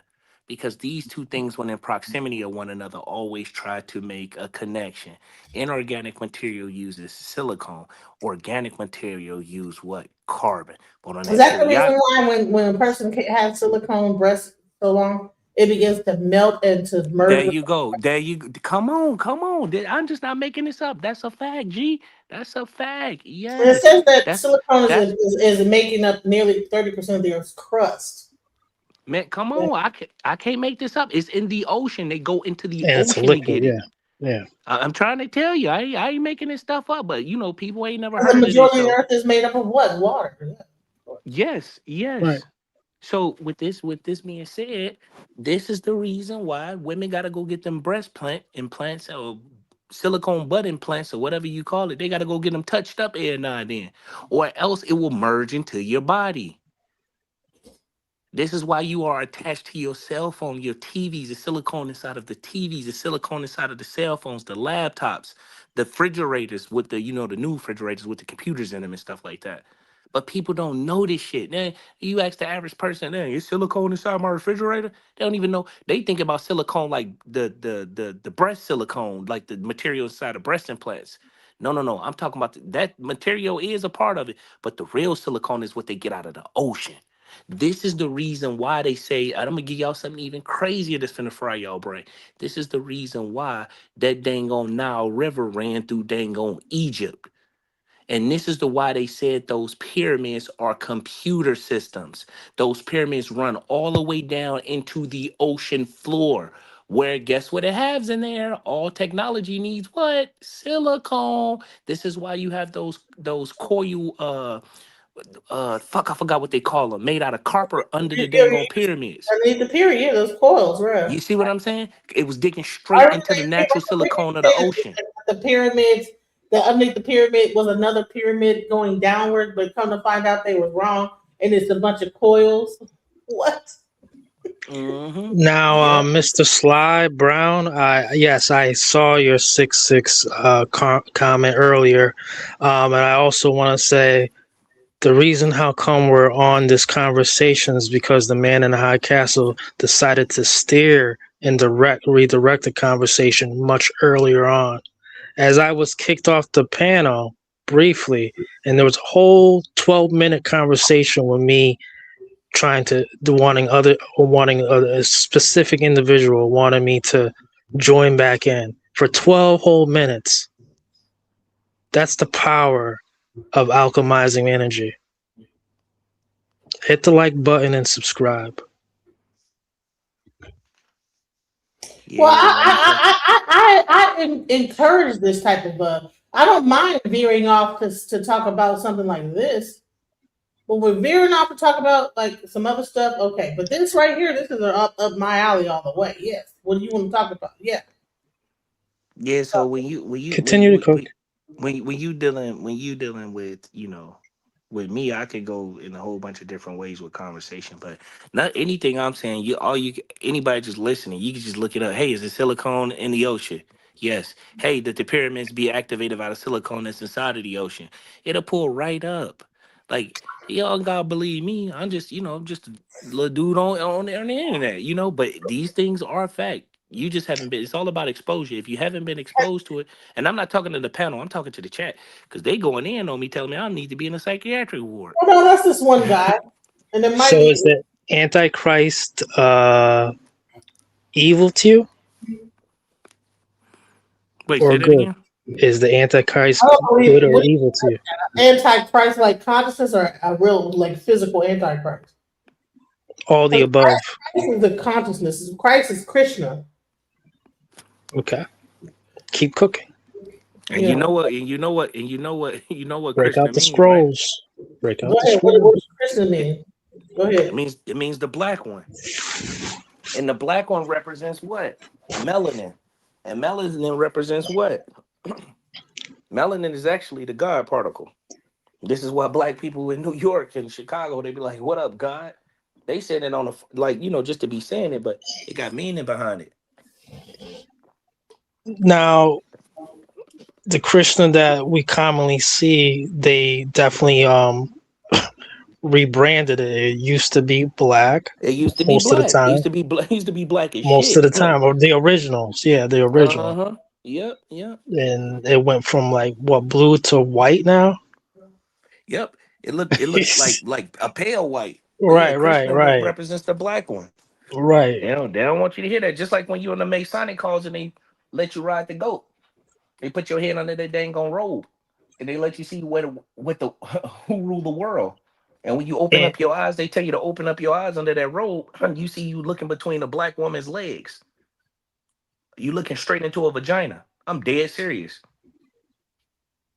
But see, nobody wants to talk about He's trying to gradually take over my channel. That's what he said. He's not taking over my channel. No, I ain't taking over your channel. No, they talking about Man in the High Castle or Oculus. No, I don't.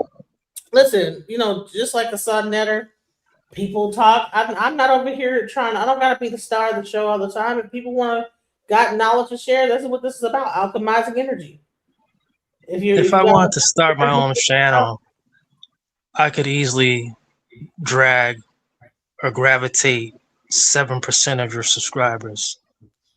I'm confident. well, 7% of my subscribers are bots made by you. So yeah, of course you could. Anyways, okay, getting back to what I was saying is that I'm not over here trying to trying to stop freedom of speech and people building. That's what I'm from a time frame of building. 5% Nation used to build. They used to have these conversations. We stopped building. The melanin is a biological semiconductor. Krishna had cornrows at one point too. Does he still have cornrows in those depictions? Nah, not at all. Nope. Yeah, like knotted cornrows at one point. Mm-hmm. But it's wild though what happens over time with these archetypes. Krishna is black and it represents the black one. That's just true. Talking about melanin. Whoever this guy is got that theomelanin. That's what that guy got. Whoever that guy keep commenting bad on Oculus, man, he got that theomelanin. That's why he can't feel what I'm saying. And you got neuromelanin and you got pheomelanin. Right. You know? That neuromelanin. So everything is gonna go back to dark matter. Everything is gonna go back to antimatter. That's all it is, because what it does, it absorbs. It pulls in. You see what I'm saying? But, I don't want to expose too much about, I shouldn't have said that about that Masonic stuff, but it is what it is. Well, when we walk in, when you ever been in a church, my whole channel is filled with Masonic stuff. Go and watch my other stuff. I mean, my whole channel got that. So when one steps in the church, the Holy of Holies, especially those old Catholic church, it looks like the womb, the going inside of the womb, those doors, those halls. The geometry of it, the sacred geometry. At one point, they used to worship the woman. So these were not patriarchal religions at first, but then they began to be patriarchal because they wanted power and control. Madonna. But they still, the Madonna is what color? Black. But look, they still worship the woman. At least in those Masonic halls, they still do. That's the reason why they wear an apron. That's the reason why the judge wear a robe. It almost looks like a dress on it. Because they are obsessed with your womb. That's the way out of this plane of existence. You see, that is the portal to get out. And they are obsessed with getting out of here. While they keep you obsessed with the little bull crap of what Beyonce doing, what Jay-Z doing, they're trying to find an escape route. La Morena. More. You see? Mi amor. This is running with the black bulls. People like Oculus just feel and unexplored fields of science. And okay, Devin, you develop. I think that's what they say. Even Putin just the other day, like was it last year? He had shown the pictures of the Christ and all black. Yep, it was all black. All they said black. they was going to assassinate him for doing that. Because that came out of the Vatican. They just said it was going to be a hit out on him. He ain't died nothing, but they said that he wasn't supposed to expose that. They said the world wasn't ready for that, but nobody paid attention to it. Nobody even know that he did it. When you saw it, did he expose it on his desk in his office? Because that's where I saw that. Okay, yeah, I saw it off the internet. Yeah, Russia is where the second Vatican, the Roman Second Roman Empire was under Constantine the Great. It was set over that way, the Byzantine Empire. And obviously Putin, low key, is supposed to be really the richest man in the world. Yeah. That motherfucker don't. For some reason, Putin don't age. I don't know. He don't. He been looking the same since I was a kid. Like, God dang. I was in my parents' house at the time as a kid. Yeah, basically, yeah. As a he young ain't teenager. lost no more hair. He didn't stay the exact same. Nope. Right. You're right on that. That's that warlord swag. But you know, he represent the I think he born in the year of the dragon. He also represents the dragon. Yeah, he is born in the year of the dragon. Yep, and he also represents the dragon. But Russia represents the bear. You know. Yeah. Dragon in the Bible. So now we're getting back to the Bible again. The basic instructions before leaving Earth.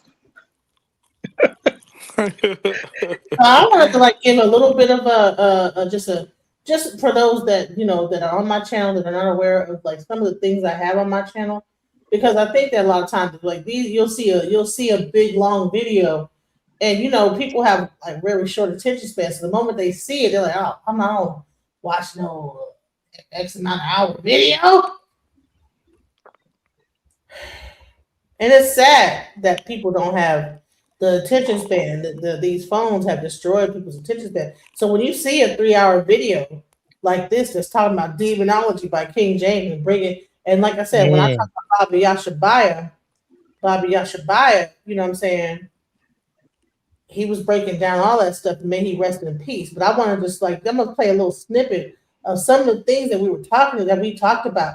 And there's a whole series where he breaks things down on all levels, from Ifa to like even the unseen government.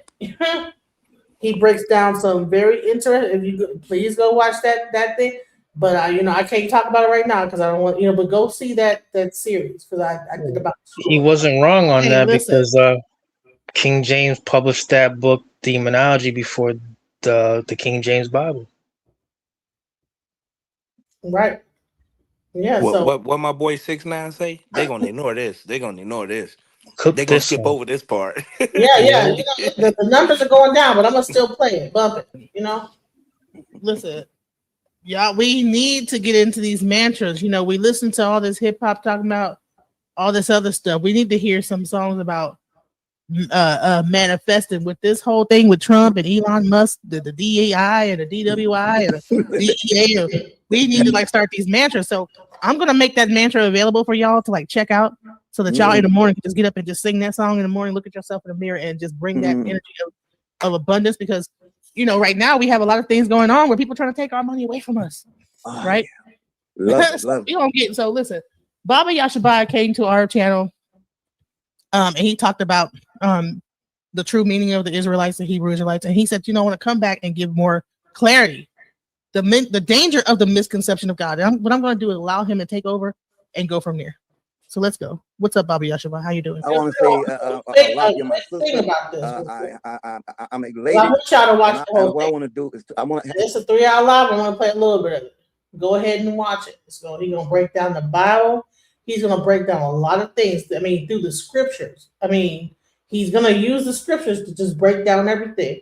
This guy was a former Hebrew Israelite pastor, and he's now he was a Babylon when he passed on, and he considers himself to be an ascended master. Have your audience. First and foremost, this is my what you call disclaimer.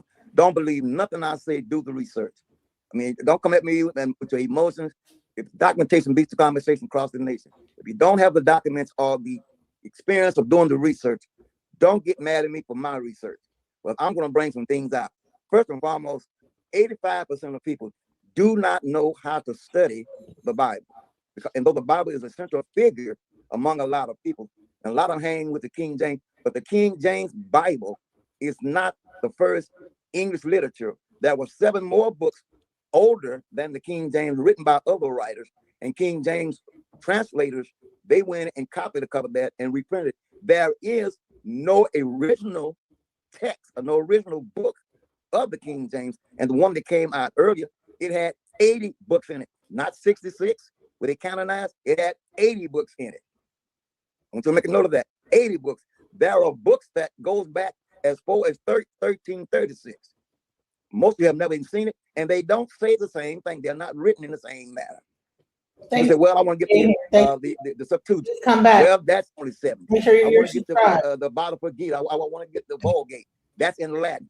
But remember, majority of the people today hangs on the King James Version. And what I want to say to people, do you not realize that King James that we holler about, first book he wrote was in 1592. It was called the book on demonology. It was a book written on a thing called demonology. Sister Mark, if you can pull that up, first of all, and King James never saw the 1611 or the 1613, neither did he put his seal on it. You can see my little camera. This is. Look at how crisp that book is. This guy's 80 years old. You see the royal seal? This book was on demonology, on witchcraft. His book's better than the mythology of religion, the whole thing. So his first book was written by King James, and the only book was written in 1592. Some people, well, they want to make him black. I don't care what you want to make it, but if you're trying to find this book for authority, you're looking at a man that was into demonology. The only reason that they wrote the King James, you can look it up, was that King James was trying to unite Scotland and England, and he wanted to marry the Queen of Scotland, but the Catholic Church wouldn't allow for it. So he created his own book. You can look it up. Is that an original, not the word original manuscript, other than what we have? I wish we had a couple of people, because we're gonna need some help, because we got some stuff for you. So buckle up. Now, I said some things at the last time. I came to solidify with documentation. Sister Margie, tell me when you're ready to share, if you want to. You happen to have that information. Then there's a book written called The 30,000 Gods Before Jehovah. So when you say God, that's a generic term. My question to you, what God are you talking about? And the ironic thing, sisters and brothers, unless you have the proper tools or the proper reference, you'll think that God is just one. That is not true. That is not true. And I'm going to try to take my time and give it to you. And then if you have anything you want to rebut, you can rebut. But let me start out by. And let me know if you want to stop your time and make a beautiful debate with the brother who was in his emotion. He's throwing all these things out here, and he don't have a clue. First and foremost, if I may say, Moses could not have written the book of the Torah based on chronology. If you look at am I moving too fast? I feel like I'm moving too fast. But no, you're good. Go ahead. Go ahead. The problem is we study these things literally out of emotion. But the young man kept saying allegory.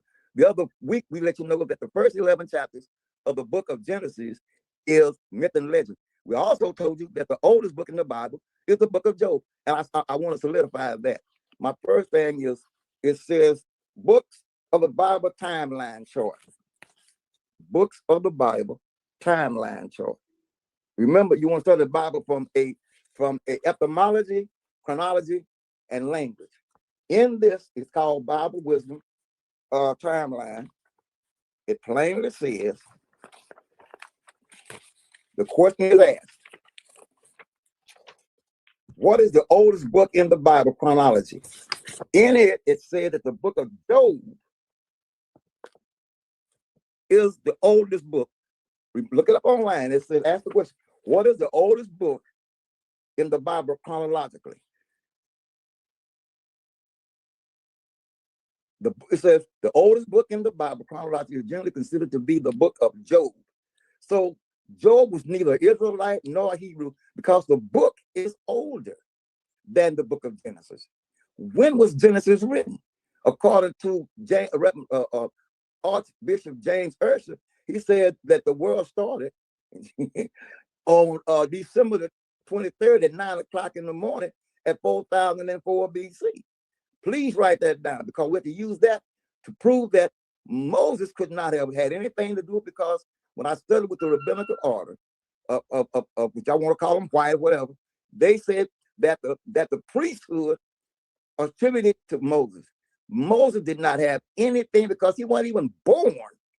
Where is it in scripture where Moses sat down with the angels with paper and pen and wrote down all of these things that we claim is in the Bible? It's called the Torah. Moses could not have written the Torah. So we run around on a fabrication, giving credit to a man that wasn't even born till he went into Egypt. So how old is? Forgive me for laughing. I mean, think about it.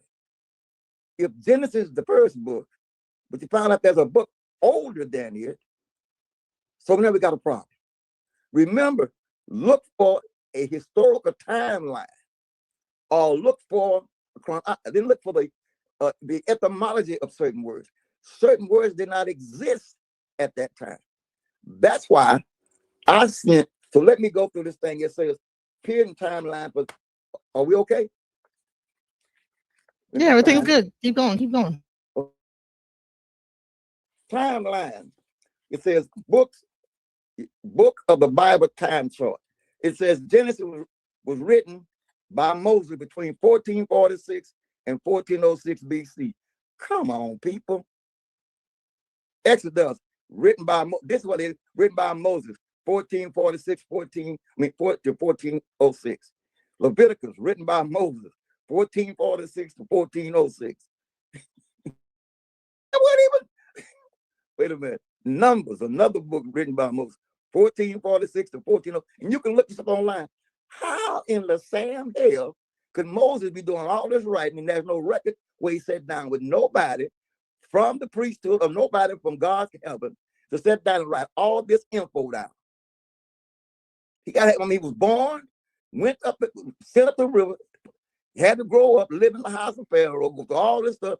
Where did the information come from that he had about all these various books? We got to learn, we got to use some common sense and logic. Yet we base our life off a book called the Torah, saying that this is the word of God. This is not the word of God. It is the writing and information of a people trying to establish a history, because there are books that the Bible even quotes. If it's the oldest, what the Bible doing quoting other books? Well, Baba Yashabaya, what the hell do you mean quoting other books? What I'm plainly saying, for instance, is everybody all right? I got to use that word, guys. That's one of my Bible laws. Is everybody all right? Yeah. Everybody's all right. Keep going. Yeah. Sister Monica, in 1 Chronicles 29 and 30. Man, y'all watch this. Watch this, y'all. This I want to use the book. Crazy. Watch this. If you ask the thing, when was these books really written? If the timeline will not match up. Remember, people, the world started in 4004 BC. So you got to count down from 4004 BC to then when you get to all it. So 4004 is a basic number. So if these other books are written in 1446 to 1406, Exodus written in 1440. Here we go. What you got? Okay. It says, as the event of kings range from the beginning to the end, they're all written in the record of Samuel the seer. Where in your book is the book of Samuel the seer? Where in your Bible do you find Nathan the prophet, or the record of Gad the seer? Where are these books in your Bible? Remember, the Bible's quoting other books. Yet they're not in your book. You call your King James. Where is the book of Gad? Where's the book of Nathan the prophet? At the seer. Bro, where's the books at? What the heck, bro? Wait a minute. Listen, I love Baba Yashabai so much because, like, bro, I had never knew this existed, right? That in Chronicles, it's like, no, as for the events of King David's reign, from beginning to end, they are written in the records of Samuel the seer, the records of Nathan the prophet, and the records of Gad the seer. Where are those books at? And what happened? Like, what? Where's the what? Together with the details of the reign of his power and the circumstances that surrounded him in Israel and the kingdoms of the other land. So there's like 3 books right there that the Bible is quoting. People are quoting in the Bible. That's crazy. The book of Numbers. And get me Numbers 21st or 21:14. I'm out the Bible. Numbers, I believe it is 21:14. He fixing to tear the Bible. Documentation of this conversation all day long. That's why the book of war of the Lord said. Now, where's that book in your Bible? I have over 2,000 videos on my channel interviewing and discussing a bunch of things with a bunch of different people. I have an entire series with just Baba Yashabai before he passed. And I'm glad that God gave me the ability to actually collect the knowledge of him. And I have another elder that I'm about to like collect his knowledge as well. So this is like a library, guys. Go and if you please, if you I don't even cool with you downloading them, repost them, spread the word. Because these guys are passed on now. You know, this guy, you know what I'm saying? He's passed on. Thank God for Baba Yashtabai. But like I have so much information about like, you know, just based on he took the time out and I swear it was like a 6-month period. It's almost like he was in a rush to like just give me as much information. It's almost like he knew that his time was short. And he's poured his knowledge into these like live streams we did. And it was crazy because people would come up and try to challenge him on this knowledge, and it was just really weird toward the end. And at the end of his life, he was really trying to, you know what he was fighting against?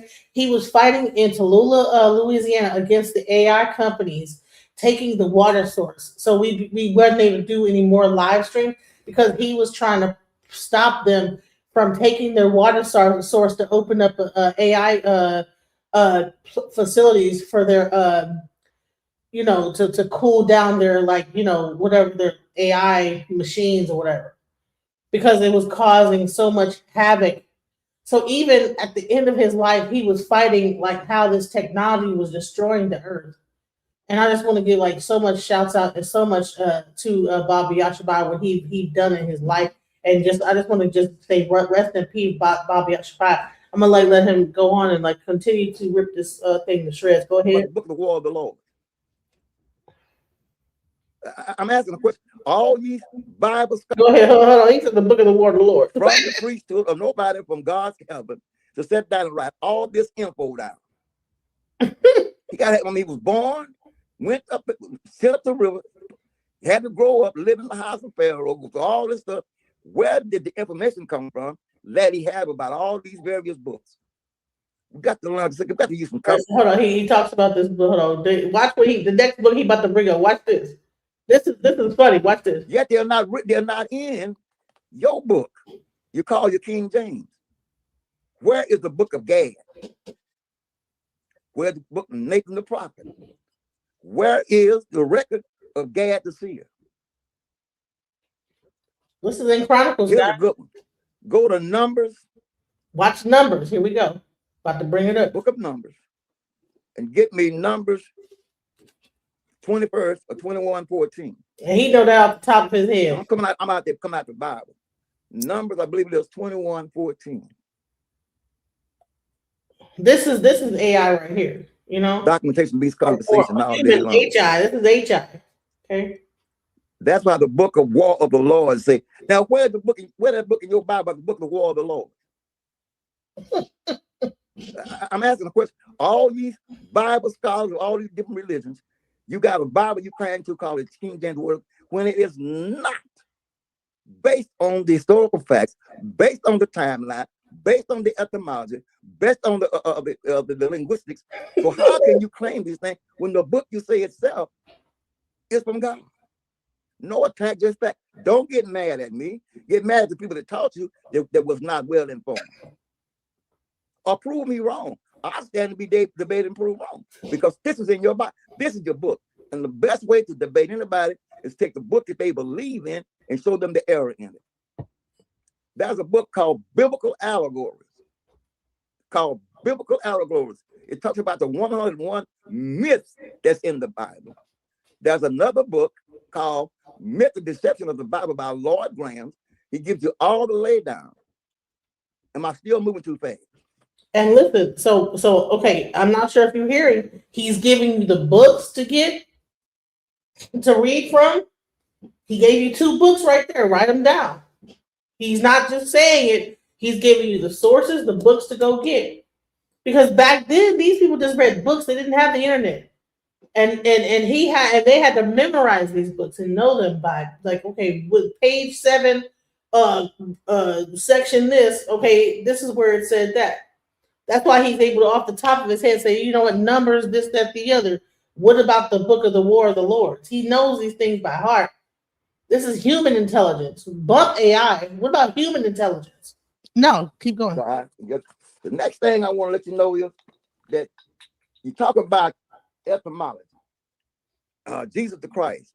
If there's a book called The Gospel of Barnabas, have you ever heard of it? Called the Yeah, I've heard Gospel about I've heard about the Gospel of Barnabas. Yes, yes. Have you heard about the confession of the gospel in the Gospel of Barnabas, where Jesus said that I am not the Messiah? Because the word Christ comes from the word Mashiach, or Messiah. If you look at the etymology of the word, it went from that, from the, remember, becoming, for sake of conversation, we're going from the so-called Hebrew to the Greek. The God in the Old Testament, the gods in the Old Testament ain't the same God that's in the New. Why? According to the language, the God in the New Testament name is Theo. Its name is Theo. And at John 3:16, with the proper Bible, I mean proper, there's a Bible that I had in my congregation when I pastored 48 years that I taught from. It's called the King James Hebrew and Greek Keyword Study Bible by Spiro. It has a concordance. In the concordance and dictionary, it breaks down all the words that's in the particular keywords in the verse and breaks them down. You can understand the language of that day and what it meant and how it was translated. Remember, we dealing with translation and mistranslations of word, because there are some words cannot be translated out of some languages because there's nothing that is equal to or compared to what the definition is in the original language. Therefore, they create a definition. And that's the problem we have. We say the word G-O-D. Most Jewish people, white, do not use the word G-O-D. They omit the O. They use the word Elohim or El Shaddai, Adonai, so forth and so on. The young man said that they say that the Hebrews say that God of the Bible is the only God for the Israelites. That's not what it said in Deuteronomy 33:26. He said, I'm the God of Yashurun. You're going to tell me that Yashurun is a metaphysical name for Israel? That's bullshit. That's wrong. I don't use it. Because if I go to Habakkuk 3:3, let me slow my roll. I'm excited. Let me slow my roll. Y'all ain't getting it.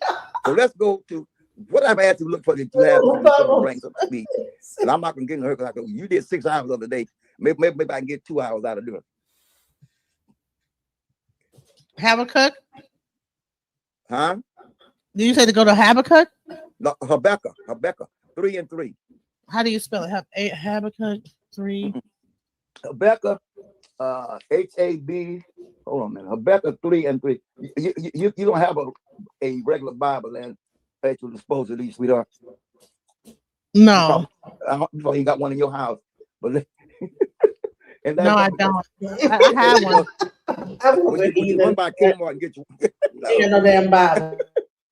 Habakkuk. How do you spell Habakkuk? Is it H-A-B, Habakkuk, H-A-B-A-K-K-U-K, H-A-B. Right, okay, so let's see. Is this the one you're talking about? Habakkuk 3:3. Yeah. Watch how you break God it down. came from Tema, and the Holy One from Mount Paran. And his glory covered the heavens and the prey and filled the earth. So where did God come from? God came from Taman, the Holy One from Mount Paran. Mount Paran, and Mount Paran is Mount Paran over there is out of South America. These are the holy ones. Well, then if you go to, remember, if you go to Deuteronomy 33, it talk about Deuteronomy 33, where they talked about God signed from Seir, and he brought with him 10,000 saints. These are the saints that came from Paran. Go to Deuteronomy 33, and let's start with verse 1, 2, 3. Yeah, you got it. You got it right there. The Lord came from south and draw. Okay, you see, Mount Paran is the same one. It came with 10,000 saints. They was called the Holy One. That is not Israel. That's the people that came from another area to the wilderness. It didn't say they came from Egypt. Look at it. The word myriad of Holy One. He's talking about that they came. This is from South America, you guys. And the funny thing about it, beloved, is that if you look up the etymology of the Mount Paran is in South America, you guys. Metaphysical Bible Dictionary. It's called the Metaphysical Bible Dictionary. And if you look up the etymology of the word Israel, which was given to Jacob, that word means to struggle with or against your maker. Yashurun does not. It means the upright one.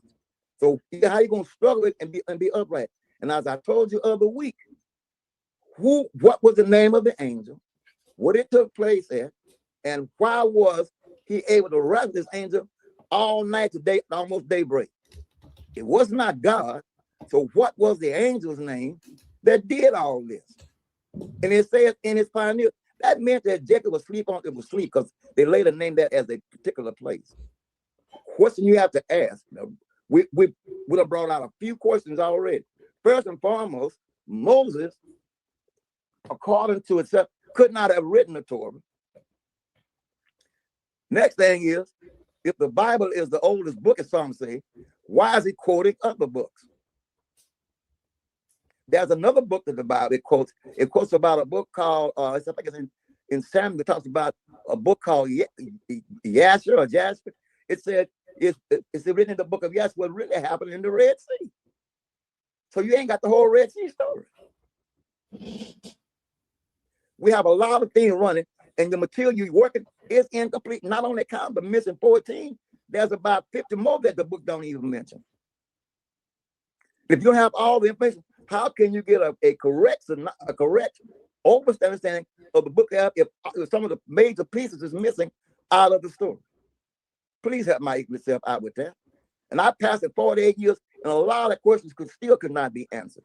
You want to take the book without proper instructions, because it was called the Book of Confusion for 200 years. You was not even allowed to have it in your possession, or you will be killed or beheaded. For having, because it was Wait, so you're saying that people that had the Bible were not allowed to have the Bible at all? They were not allowed to even touch it. Let's not have it. You will be beheaded. That's why a lot of the guys that when they did write the so English translation from the Latin, they were killed. For instance, that was a guy by the name of William Tyndale. William Tyndale. He wrote the Bible. He wrote a Bible for the English people. William Tyndale. Look him up. William Tyndale. I'm trying to get this data. Hold on. I have to make, listen, I just got to make this plain. And Oculus, are you still with me? Are you still here? Did you fall asleep, Oculus? I want to make this plain. What he said was that he was a pastor at a church for 48 years. Okay? So imagine how many pastors, because he was finding out all this as a pastor. He's reading his Bible. So how many pastors do you think know this truth that he's saying and don't say nothing and don't even tell the congregation this stuff? What do you think about that? The fact that there are pastors out here that know this and you don't hear no word of it. Tyndale. Remember, there are 7 books, Bibles that written long before the 1611. His name was William Tyndale. Let me see if I don't want to travel there without documentation. That's him right there. William, and you had another one written by that's William Tyndale. You've got to let's do a little timeline here. You got one called John Wycliffe. Look up John Wycliffe. Let's have roll call. Roll call, y'all. Go ahead, William Tyndale. John Wycliffe. Go ahead and get your notes out. Right now. Go look them up. Do your research. John Wycliffe. The first English translation of the Bible was written in Oxford. John Wycliffe. We got Wycliffe. All right. Then you got you just did William Tyndale. Coming up next, we have a guy by the name Miles Coverdale. M-Y-L-E-S. Coverdale. C-O-V-E-R-D-A-L-E. And let me give you the timeline for the guys who wrote these books. John Wycliffe wrote his Bible from 1331 to 1384. I'm gonna give you the timeline, and that is that was C8, before the Common Era. William Tyndale wrote his book from 1494 to 1536. C8. All right, so Silky, he just joined. Hey, what's up? How's it going, Silky? Welcome to the chat. Yo, how you doing? What's up? Peace to the panel. Hey, how you doing, brother? You referring to the William Tyndale, the Geneva Bible, right? The 1599 Geneva or 1500. Yeah, I'm going through the whole list because there are 7 books that is older than the King James Bible that was written, and then you have to get down to one where they took and copied things from, I think it was from the Geneva Bible and the Bishop Bible, and the 52 scribe was writing it, went in and borrowed pieces from it. But remember, some of these guys was killed and beheaded because the book was not allowed to be in the hands of the layman of people. They was okay, hold on. I hear you. Slow down now. Okay, well, first, King James banned the Geneva Bible, and he banned everybody that had the Geneva Bible that was writing about the Bible because he wanted his Bible apparently to be number 1. Before King James did that Bible, he wrote Demonology, which is about the same. Yeah, your audio is messing up. Your audio is messing up. Silky. Definitely is before I start. Your audio is messing up, Silky. You got to come back up. It's messing up. Your audio is breaking up. All right, go ahead, Baba. Yeah, but what he going on some same thing. Whether the king did or not, but remember they passed laws. Not only that, the priesthood, because it was only the priest was allowed to have it. There's a book that I recommend people get. It was called From the KJV to the NIV by Jack P. Lewis. It gives you a whole history and breakdown. And they called these people that they was denied the right to even have it. Matter of fact, one of the writers, translator, said he'd rather be carried between 2 horses and pulled apart than for the vaguer people to have the Bible, because it was called the Book of Confusion. I can get that off my shelf and we can read it, because we stop. Like I said, that's the problem. So they called the book of the Bible the Book of Confusion? Yes. They called the Bible the Book of Confusion. And for 200 years, you were not allowed to even have it. If you look up what happened to Wycliffe, when they got his book, they burned him with it and they crucified him. What? Because look up what happened to him. They killed him, and every time Silky, if you're talking, I can't hear you. Go ahead. I think I'm muted. Go ahead. I was saying, if you went against King James, he was a crazy killer. He was killing everybody. Yeah, like man. whenever he was killing witnesses, trying killing. And whoever went against King James, he was dying. So when he made his book, when he was writing the King James book, he had the sole, final say so everything. And he literally wrote Demonology, which is about justifying killing witches, which is basically like if a female was bipolar or something, they would call her a witch. And he was going running around doing all that to killing the women and killing people for being witchcraft, warlocks, and things like that. So, and then he goes and gives Demonology to justify his witch killing. And not to mention he killed people for a Bible. In here, it talks about him being able to. And then Shakespeare pops up about a little bit after that. Yeah, he says witchcraft and necromancy, possession, demon, all these things. He wrote about, these were written in 1592. 1592. Now, so that means he wasn't around, but the priesthood went around to him because they wanted to establish, almost like our old boy 45 or 47. I'm going to take away the power of communication. So whatever I say, they can't go back and check against it. We're going through the same thing now. When I'm telling you, I have the documents, I have the books in my shelf. The original 1611 has in it 80 books, not 66, and it's written to the Occidental Star, Queen Elizabeth, in her honor. Let me get that particular book, if I may. Y'all don't talk without documentation. All right, so I just unmuted you. I'm trying to talk to you. Unmute your mic. You still there, Silk?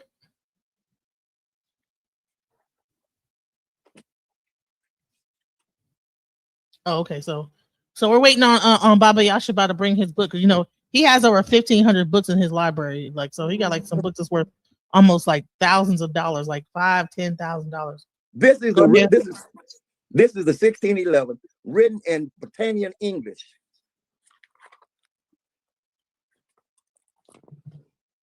I'm gonna get this bad boy over. Let me get it to line up. I'm gonna get it to line up. It's written what they call Britannica in English. It's a double stamp. And the funny thing about in this book, there is no J's in it. There's no J's in this book because the letter J didn't exist. Oh, yeah, well, yeah. And it talks about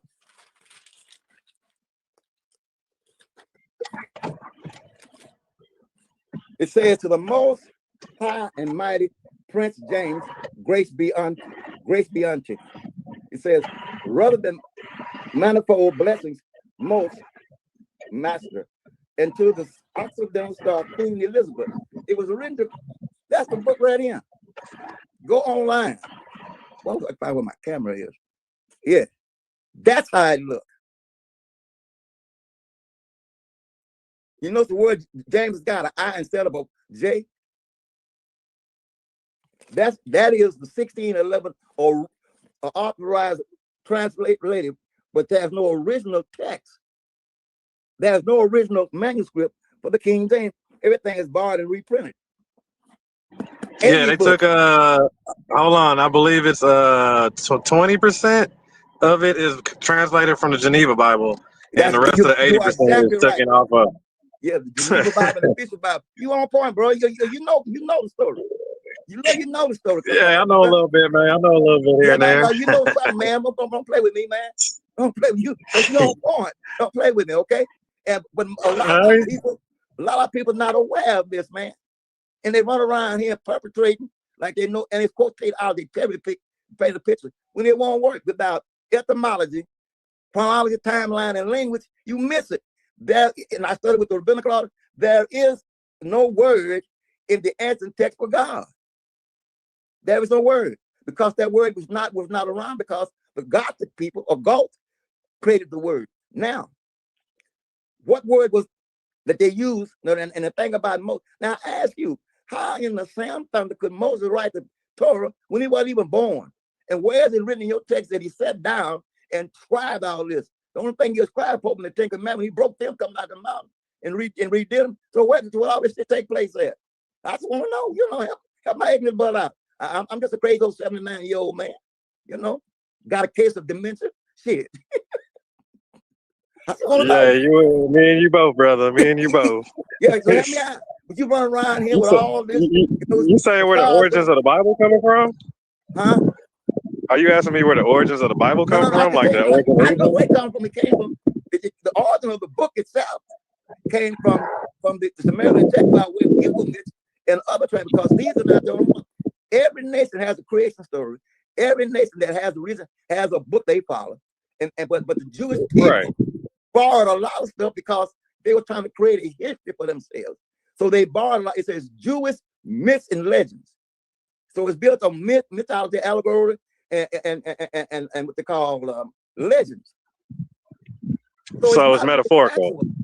Yeah, and it's not historical because none of the timeline fits up. And then the thing is, Professor, if the Bible is the oldest, what are they doing quoting other books?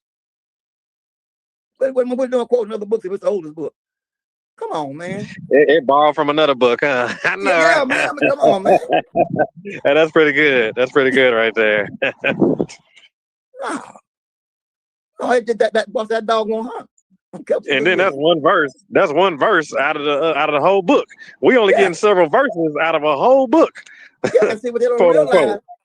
Check this out, Professor. These niggas run around talking about the 10 commandments. It's 613 laws in the Torah. 613. And there's some that deal with animal sacrifice, divorce, and all of them. 613. Then there's a book called what is it? 42 Negative Confessions. Then you go into the other one, we talk about Hammurabi codes. So remember, Moses allegedly had a chance to study all this stuff and create from these tablets this thing he climbed the mountain with. Now, God gonna give you some shit and you're gonna break it. You a bad Moses student. You bad.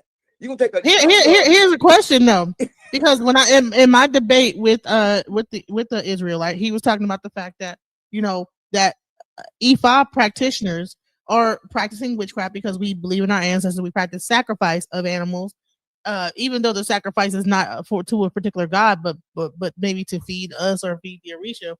And he made it seem like it was an evil thing to practice sacrifice. He don't know his book, sister, because in that 16:13 it tells you the same thing. It tells them the same how to do the sacrifice, when to do the sacrifice. What is it for? Why would Mary have to go and give up 2 turtle doves and a pigeon when Jesus was born at the temple to be sacrificed? Yeah, they brought like 20 sheep or like feeding Come lambs on or now. goats or something. Right, wasn't it? Wait, on the Yeah. first day of Christmas, mean, the true love gave look, to look. me for my Yeah, you can play all you want to. Certain things, you know, they had to go. They had and to a do certain partridge in a things and- pear tree. God dang it. Yeah, you know, but not only this, so if they had to bring in certain sacrifices. Why you think in the book of what is it? Or when they say they pay tithing, you bring anything to the thing for what? They sacrifice humans too, though. They was sacrificing humans, all kind of stuff. They were sacrificing. Look, Professor. The book says that God got so upset with them when he came out of the mountain, he killed 22,000 Israelites there in the desert. If that ain't human sacrifice, I kiss your butt downtown at high noon. 22,000 for buying down to the golden calf. It's in that book. He opened the ground and swallowed up 22,000 people for buying down to a golden calf. If that ain't human sacrifice, I kiss your butt downtown at high noon. Come on, man. Not the golden calf, and they worshiping the cow. Yeah, come on now. And then he told you when you sacrifice and save me the fat and the kidneys. So why God won't fat and kidneys? If I'm going to give us a box of oxtails to go with it? You know, come on. Well, you know, it's kind of funny too, because when they talk about that stuff, you know, they be throwing out the word like dragon. I mean, and I heard a little bit like when they talking about sheep and lamb, and like they're sacrificing a large amount of meat and an animal, livestock. What they said, the offering wasn't never about money; it was about food, right? And they supposed to bring an offer like, right. So could you imagine a whole bunch of people bringing one person all this food? He can't even store it nowhere. Like where? They had a storehouse, but now when you bring your sheep, it ain't good. You got to buy my sheep. The priest will sell you one, take yours and sell you one, because it had to be perfect. It had no blemishes. Come on, man. Don't get me started. You say it had no blemishes. These folks run around here perpetrating because they want to be, but you got to do the research. And if the boss said, I'm like, what's his name? Say if the glove don't fit, you got to quit. If the shit don't fit, you got to leave it alone. And it don't fit. Anybody, and I'm not asking to be attacked. I'm saying bring me facts and not fantasy. I have the documentation. All with the right. What they gonna scream out? They gonna scream out. It's got history that matches the Bible, the House of David, or the 10 bells of Naka or some crap. No, I heard it. No, yeah, it don't even line up like that. It really don't. It don't. The timeline don't match up. Then not to mention the covenants are all off. Not to mention you grabbing it from 40 different authors over a span of 1,500 years of writing. Yeah, good luck making that match up. Yeah, and the thing about it, I'm so gonna make them mad now. The New Testament, the Barada Shah they call it, right? The New Covenant. Who is Marcion? Marcion wrote the first New Testament. Okay.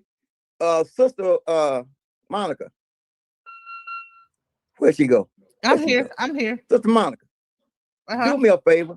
Look up the Piso family. Type in Piso family and read it. You got me, brother. Professor, you got me started, bro. Look up the Piso family. I mean, I got a stack of stuff. I mean, y'all see what I got a whole arsenal around me here. Hey, we gotta wake them up, brother. It's up to me and you to wake them up. Oh, the Piso family. I'm gonna work on. So the Piso family, specifically the Calpurni Piso branch, was a prominent and wealthy Roman family with connections to many distinguished families known for their wealth, oratorical skills, and involvement in Roman politics. Keep going. The Piso family, they possess great wealth. Okay, let's go. They want to create the New Testament. So they wrote the New Testament, or they did what the New Testament? They wrote Matthew and Mark. Oh, hold on. So wait.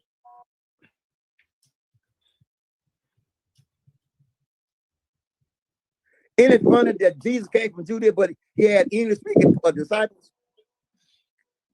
Matthew, Mark, Luke, and John. But this man came from the tribe of Judah.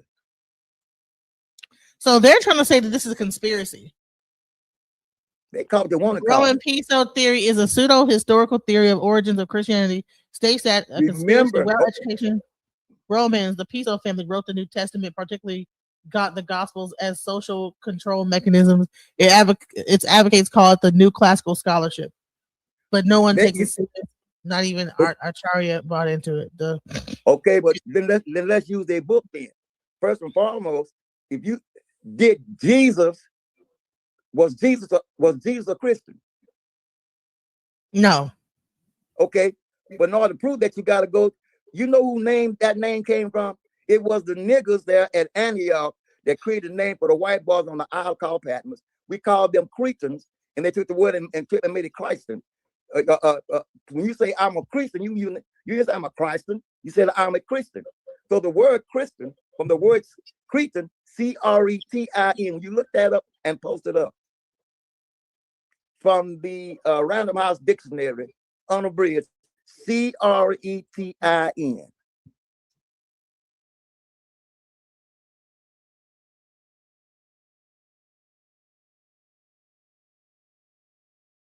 That's a derogatory statement. Means you're an idiot and have dwarfism. I.e., see Christian. That's what it says in Random House. A sickness. Cretin, yeah. So they considered the Cretans to be a stupid person used in general terms of abuse. Yeah. Now wait a minute. Well, that's that. Let's go to Titus 1:12 in the Bible. Okay. We can do the same thing they do. I'm good at it. I passed it along and I know the book. Titus 1:12 say what? For one of themselves, even the prophets of their own, say that the Cretans are what? What are they? Always liars, evil beasts, slow bellies. One of the Cretans, a prophet of their own, said Cretans are always liars, evil beasts, lazy gluttons. Okay. Not the gluttons. I love the gluttons. But I see that they tried to change Cretans, because it said the Cretians, and then they have the Cretans. I don't care what they said, but it says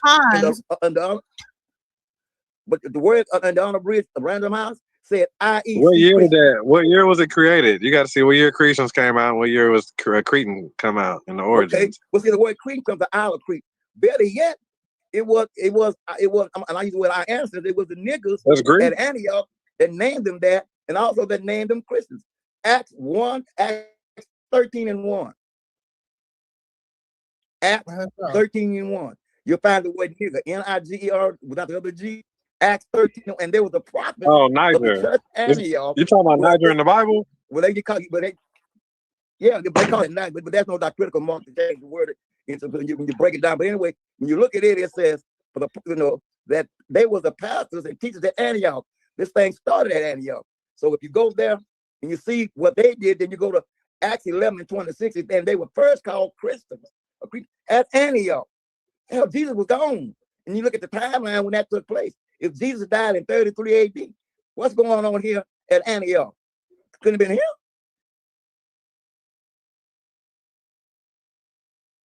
You see my point? So what year was this supposed to be? The Antioch.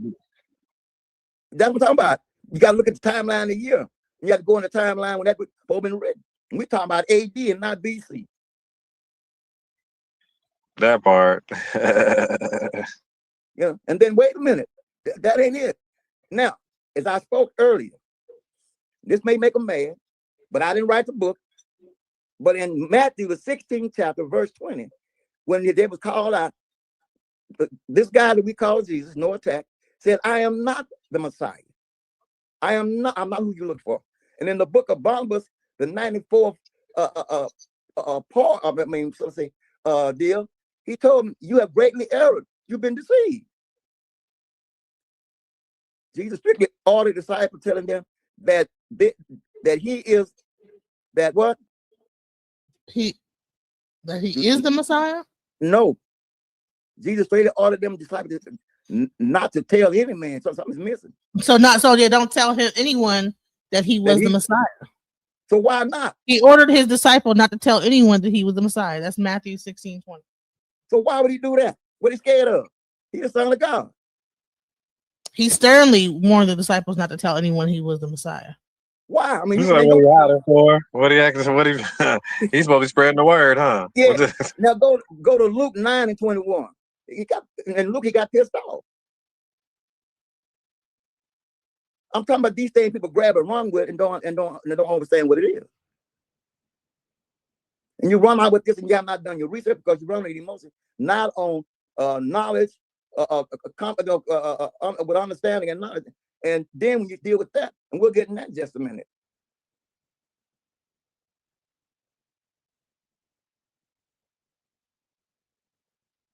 Remember, I'm coming off the dome with this stuff, y'all. I ain't got my notes in front of me. I got to get back to my other notes, but I thank Professor coming on now. You know. Yeah, you're doing pretty good. You're doing pretty. Yeah, you good. You doing nice. You know. Yeah. What you got, Mom? Now, check this out. Did you find it? Well, he straightly told them, "Don't tell no man this." What if you come to do all these things?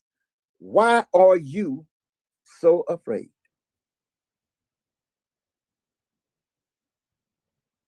I think it's let me see. Let me go get my book because I got about 15 Bibles, different ones. I'll go pick up one of these bad boys. And let's see what we got here.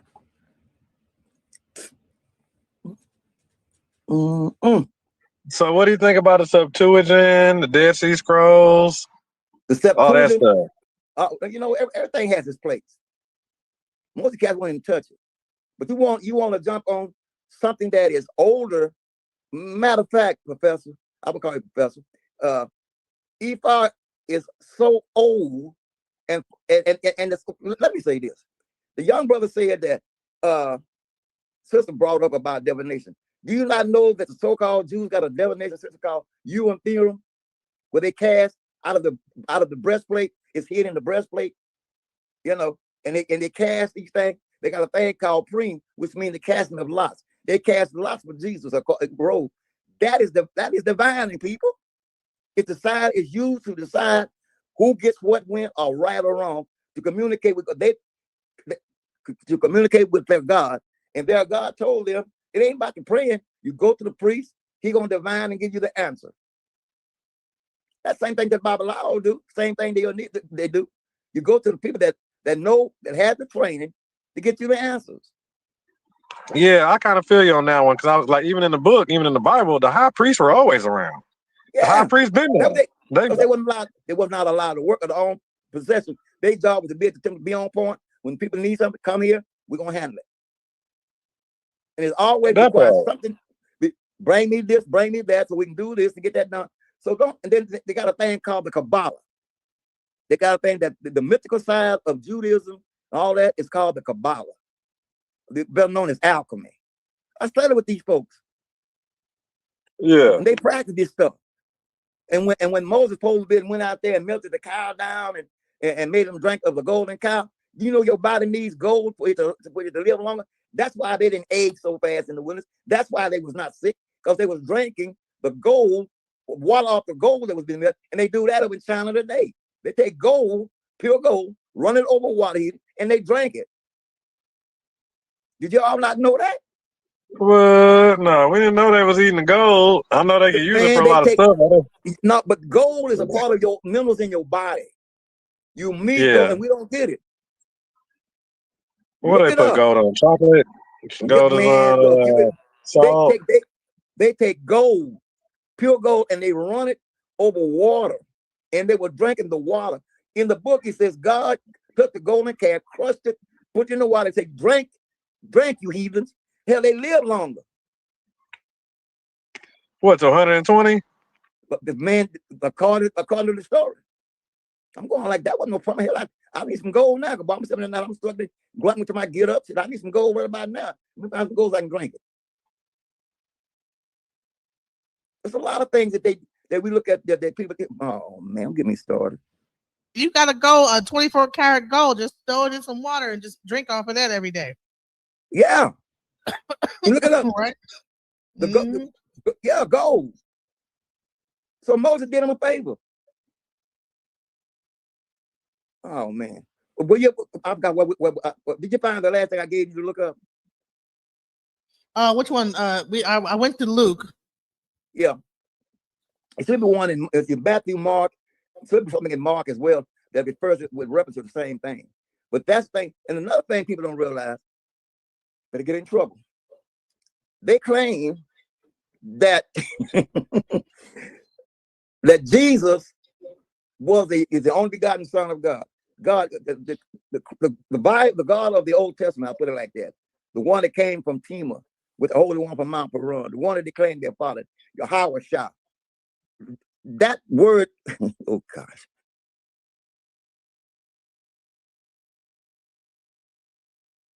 Uh-oh. Go back. That particular okay, your sound is off. Say something again. Yeah, my son called me and I think it interfered. Okay, it's back. You good. Go ahead. Yahweh Shah. So go ahead. They got Yahweh Shah, and all these things. These are words that came up later on. These words did not exist around the time when we were trying to find identity. Remember, all these groups that are coming up are groups that was it when we as people of color from indigenous from this land was trying to find an identity because we had so many different names. We had everything from Negro, Chicaboo, Afro American. It's supposed to be off Hebrew and the Greek, right? Huh? It's supposed to be off the we're trying to get language. You know, but like I told her, there was no such thing as a Hebrew in the word because the word came from the word Hebrew, which means he that crossed over. That's all. That's not a people. That's like they shipping these folks out of here now. Get the immigrants out of here. Close the border. That was the same thing. But the odd thing is, check this out. The odd thing is this. Abraham is mythology. According to the text. It's an allegory. They don't want to hear that. Yeah, because it's based off of morals, based off morality, right? Yeah, well, and the thing, it's in that book, Galatians 4, 20, 21. Sister read it, and the brother kept saying allegorical. Like, you know how many, there's a book called Biblical Allegories. It's about 2,500 different allegories in the Bible. 50,000 errors. You say 25 different allegories in the Bible. How many? 2,500? It's called Biblical Allegories. Look it up. And he tell you every allegory is in the book. It'll tell you about it. Then here's the kicker. Sister Monica.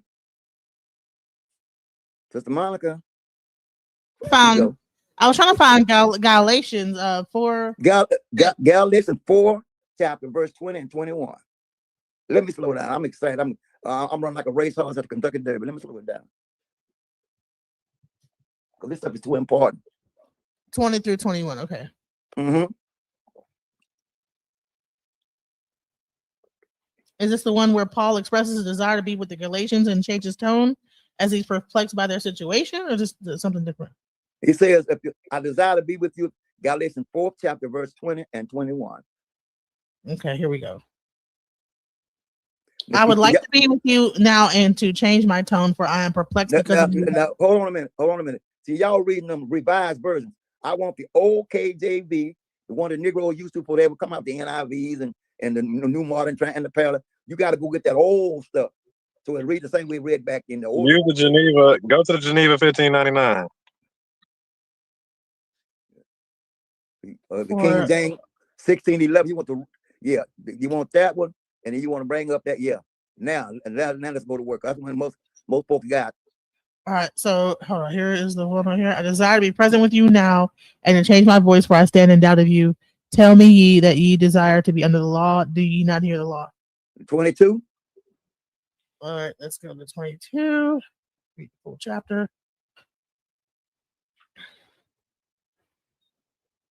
For it is written that Abraham had two sons, one by a bondmaid, the other by a free woman. Mm-hmm. Keep going. But he who was a bondwoman was born after the flesh, but he of the free woman was by promise. Which things are an allegory for those. For these are the two covenants. The one from the Mount Sinai, which gendereth to bondage, which is Agar. Oh yeah, because the poor son got the kingdom, and the spoiled of the real son didn't get anything, right? Ain't that how the story goes? Right, but it's allegory.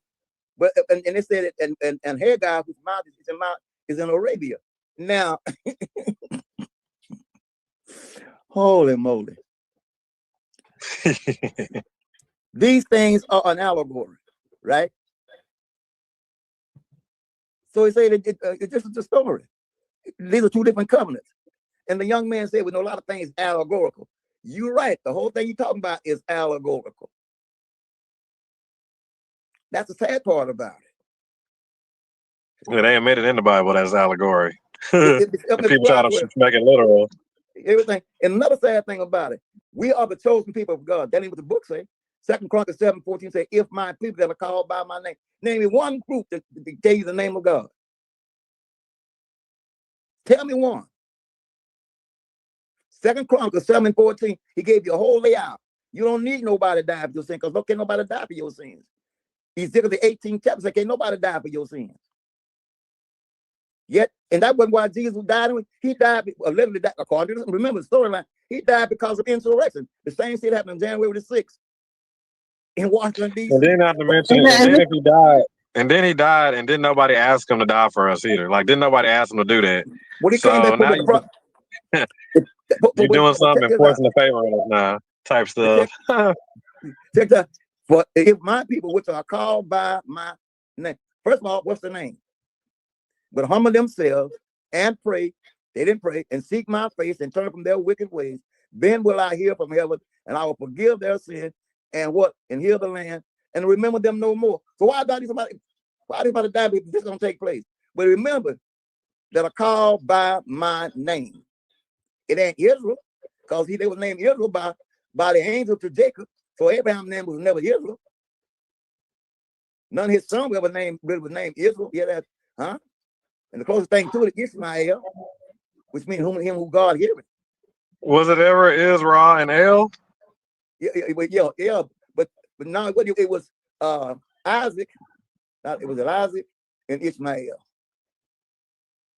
And Ishmael is Muhammad, right? Is the Quran. But the Muslims claim that because of Hagar. Right. But the word Ishmael is mostly used among the Muslims. But that means the word Ishmael means one whom God heareth. Well, see, that's another thing. In the Bible, they got Muslim stuff in there. Like, they're talking about temples. They're talking about turbans. Whoa. The same folks that gave them the Bible gave them the Quran, because I can prove you find the same characters. Now, the Quran came in around 625 AD, which is after the Bible. But it got many of the same. Yeah, you're right. You're right about that one. The Quran is definitely a runoff or spinoff, but it's pimped out too, though. They pimped it too. And the thing about it, in the Quran, in Surah Al-Baqarah 43, it says, remember thee, O children of Israel, I told you above all nations. It didn't say, oh, Muslims. So if you got a Quran, look it up. Surah Al-Baqarah, chapter 5, verse 43. Come on. And was not Muhammad married to a Jewish woman? Heck, that she taught him how to read, claimed that he could not read. Now, I don't know how to look up the surahs now. I don't know how to look up. You said Surah Al-Baqarah. I don't even know how to look that up, y'all. I know, because you have to have a Quran, and it goes under the cow, and you have to have that's why I tell people all the time, and I don't want to come trying to cut my head off, but they got the Quran, and I like it because they're well disciplined and they are dedicated. Christians they're not gonna do anything, you know.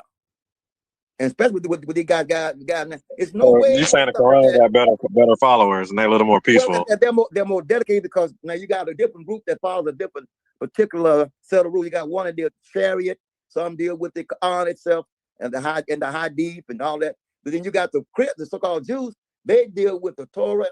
Some deal with the Tanakh. You know, they got different things that they follow. And then you got the Ethiopian Bible. Oh yeah, and it's supposed to be the oldest. You know. But remember, they're probably the oldest Christians and all that. But I'm going back to the main. Yeah, they supposedly converted. They didn't. Yeah, they didn't get converted. Yeah, right. Yeah. Let's go back to the main line so we don't lose our trend. Not that go ahead, bro. It's just the fact that many of our people, we grab these labels looking for identity, and we don't do the research behind what we're putting on us, and then we begin to wear and try to make ourselves fit into these molds. That dog won't hunt. First and foremost, ask this question, Sister Monica. How many creation stories is in the book of Genesis? How many creation stories is in the book of Genesis? Oh, I can answer that. You can? Yeah, it's 4 of them, isn't it? It's written in 4 different first-hand accounts or second-hand accounts or whatever, first witness statements or something like that. But it's written by 4 different people. Yes, sir. But it says, It says 2 though. It says 2 on here it though. said, but actually he's right, because if you go look based on what creation started, things starts over. You got first 2, then you got the story of Noah and his group when they came out and started all over. You know, and all these are different accounts. And then the next thing is, who is these nippelings that come down having babies by the daughters of men? Why wasn't they The drowned? Nephilim? You talking about the Nephilim. Nephilim? The Nephilims? Yeah, which was later became known as the Anunnakis. And they're found That over in part. Deuteronomy 4th chapter. And these are the giants that were before the flood. Well, I thought everything drowned in the flood. And they had all the wisdom. And they And they had had the all wisdom that the went, education. come on now. I mean, Yeah, and in they gave them Deuteronomy showed 4, them how to make swords. so are we going to say that the gods who in the lands of giants? Because remember when the children went in there, they found giants and they would say, we look like clusters of grapes. We were afraid. So it was giants in the land. How did they get there? You gotta watch the storyline. Now, And then maybe they came through the maybe they came through the ice wall in Antarctica. No, the Nephilim are supposedly the fallen stars. I'm being silly. I'm being silly. I'm sorry. They came through the ice wall from the world of Atlas. Yeah. You know, you got to realize, watch who translated it. Transliteration, timeline, chronology, and language. I tell people all the time, when you look up certain words, look at the timeline when it came into play. Look at the word when it was put into the. You gotta. Oh yeah. Yeah, and because certain words didn't exist. Jesus never said, "Upon this rock I will build my church," because the word church didn't exist. Right.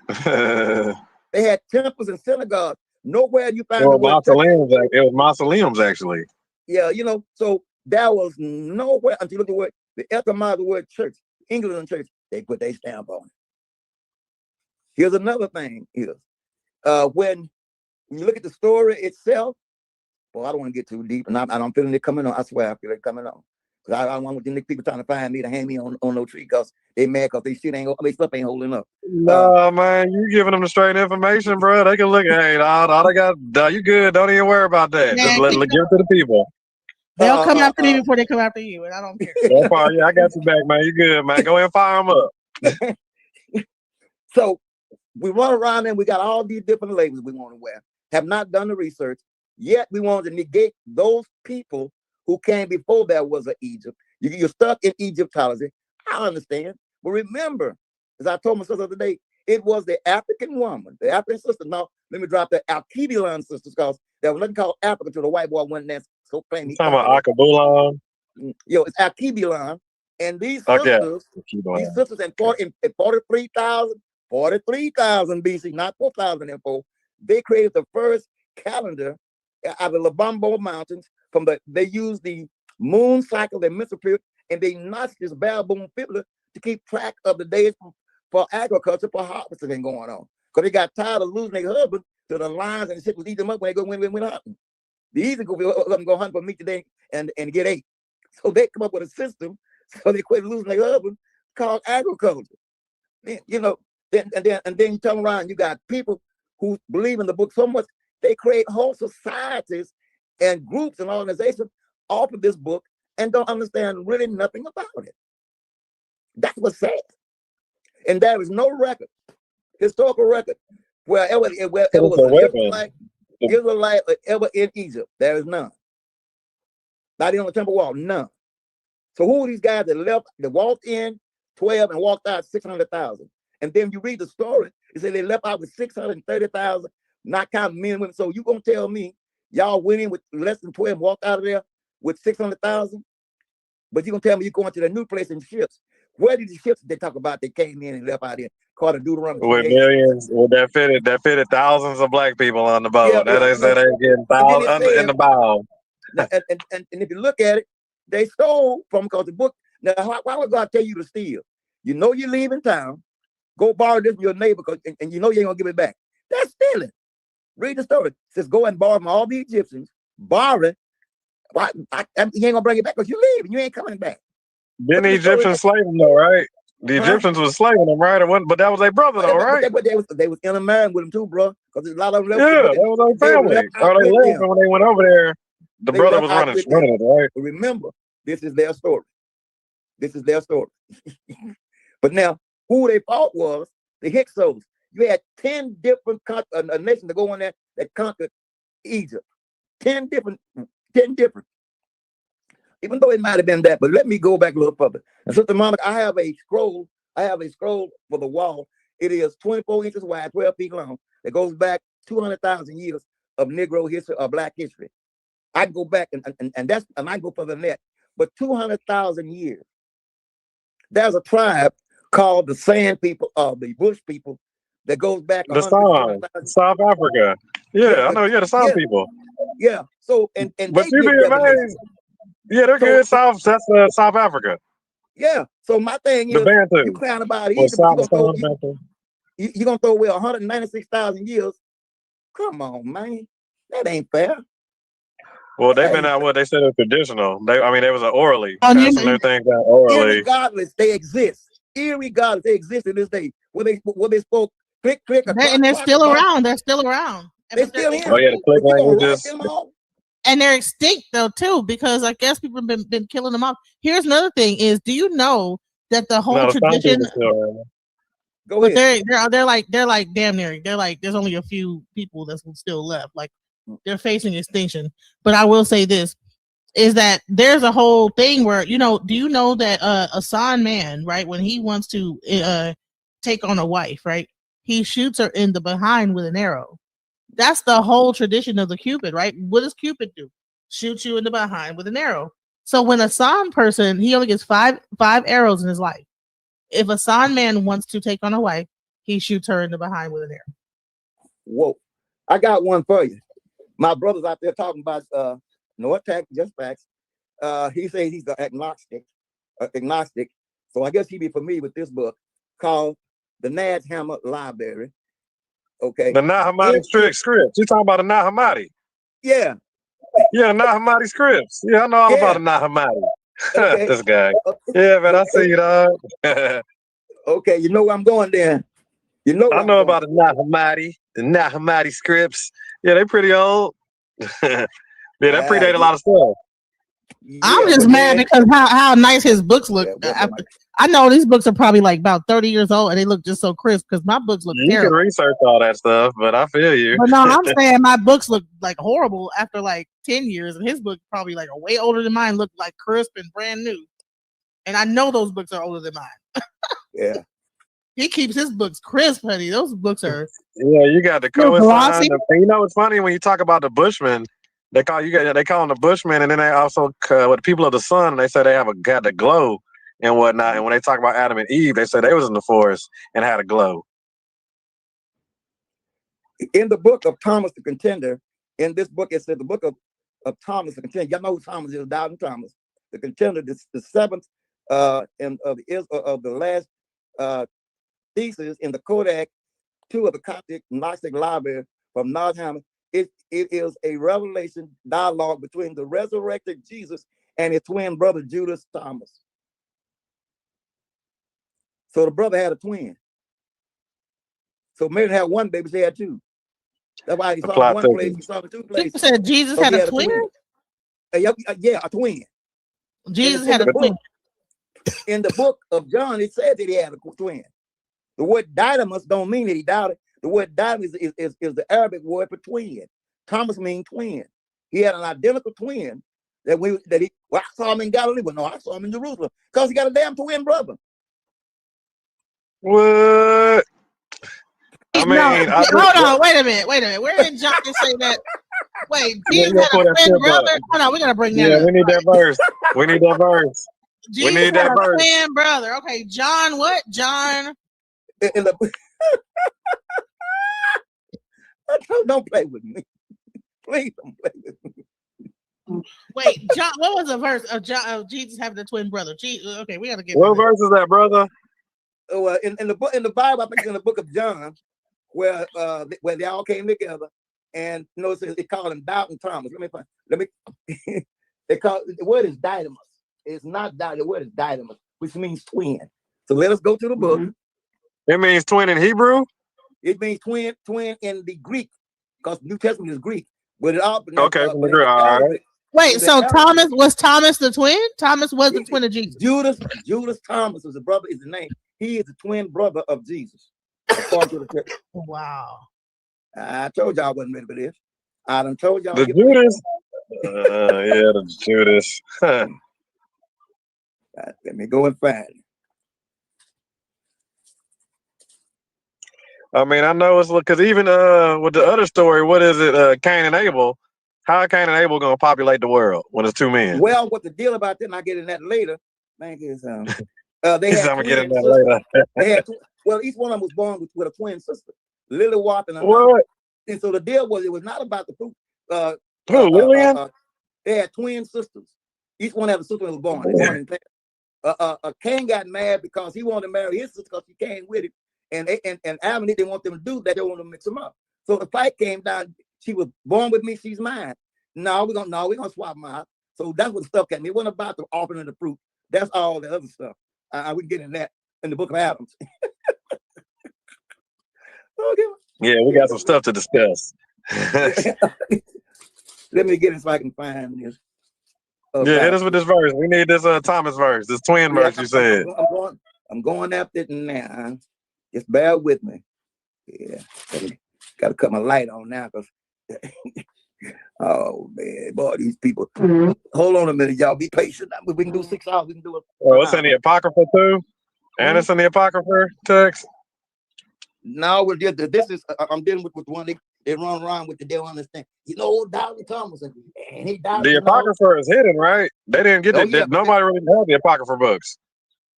Yeah, but no, but see, like I said, I'm looking at our standard, what they use, because a lot of them don't use the Apocrypha, but they go, if I can find it. It's 20, John 21 something. While Thomas, the apostle, is known as Doubting Thomas, the idea that he was the twin brother. Okay. Of the book of John. Okay. 24 verse. Thomas, one of the 12, called Didymus. And here's the word Didymus. Write this down. Didymus.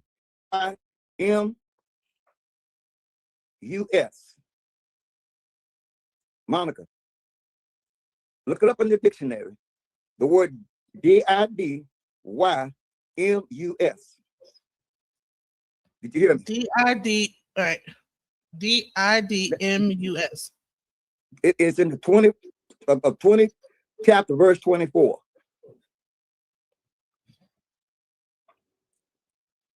Didymus meaning.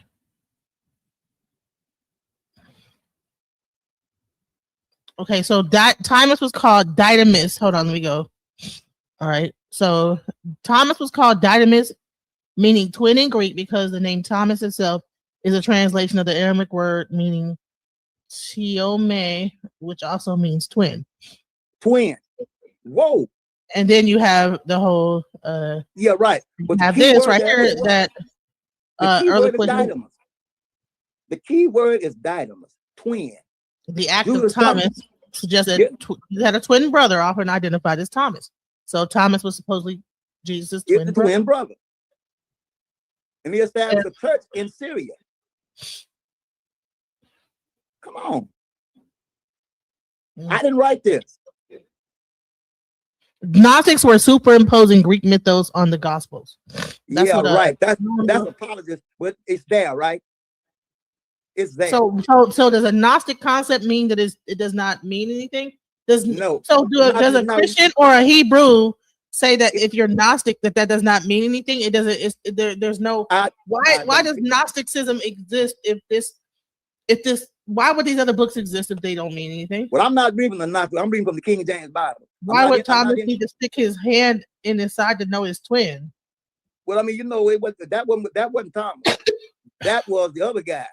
That's in Luke when Jesus walked upon him out there on the bankside, and they thought they had saw a ghost. That's the 24th chapter of the book of St. Luke. And he said, you go there, 24th chapter, I think 43rd verse, they thought they saw a ghost. He said, wait a minute, I am not a ghost that you suppose. You know, he said, I'm going to eat with you, so give me some honeycomb and fish. Ghosts don't need to eat. Otherwise, I ain't dead. Luke 24. So the cat never died because they had a potion already ready of vinegar and vinegar and wine vinegar and what's that other thing here? Aloe vera, I'm not aloe vera, but hyssop that would wake him up. So when you took the hyssop on the and vinegar on the reed, it was designed to wake him up, cause a deep sleep, and then wake him up.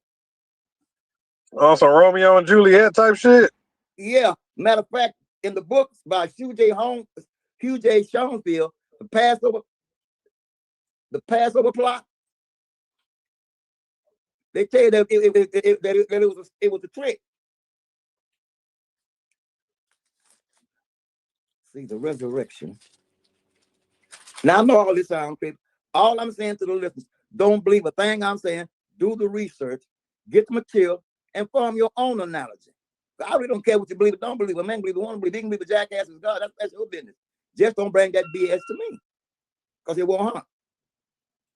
If you don't want to know, don't ask me. I think it's in Luke 24, 30. Let me see here. 23.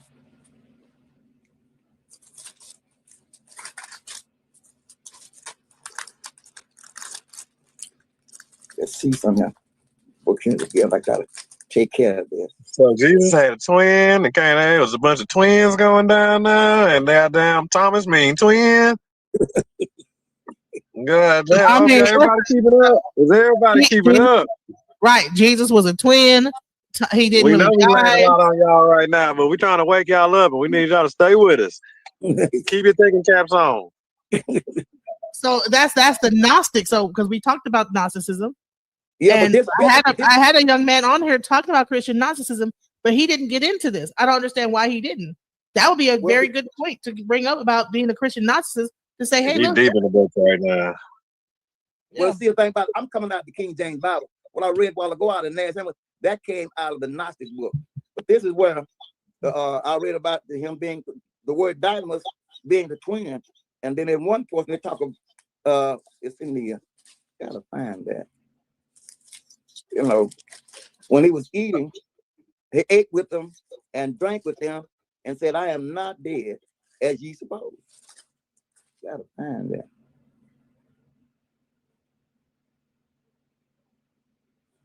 Gotta find. See. I'm way with where I wanted to be at when I started out with. Okay. Brother, you want to get back on track, man? That's the book of Acts 2 and 24. Huh? That's the book of Acts 2 and 24. No, I'm in Luke. It's in the book of Luke where Jesus went and was eating with them. It says when he walked up on them, and let me find it. When they were after the resurrection, he went out, and then when he met with them, they thought he was a ghost. He said, "I'm not a ghost." This guy says twin refers to astrology. Gemini is the twins. No, that ain't what it says in the definition. Don't try to add no stuff in there. We know what it didn't say Gemini. It says the word says dynamis. They call him Old Doubting Thomas based on the word, because our preacher back then was 85% illiterate, so they couldn't call something the word. You know, Old Doubting Thomas, he didn't believe. Well, the word is dynamis. And the word dynamis means twin according to the dictionary. Not cause your Quictionary, but according to the dictionary. Stay within the lane, bro. Of that year, right? Don't try to be an apologist. We know astrology when we hear it. That has nothing to do with astrology. Hey, I like this guy. Real talk. Don't make it. Don't hold their hand. Don't fucking don't baby them Don't niggas. get out there being a Christian apologist, because none of this stuff don't fit. You throw it ain't gonna stick on the wall, because you got defending for that man. Yeah, real talk. So he's trying to say that literally the whole Bible is astrological. It is not. Now you got to have astrology in it, but the Bible is myth, mythology, allegory, dogma, and legend. That's what it is. The people who build it. It's allegorical and it's mythological. The way it's built. Matter of fact, you got two stories in the Bible that where we're talking about heaven coming to earth. You got Revelation and you got the latter chapter of Isaiah. The same story told over, but it don't fit the narrative. And I'll go there in a minute. I'm trying to find this where Jesus went to they were fishing, and he went and ate with them. And he told him, I'm not dead. Shit. Matter of fact, I'm gonna get up out and go somewhere and I'm gonna stay gone. And said that he died of old age because he had a son named Barabbas, Jesus Barabbas, and he had a wife, and he moved and got married, went on down in the that man crazy. Nope. John chapter 2 talks about the wedding he had. Oh, come on. Woo. So he's saying that Revelation 12 and chapter 11, chapter 12. While you're looking up that, all right. I got mine. Got to take a shower. My wife just left to save time because we can go. What we're looking at. I don't know what 11, 12, 11 and chapter 12. No, that's.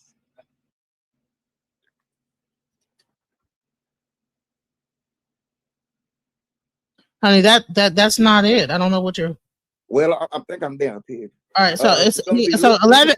Revelation 11 says, "And there was given me a reed unto a rod, and the angel stood, saying, Rise and measure the temple of God, and the altar of them that worship therein."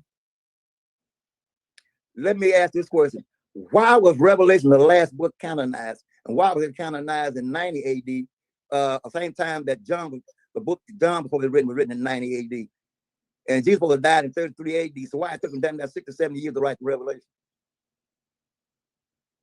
Remember timeline. Welcome to the welcome Zion. So he said read 12:1. And there appeared a great wonder in heaven, a woman clothed with the sun, and the moon under her feet, and upon her head a crown of 12 stars. That's astrology. So if you're looking at from 11 and then you read through 12, 12 is actually going from Virgo into all the way to Sagittarius, and I can prove it. And then now when you go back and look at Revelation, excuse me, brother, I'm not trying to, you know what I'm saying, detour your rant. I'm just saying. Hold on. Yeah, he just saying slow down, brother. You just got in. You come in hot. That's all we saying. Just slow down a little bit. Peace, my brother. We're not talking about astrology. Yeah, we're not. No.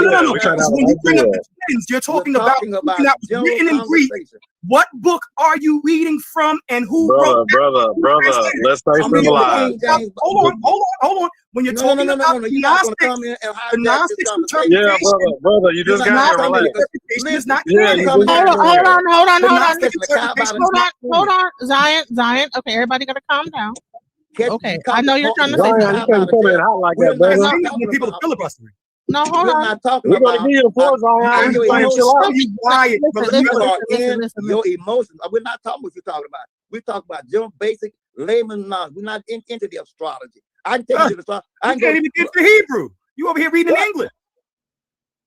My brother can't. Go to the Hebrew. Go to the Hebrew. Hey, Zion. Listen. Why are we even on this? Zion. This is an elder, first and foremost, Zion. No, don't worry about him for saying as elder, because these are the kind of guys I have to deal with. But he's got the cow by the tail. He don't know what a conversation is. He comes talking about astrology. I can take it to Job, chapter 5, verse 9. It talks about Orion and all that.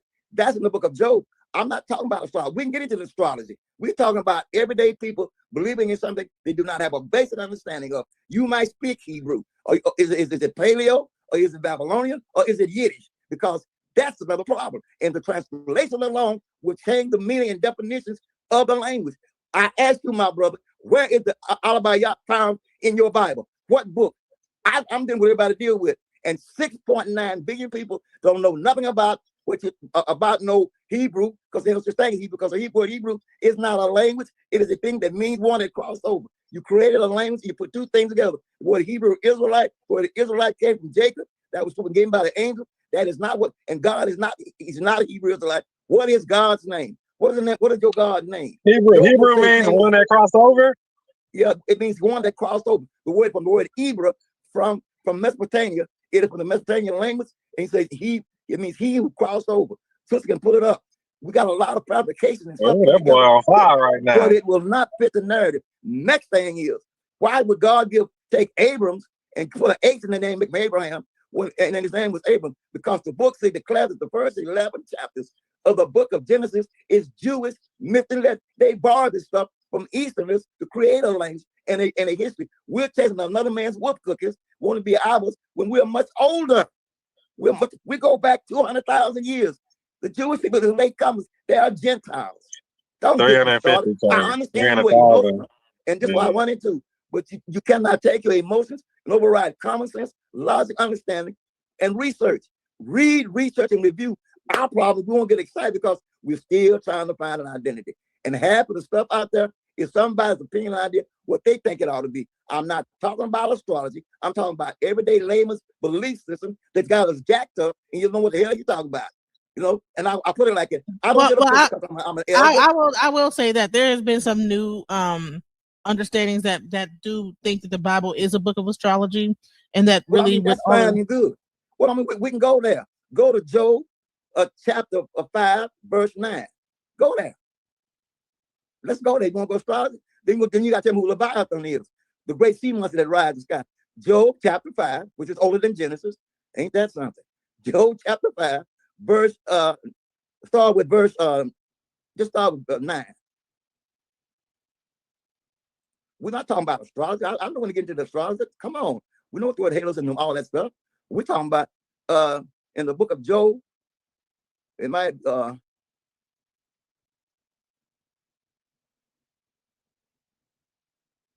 book of Job, King James Version. It might be,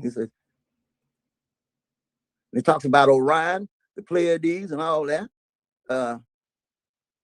Let me go in my book here. Job.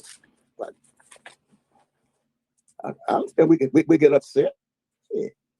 It's nothing to get upset about. You didn't write the book.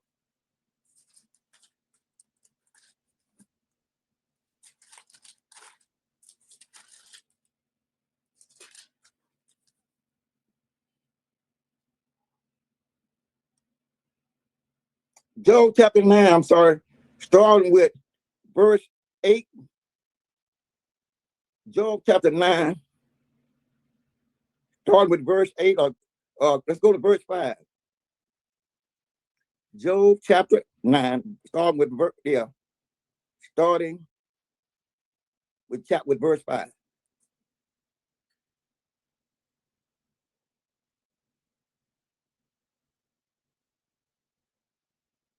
Would you please read?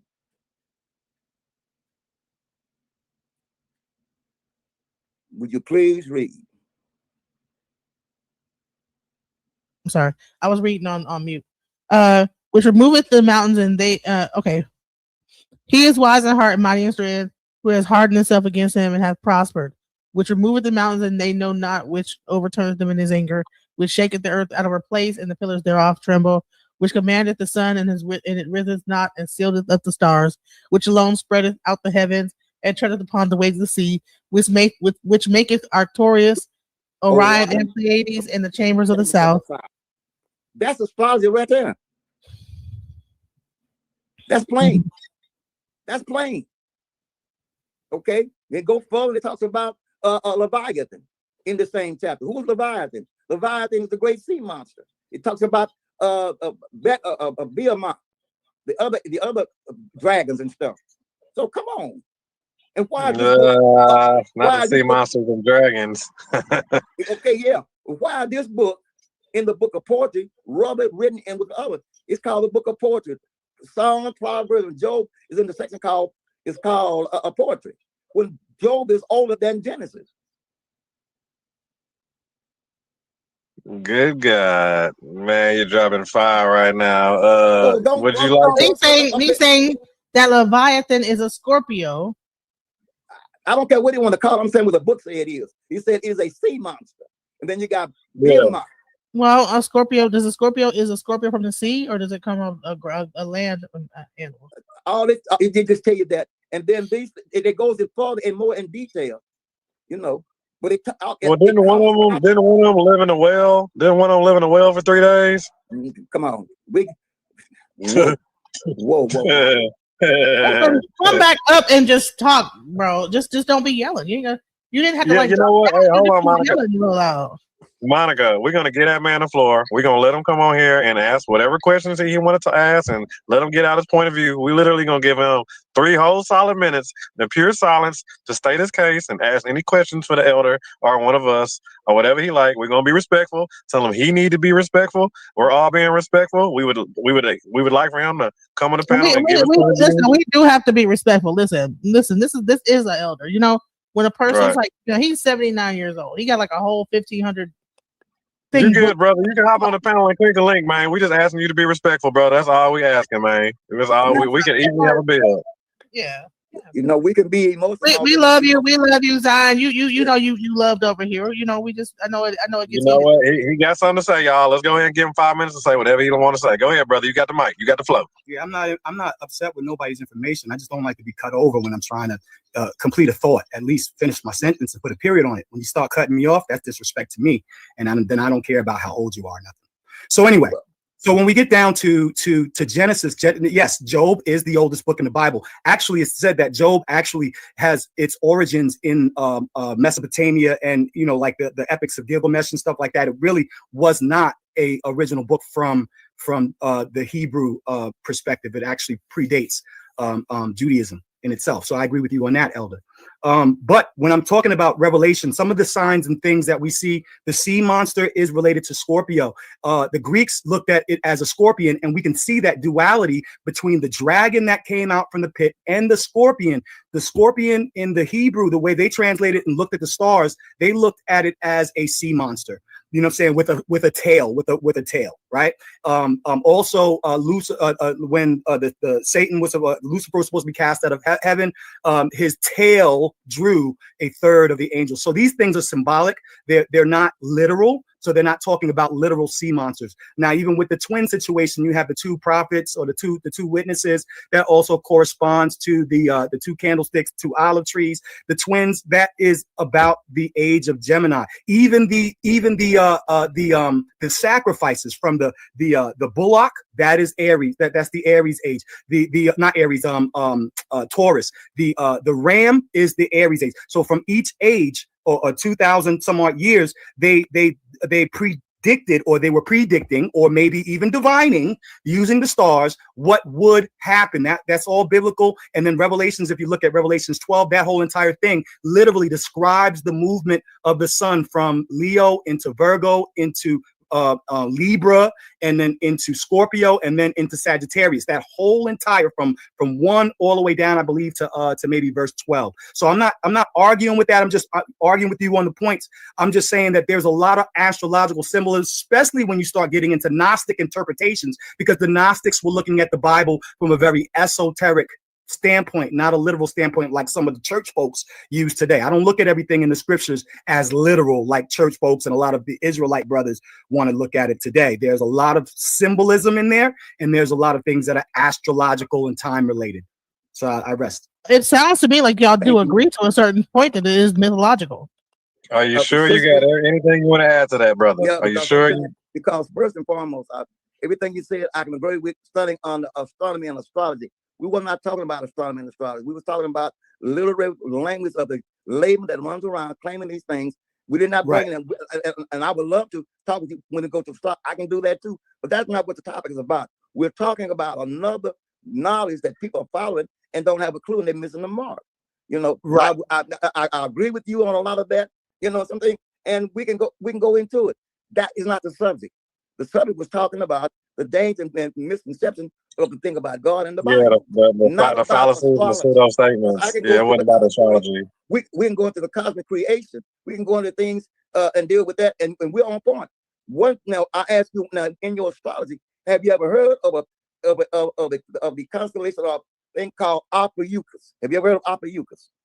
Not in that terminology. Maybe I've heard it in another language or another. Well, Ophiuchus was took out of the astrology because it dealt with the feminine energy, and it's between Sagittarius and Scorpio, and the sun rises in Ophiuchus for 18 days more than it is in the other, and they skip over it. Look up Ophiuchus in Ifa. It's called Osamara, the great rainbow serpent. Okay, that's in Ifa. Oh, it's a serpent also in E5, that right between Scorpio and And it's called Osamara. Wow. Okay. That's what's I up. created 13 constellations of Ifa from the Orishas, because when you call on these other deities, you're calling on another man's deity and power. Those are not from Archibulon.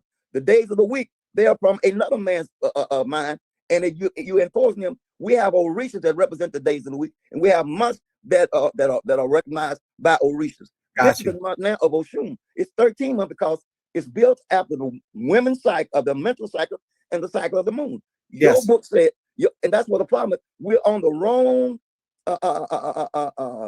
table, and therefore we are not following the rules of cosmology or the universe. We're following something that Julius Caesar and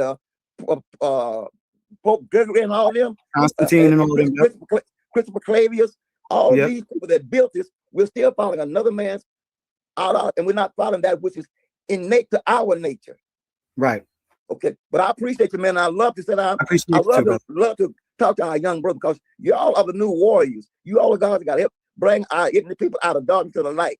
And I will not, at no point when I sat down, just always without documentation. I've been there. I've been studying this stuff for years. But I'm dealing now with a layman, because that's what the problem is. I agree with you on that. I think that people are oversimplifying what's in the text, and then they're reading it as literal when there are things there that are not literal. They're not literal. And that's the danger. When you look at it literal, you're going to go crazy. You know what I'm saying? And that's what dragons and stuff are coming out the water and stuff. Yeah, right. And that's the danger, because we don't understand the esoteric and the metaphysical of these things. We're so hooked up on Eurocentric teaching and not Afrocentric teaching. You understand? And I'm Afrocentric to the bone. Or I was going to say Afro-centric for the bone. I don't play with them white, because them white boys, I've debated them, and they don't know shit from shine over. Absolutely. I wouldn't say astrology. You could say astronomy, because they did use the stars symbolically, though. They had signs and wonders in the heavens, signs and wonders all throughout the Bible. In fact, in Genesis, it says that God placed the sun and the moon and the stars in the sky to be as signs for thee. So when we read in this language, we have to understand that there's some of these symbolisms are all throughout the scriptures. Signs and symbols. There's a book called Signs by Primordial Man by Albert Churchward, also in your Bible. In Psalms 104, verse 19, it says that the moon governs the season and the sun know where it sets. Am I correct? Psalms 104, verse 19. Ken, absolutely. Okay, so when you understand these things like I do, I can go on both. I can go on that astrology level, but I'm dealing with a layman. The poor man out there that's crying out for this ain't got a clue. Post they ain't got a clue. But you know what? I'm gonna say this though, Baba Yashabaya. My audience is not necessarily all laymen. My audience are like some people are very, very versed in a lot of this stuff. So just understand that there's a bunch of mystics in here. So that might be why you're getting pushback, is because my audience is not your average people. So that's probably why you're So that's what it is. No, Bob's giving them deep knowledge. He's giving them real deep knowledge. Like real straight up. On the ordinance, but there are people out there that they run into that they cannot defend, because people has a certain level. You got to go there. And this is, I'm not, like I said, don't believe nothing I'm saying. Do the research. I'm not here with the attack. I'm trying to share, and I preach, and I preach, and I love the platform. You need to. And hold on, can I also say this? I have a 74% male platform. 74% of the people that are watching this are men. Beautiful. 20, I think 20, whatever that number, 25% are female. So a lot of men are watching this, and a lot of the men that are watching this, they are not, they already, a lot of them know a lot of stuff. So therefore, some of them are like, okay, so you're gonna get, people that's in the audience, and they're able to they're able to, they with you, they following along with you, and they're able to okay, well, so that's what's happening right now. I got a lot of good gems that you dropped. I'm not like, banging on, against what you're saying, but maybe I was understanding that you are speaking to those who are reading the scriptures from a layman's perspective. And yes, I absolutely concur with you 100%.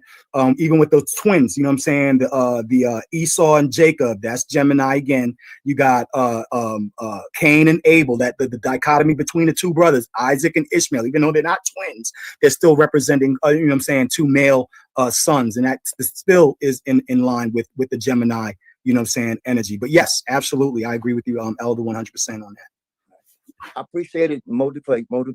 So go up and get the webs back.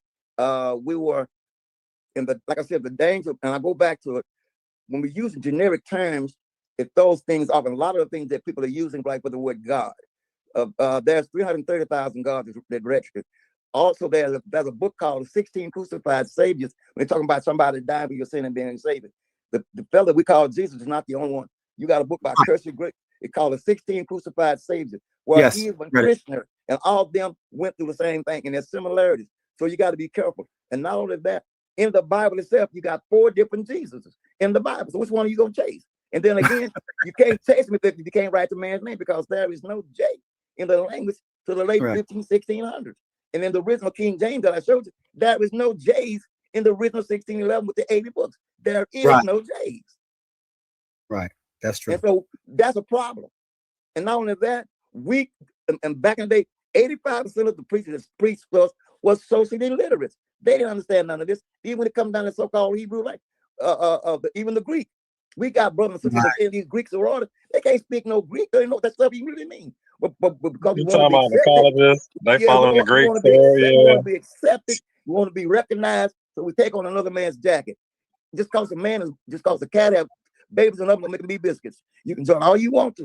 But they'll teach them that outer stuff, you know what I'm saying? But they won't teach them the actual and you run around meanings. here, I'm a Mason, I'm a that. Do you know what that really means? You know, then you go through these variable, and I'm getting off track. I don't want to get out too far. It's okay, get into it. You know what? I'm gonna say this. Let the conversation flow. Okay. The way it needs to flow. Don't worry about being on track. If it's flowing towards you getting into it, let's get into it. Yeah, we can go into the rabbit hole. We can go down. You don't have to just stick to a certain thing, because like I said, people are following you. I'm following you. We can go down the rabbit and then the danger. I tell people all the time, we have to be very careful when you're dealing with these so-called religious texts or sacred texts. You have to understand the origin, the etymology, timeline, and everything the brother said. So I asked a guy, how could Moses, I'm going to ask, write the Torah when he didn't exist according to the timeline that the book said it come in? And most chronology in the Bible are out of sequence. They are not in order. You know, that's a book called the Children of the Dragon.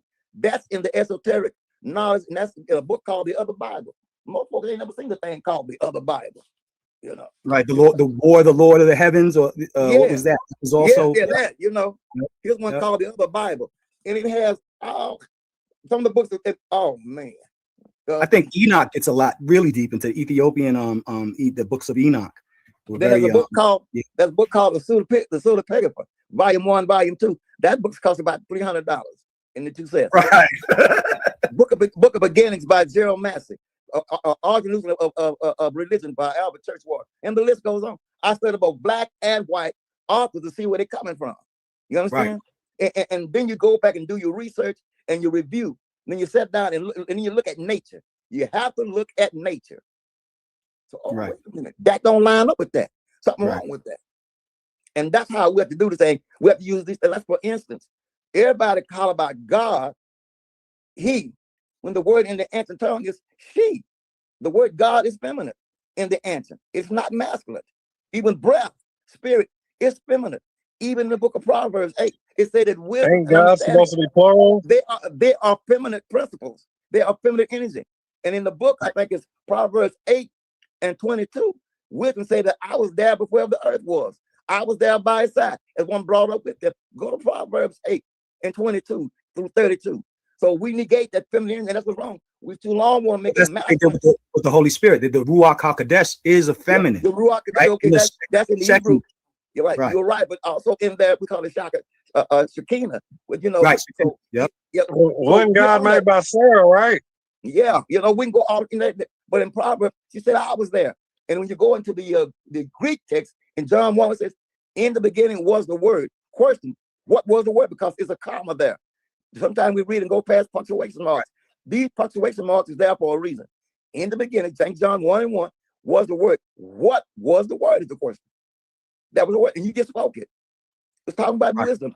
Shekinah, Shekinah, how you want to phrase it. As well, the Kabbalistic tree of life, the symbol, you know what I'm saying? You have that exactly. Ketcher, and then Ketcher goes into Bina and then Chokmah. So that Bina, that breath, is a feminine. right? So it was, even in the Bible, when you look at it, before, when the earth was void and without form, it was the ruach that hovered over the face of the deep. So you and I on the same page. But check this out. Isn't it ironic that they want to give the spank to the apple when it was the fig? What did Eve eat? What did she eat? She ate of the fig. It was no apple. The apple started to masculine when the fig was feminine. Why did they cover themselves in fig leaves? Why did they put some apple leaves around it? Why did they cover themselves at all? Look at the fig, the sacred fig. It looked like the ovaries of a female. Look it up. They changed the gender from feminine to masculine. That's the bomb right there. with the switch. You know, and that's that makes sense, because even certain plants are attributed to women or male. You know what I'm saying? Yeah, right. So they give it ain't but a few seeds in the apple, but look at that fig. Look at that fig. Yep. Yeah, and why did they cover themselves with the fig leaves? Huh? Wasn't about no darn apple. Yeah, it was about sex.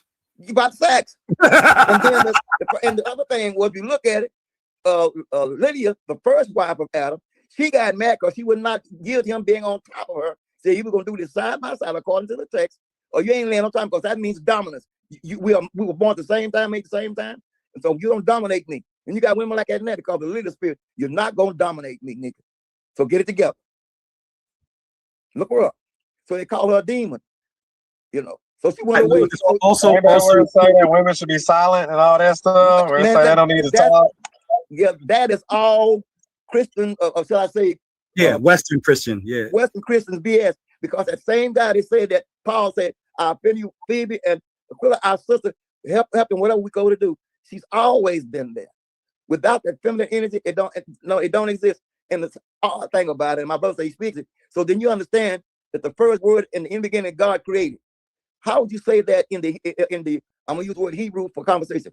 I don't speak it. I study it. My rabbi is the one who does all of the breakdowns on. I tell you what, Sister Monica, go to the ancient Hebrew and pull up and post up that from the ancient Hebrew, Paleo, the original language of our ancestors, that they changed to so-called Hebrew and Yiddish and all that.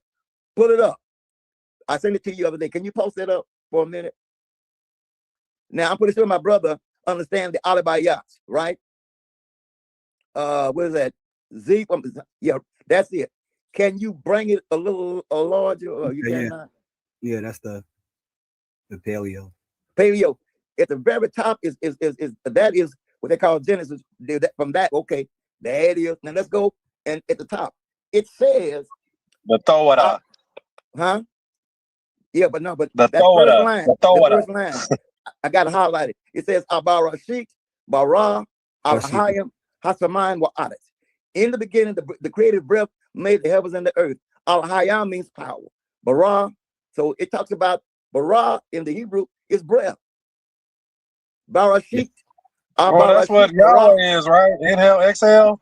Feminine. Okay. Yep. So if they show the book again. That's the book that we created back in 2000 of the language. I've got all that. I'm a part of that little fat guy on the side there. Okay. So that's me. We were doing. we did. So we went through the whole layout, even that through the Cherokee language.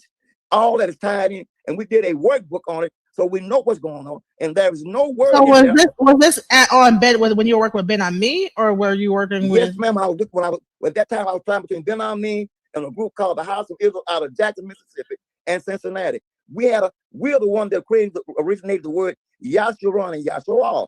We created that at the conference and made it become a part of the language. We said, "Praise the mighty Yah." The word Yah is the name that the God of that Moses supposed to met in the wilderness, which is I am that I am. The name is Yah, and it's in Psalm 68:4. It's the same God that spoke in Deuteronomy 33:26 that I am the God of Yasharon. Then what you gonna do with that? And it verified the characteristics and what. So we created the language from that, and that's what we know is paleo. Yeah, we got the Torah and the Tanakh in the language. What do you think about some of these brothers who call it Yasharallah, which is making it a feminine? It is feminine. Right. You look it up, it is feminine. But all these add-ons is trying to create something. But the guy is called the holy name Bible. Wait a minute. Let me see if I got that over here. Hold on a minute. Excuse me. School got them books. He got them books for your ass. This is School, we're gonna have to digitize you, man. We're gonna get you in 2025, brother. But I'm just jealous because all his books looks brand new, and I'm like, my books be looking jacked up. I'm like, I done been loaned out so many books. I'm so upset with myself. Listen, he got 1,500 books and he read all of them. I lent out this book that my father gave me before he passed away, which was Orin Orisha. And that book he had got from the botanical gardens in the city, and I loaned it to somebody, and I'm never gonna get it back. I'm so mad at myself. So mad at myself. But listen, he got some books for your house. I mean, I can get another copy, but it's not the copy that my dad. You ain't even seen how that ain't nothing. His library is immense. He got all right, he got something. He got a thick book right there, boy. Thick ass book. This is called The Sacred Name. Okay, what year did that book come out? Let me go on and take a look and let you know. I want to see the year and I want to know the authors. Yeah, 1976.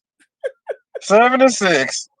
Lord, how you pick that book that nice? I'm so mad. Like my books do not. I don't know. I was 2 years old when that book came out. Okay, now 76. Is that book out of date? Yes or no? But it's still good, right? Everything's still valid.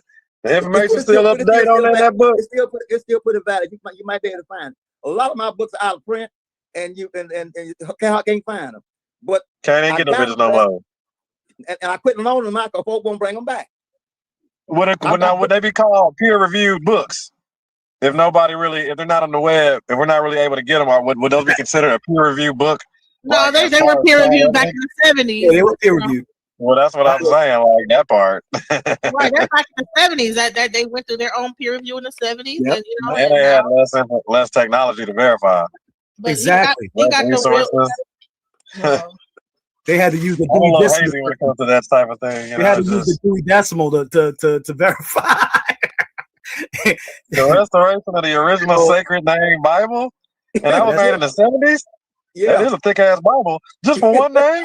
What the hell? Hold on, wait. There's tons of names for even Allah. There's the 99 names of Allah. When you go to with Yahweh, you can El Shaddai, El Elyon. You know what I'm saying? Right. Those fucking little titles type shit. Yeah, they're all titles. I don't think there's a name for the creator. Yeah, but see the thing about it, there is a name. It's called Tetragrammatron. You familiar with it? Tetragrammatron? It's called the Tetragrammatron. They got the YHWH, but it's called the Tetragrammatron. You mean the Y? You mean the Y? His initial. Right. Yeah. Right. They use it a lot of time, but it's called the. And they represent that for science, right? Or represent the element. What is it? Even in that, the YH Vav Dohe Vav He is masculine, feminine. Right. In the letters. I thought it was inhale, exhale. Yeah, so in Exodus the 13th, I think the 3rd chapter, verse 14, I am that I am. That is not the name. It's Iye Yike Iye. That's in the text. Right. Then you break it down, it says Yahaya. Ahaya, right. 68 and 4. And the Indians say Haya, Haya, Haya. Because they also practice the same thing. See. Well, that was a good one right there. Okay, slip that one in there on us. Come on, Elton. Hiya. Okay. So so it's a lot that we cut into, but once again, did you just say that the Indians are Christians now? They got converted because they were tied into the tribe. But you find out many of these tribes. These ain't the people. Our ancestors. Yeah, they come way out of the that you call the Americas, because the Americas is the original Egypt. You're aware of that, right? Oh, so you about to pull the America, Egypt, Africa is Egypt, right? It's documented. It is documented. Okay, hold on, wait. I'm not sure. I'm willing to go down this road with you. So I know we got Egypt, Texas. You got Egypt, Memphis, right? Or Cairo, Memphis. You got Egypt. You got a few. You got Texas. You even got Egypt. We got Israel out here too. And okay, so I mean, I will give you a little bit of the Texas, but what about the architectural work compared to what they got in Africa? It is all there in the Barra, up in Ohio. There, it's called the Barra Caves. They found the ancient writing. They found the language. And matter of fact, the Choctaw, the Cherokee, everyone practiced the same language. It was written by a guy by the name Antediluvian. Huh? The antediluvian. Yeah, and also the guy's name is Chikawa. He wrote the language for the Cherokee. But we have documents on what that. About Zulu? Well, what about the Bantu? I can't get into all of that, but I know this, that where I am, it was called the Washita Nation, which was a dog race of people. Oh, you're on the Moors now. Well, I mean, the Moors got it from these people here. I'm in the town. Well, I'm in Tallulah. Moors. I'm ready where the mounds is. I'm down the street from the Queen Mothers, who was Khalifa. She died a couple of years ago. That the Washita Nation is not that I'm with the Moors or anything. I heard about her. Okay, but she lived in a town called Redwood.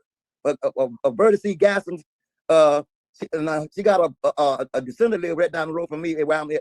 I live where the mounds are, where the great sacred We got mounds them Salem too. We got them Salem out here also, but y'all don't have the big pyramids like Africa, right? Well, the pyramids, no, but we got the mount. It's called. Y'all ain't got the monolithic structure. Y'all ain't slow down there. Slow down. Y'all try to give America too much now. Hold on. And then not to mention the size of Africa. Let me say this. Hold on now. Let me just say this. Okay. People had to start from somewhere, right?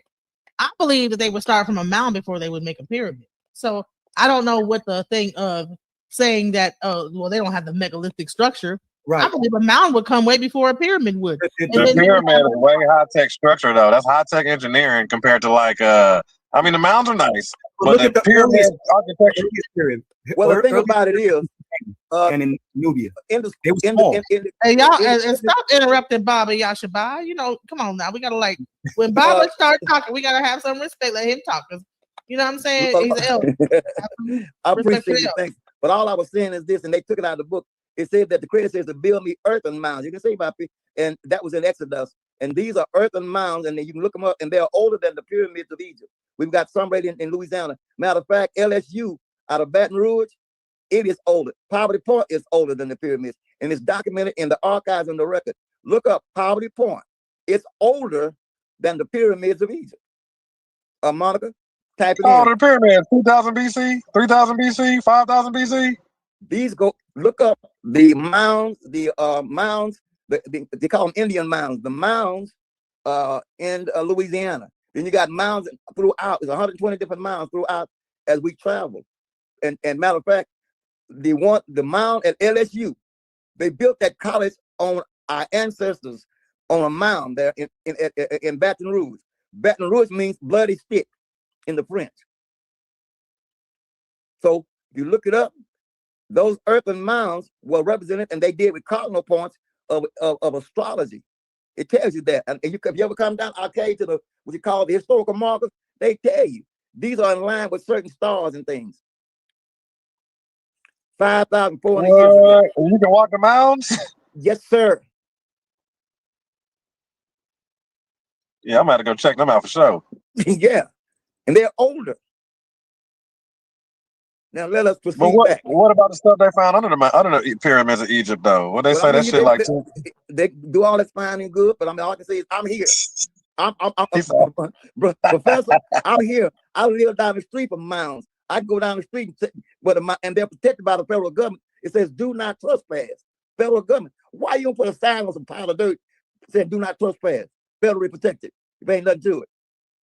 That's crazy. That part. They want to keep you away from the so you can't even sit on the mounds. You can't go to the mounds and give reverence. Yes, you can't. Is it covered by a gate? Is it like a gate around it, or can you go off? No, not now.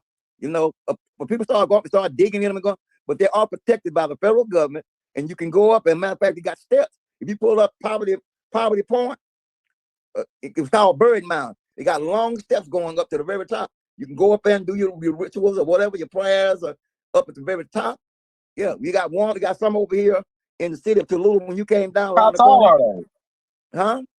How tall are they? Are they tall? Big ones? You got some that because the white folks, When they cut them down to grow crops, they done did everything they could to it. The boy couldn't handle it. So they were telling, because it represented us, and it was called Day the Money They Washita.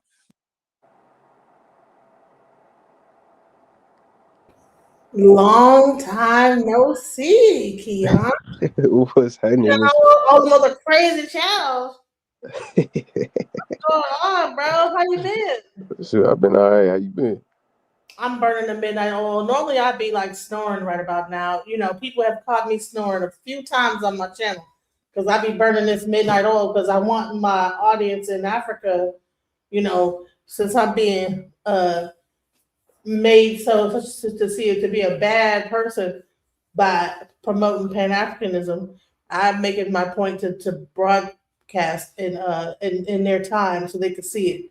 So yeah, I've been like burning the midnight oil lately. And then by the time the morning comes, I'm still trying to broadcast, but I like end up falling asleep and everything. So, but yeah, I'm glad you came up here. What did you want to say? Shoot, nothing. I really thought y'all had a full panel. I thought you was on there with Zion. No, I ain't know it was a video. So this video it is a video, and may he rest in peace. This is with Baba Yashabaya. Oh yeah. Okay, yeah. He had passed away, so yeah, I'm like replaying this because I thought it was really. We got into like we started off about Nicki Minaj, and then it's like took a turn, and I ended up like just doing this video with Baba. So now yeah, because I saw the Nicki Minaj thing. That's why I came up, and I was like, man, she's going nuts, ain't she? She's well, I would say, but yeah, like I mean, I'm not sure what you saw what I was talking about earlier with her whole case and everything. But yeah, it got kind of crazy. I'm gonna continue to cover that case. So, but at this point, I'm just like kind of just replaying this video discussing because somehow it got religious, and I just I'm just gonna play Baba Yashabaya and go from there. So go ahead. I'm chilling. But listen, are you subscribed to your channel? Yeah, for sure. I am. Do you have all notifications? I've been going live, but I haven't seen you. So, but we're gonna like be coming back on and doing some stuff. So, I think so. I gotta look at it. I think so. Yeah, I'll be coming in. I think last time it has been like a week and a half. I think before I came in, but I'll be coming in and say what's up, and then I'll watch you for a minute. okay. Like you be stealth with it. Yeah, I'll be in the clouds. I'll be in the clouds. Okay. I got a lot of little stealth watchers that I just don't even know if they're watching or not. It's crazy. Yeah, for sure. Then it'll all come. Then you got a lot of connections too, so it's like that's a big part of your brand. You know what I mean? You're a connection woman. So. Well, I do have like some really good interviews coming up. I'm just holding on till the new year to like really just have a fresh start. I was gonna like unleash some of them this week, but I think I'm gonna just wait until the new year, just have just a whole fresh start with it. So yeah, I feel. But yeah, Chad, like, if you want to go ahead with the video, because I honestly was gonna come up with the conversation. I didn't know what they was talking about. What was you said they was talking about? What again? Something religious? Oh yeah, Baba Yashabaya was pretty much crushing the Bible. Of course. yeah. Right? So Baba Yashabaya, he's an ex-Hebrew Israelite and pastor. He was breaking it down. You might have seen this video before. I'm not sure how long you've been here. Probably so. That's the one where he was getting into like the scriptures and how the Bible is referencing other books. Just a lot of different information. So yeah. Yeah. See, my thing is with that, right? I feel like that's like an advertisement ploy, because it's like we get into it's almost like we get into like almost propaganda, like the Bible is this, the Bible is that, and then what makes it even worse is that we try to criticize it, and then it turns into but it comes from Kemet or it comes from this, and then I'll be like, I mean, well. What's the point? Yeah, no, he ain't saying none of that. He's like, he's questioning, like, so why is it like this? Why is it like that? There's no, what he's doing though is he's saying that we came from, we were already, so yeah, it's interesting. Yeah. He's talking about the mounds at this point. We're getting into the mounds and that we had a civilization here in America. It's getting really interesting. So I'm gonna play some more. If you want to just chime in at any point, just let me know if you don't believe it. But no, I'm not as knowledgeable as Bobby Ashabai. So I'll try to do the best I can to answer the questions. So Yeah. but when he was here, I wish more people would have appreciated his time. I was really trying to bring it, but it is what it is. That's why when you look up, there it is. You see them long steps going up? Yeah. They found artifacts and everything. Our ancestors, man. Yeah. Oh, okay. I hear you. I feel you. Yeah. So, like and I'm right here. I'm right down y'all the are street. big on the witchcraft, on the voodoo, and all. Y'all are real big on all that stuff down there. I love it. It looked like they Snake put bone, a mountain down into a molehill. They looked like they did something to it. Yeah, they did, man. And they also they copied a lot of the government set up in the to the left, that half round circle. Yeah, it's over there. Yeah, it's over there, man. I heard that before there were actual pyramids, they had more rounder structures, like round tops to represent the female, the cervix, the uterus. Yeah. So it makes sense that a mound would exist before a phallic like symbol like a pyramid. Well, the thing with the pyramid is the 90-degree angle. It's the 90-degree angle, the pi, all that stuff. That's the geometry that's in it. Well, a mound is round and a see this whole round thing that look like a cervix to me. See this over here? Okay, but and we go on and on. There's more, and Monroe, Louisiana, was supposed to be neutral ground for our people, but they come and they took it through eminent domain. There you go, through eminent domain. That's why I look up. You can go up there. See how that looks. What does that look like? Come on now. It looks like the House of Congress. Well, no, it looks like a cervix, a uterus. Okay, you break from that point. So if that's a baseball mound. When you look at the baseball stadium, right? That's how baseball stadiums look. You know what I'm saying? That's a calendar reader, right? And baseball is really, when you look at baseball, the whole thing is you're throwing a white ball into a. All right, now into the thing into the cervix. Yeah. So we can get into all that crazy stuff. Yeah. So. And I'm right here in the town. Matter of fact, I'm in the town where that the first African Brigade defeated and conquered the Confederate. We beat the Confederate army in where I live at right today in Tallulah, Louisiana. When J.J. Greyhound, the so-called Confederate, we whooped them right here. It was called the African Brigade. It was called the Battle of Milliken Bend. This was the black man first showed that he had courage and he would fight. He fought hand to hand against bullets and bayonets and defeated the Confederates. That's why Grant was able to defeat Lee at Vicksburg, Mississippi. Because the black man here in Tallulah, the black African warriors, was able to defeat the Confederates. It happened where I live at right here in Tallulah. Matter of fact, one of the surviving plantation is owned by a black man that lived, and Monica's been there. When we did the celebration, you came down to that white building. I was there. I still got the oldest, and it's owned by our people. Mm-hmm. And let me tell you something. How serious it is. Let me tell you something. I thought people were like in the neighborhood screaming and hollering, and couldn't find out that there was nobody in the neighborhood doing all that. It was people like making all these crazy noises, and I thought that there were people doing that to mess with us. But come to find out, nobody else heard this but me. It's 125. I can hear people screaming, boo, boo. They were like saying it's like boo. It was crazy. And I all throughout the night I heard stuff like that. And I thought it was people in the neighborhood trying to fool with us, but literally I was tapped in somehow to hear that because nobody else could hear that. It's 125 slaves buried where we was at, and there was inside the house the bones of a slave that was hung with a chain. They found under a tree out there, and some of the graves of the old slave masters was on the side of the house out there too. You talking about a goon? brother, I need to ask you, what do you know about World War One?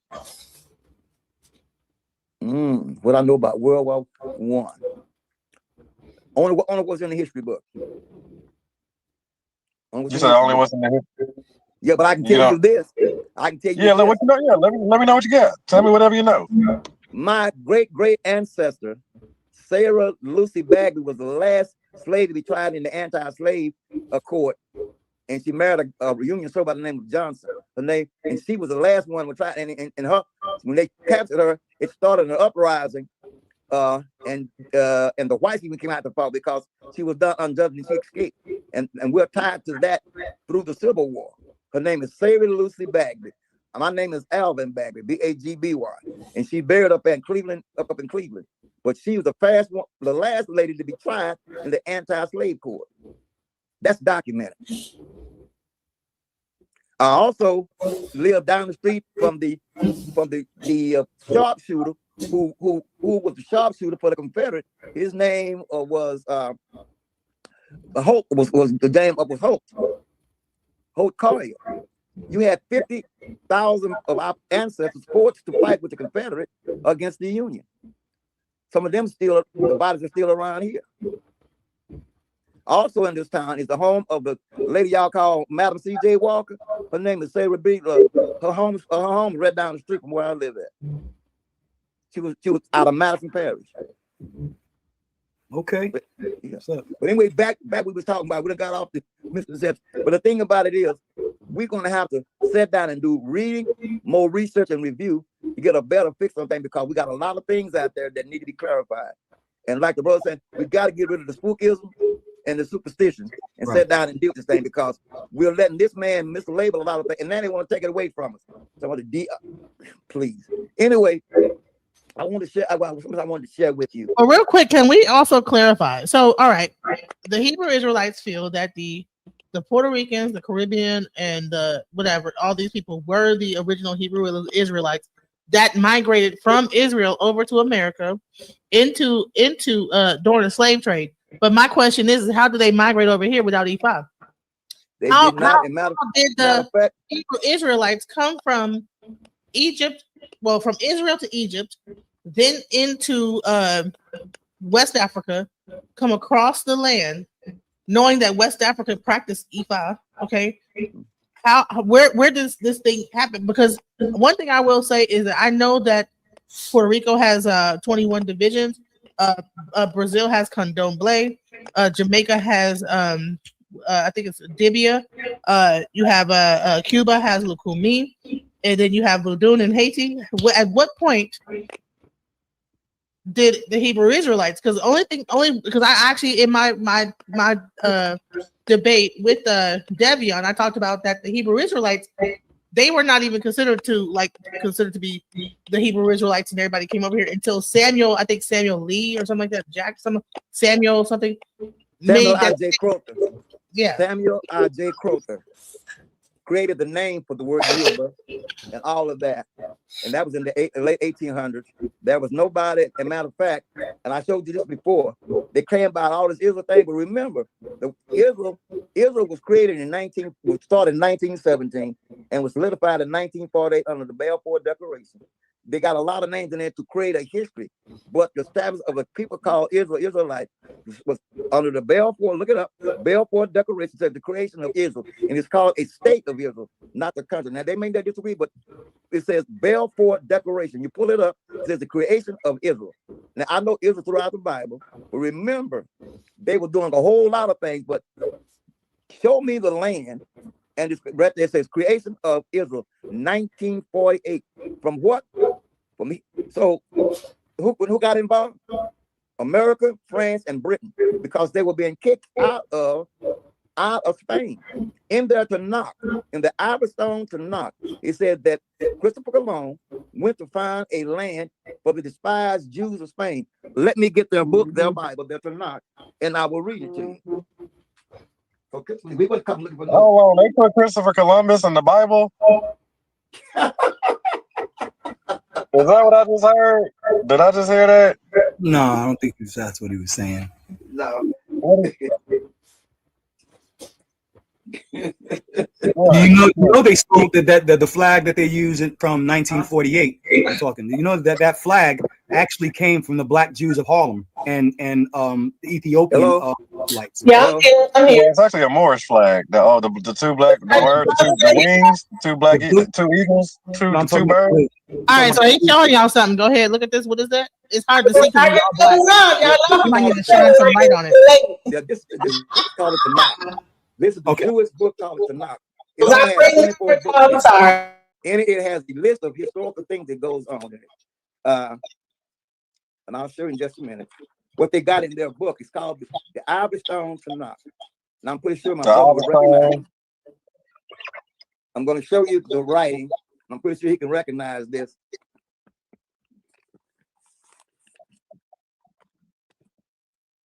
Right, that's Are you there? Okay. No, modern people.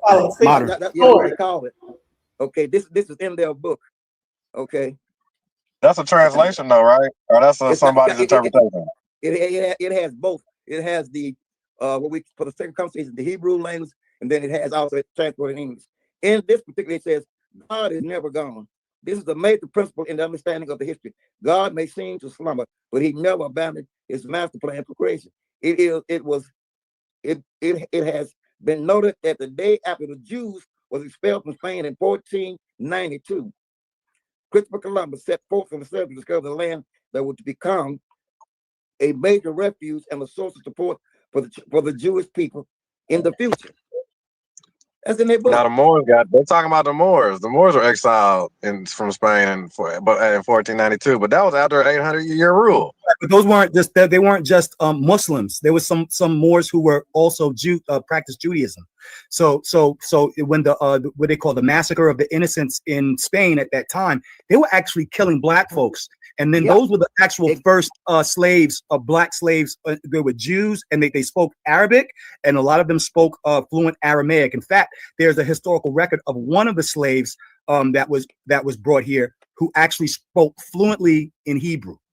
And that's before, you know what I'm saying, we were introduced to Judaism through, you know what I'm saying, here in Americas.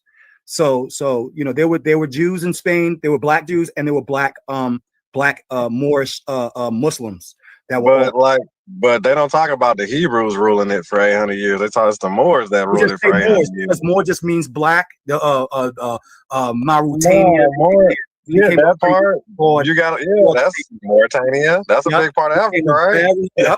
Became a very broad and that's Roman. But you got to remember that when you're talking about Spain and you're talking about Moor, Spain is that's the Roman Empire too. That's all European stuff too. Right. That's why they started slaying That's why they started slaying anybody who was practicing anything other than Roman Catholicism.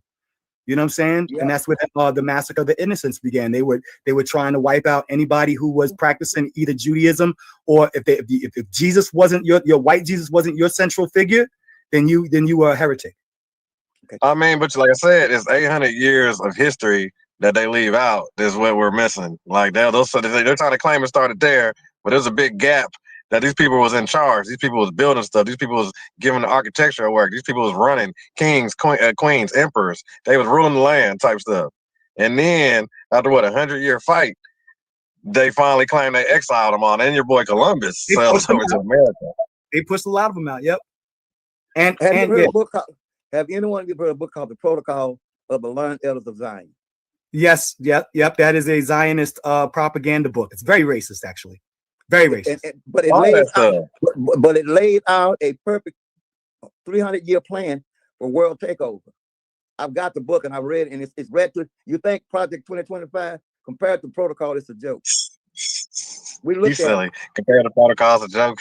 Matter of fact, I mean that's Illuminati stuff though. Well, call it what you want. It's in operation because we've dealt with it. Matter of fact, do you know what apothecary is? I'm familiar with the word. Can refresh me again. The word it says let in Protocol, and it tells you the plan to get rid of they call them Goyings. If you understand, you don't know what a Goying is, and that is the so-called white man. And it said that the idea is to get rid of him and all of his words. In this, it says that in 1480. Hey, listen, I'm gonna have to skip over this because y'all already know it's a lot of people getting flack and getting whatever, but he goes in on this.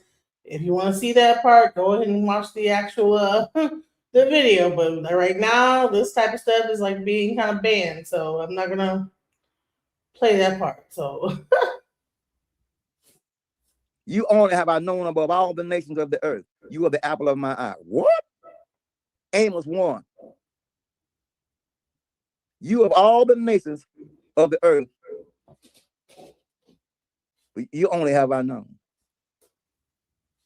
Something wrong with that picture. Now, Amos 9 is powerful too. Now, what did it say? Ethiopia, when it speaks about Ethiopia as being as Israel, are ye not as the Ethiopians unto me? Yeah. Right. So there are choices there. There are choices. There are choices. Why would God have choices?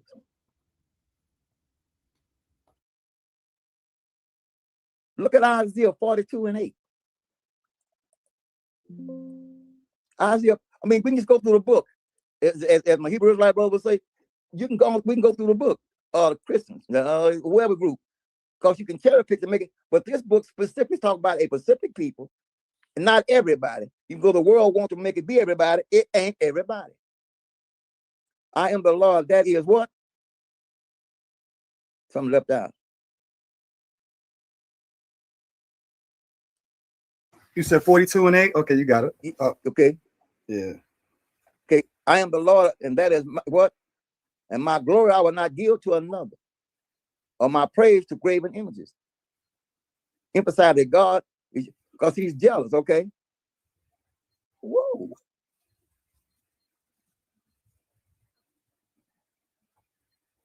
Mm-hmm. Look at Isaiah 63:17. I think it's Isaiah 63:17. You're talking about, let's just see what comes up.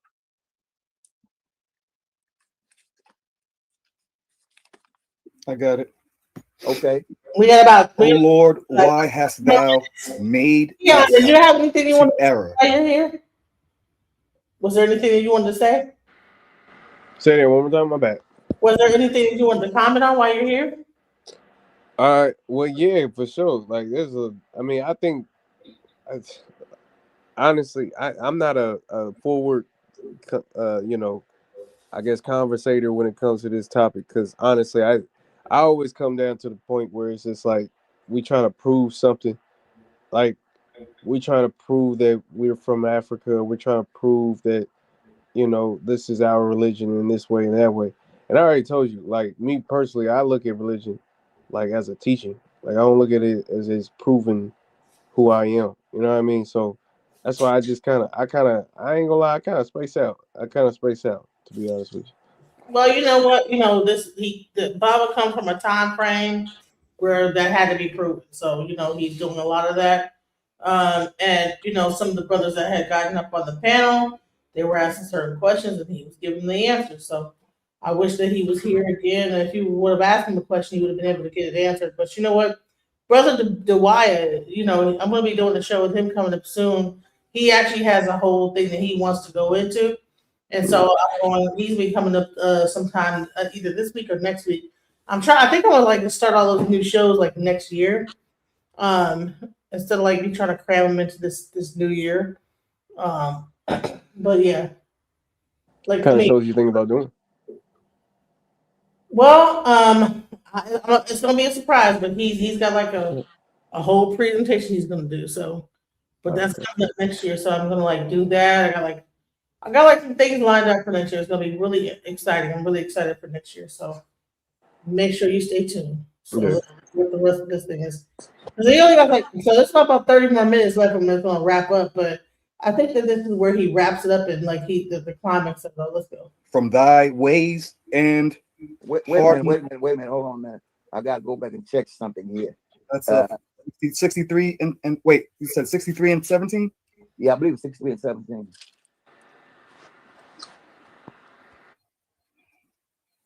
It actually, I'm sorry, it's 65. It's 65 and start with verse 17. Oh, okay. Okay. 65 verse 17 says, "For behold, I create a new heavens and a new earth, and the former shall not be remembered, nor come into mind." Well, ain't you heard that in the book of Revelation? But what was it doing over here? And it's also in Revelation. Right. I mean, we got a problem. This is Isaiah 65 and 17. Got the same duplicate statement over in the book of Revelation. Right. Well, Revelations has a lot of interconnections with Daniel and Isaiah. Isaiah being one who is called, one of the highest prophets. Right. Read the next verse. Read the next verse. And Keon, I want you to check out how he breaks this down. Watch this. 17 and 18. But be ye glad and rejoice forever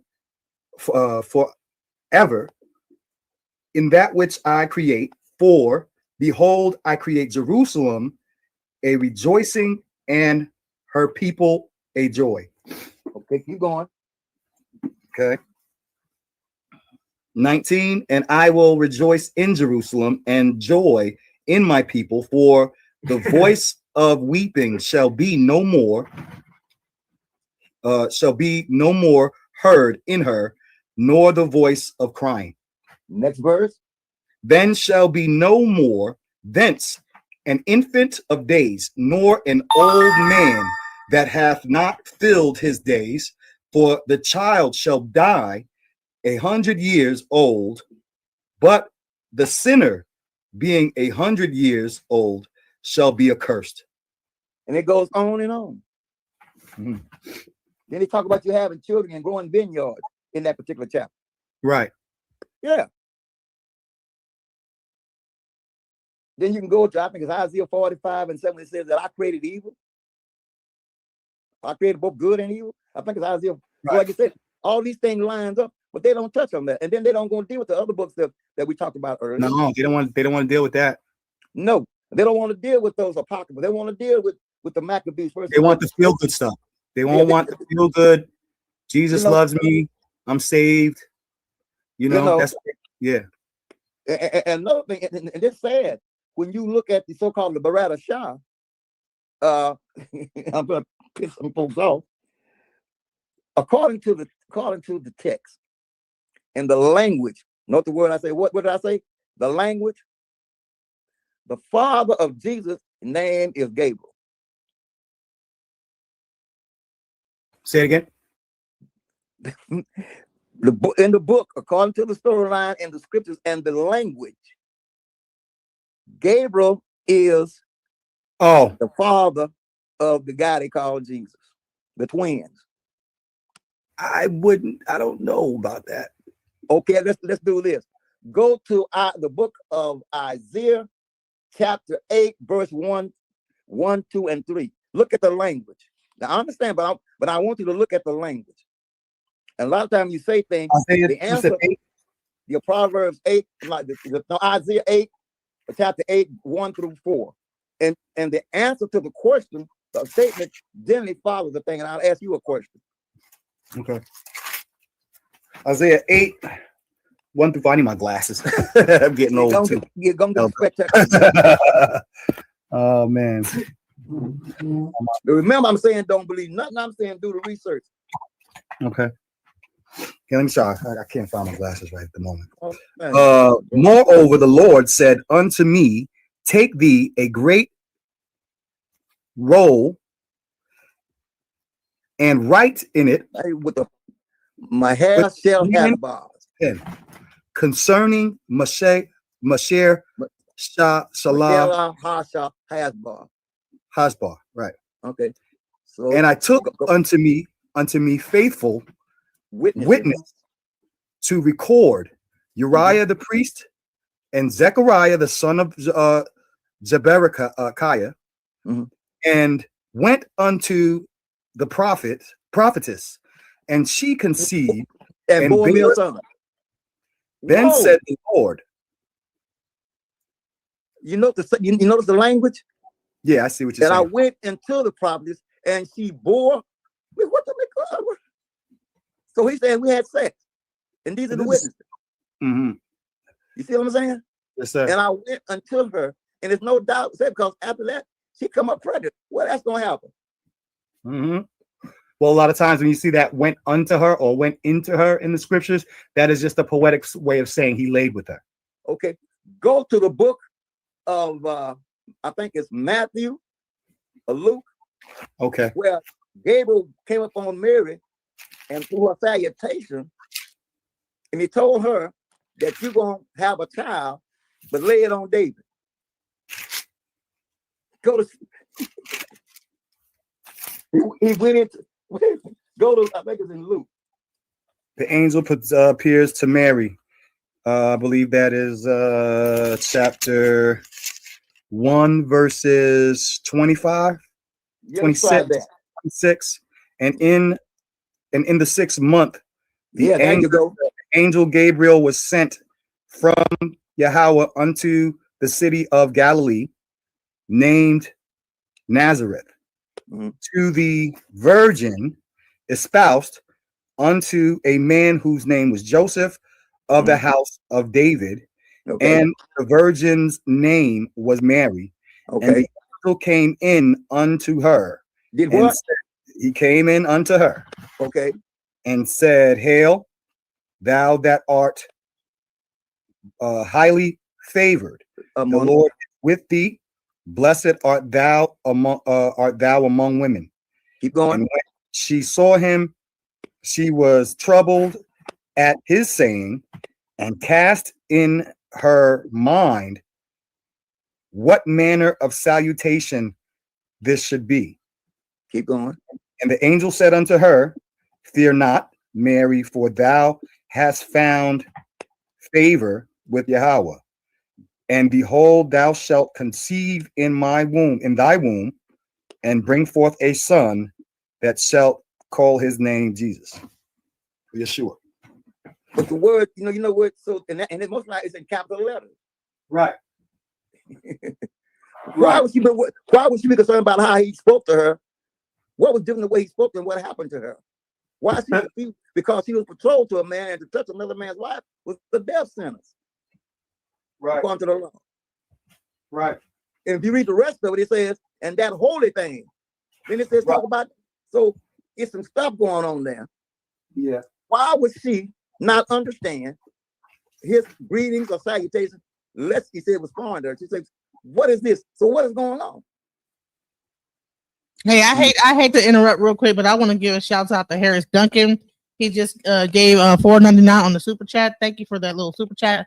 I appreciate everybody bringing, like, even if it's like a dollar, something. Here we go. I am blessed to make money, money making money, money making money, money making money, money making money, manifest, making money, money making money, money making money, money making money. All right, shout out. All right, wait, no, I'm sorry.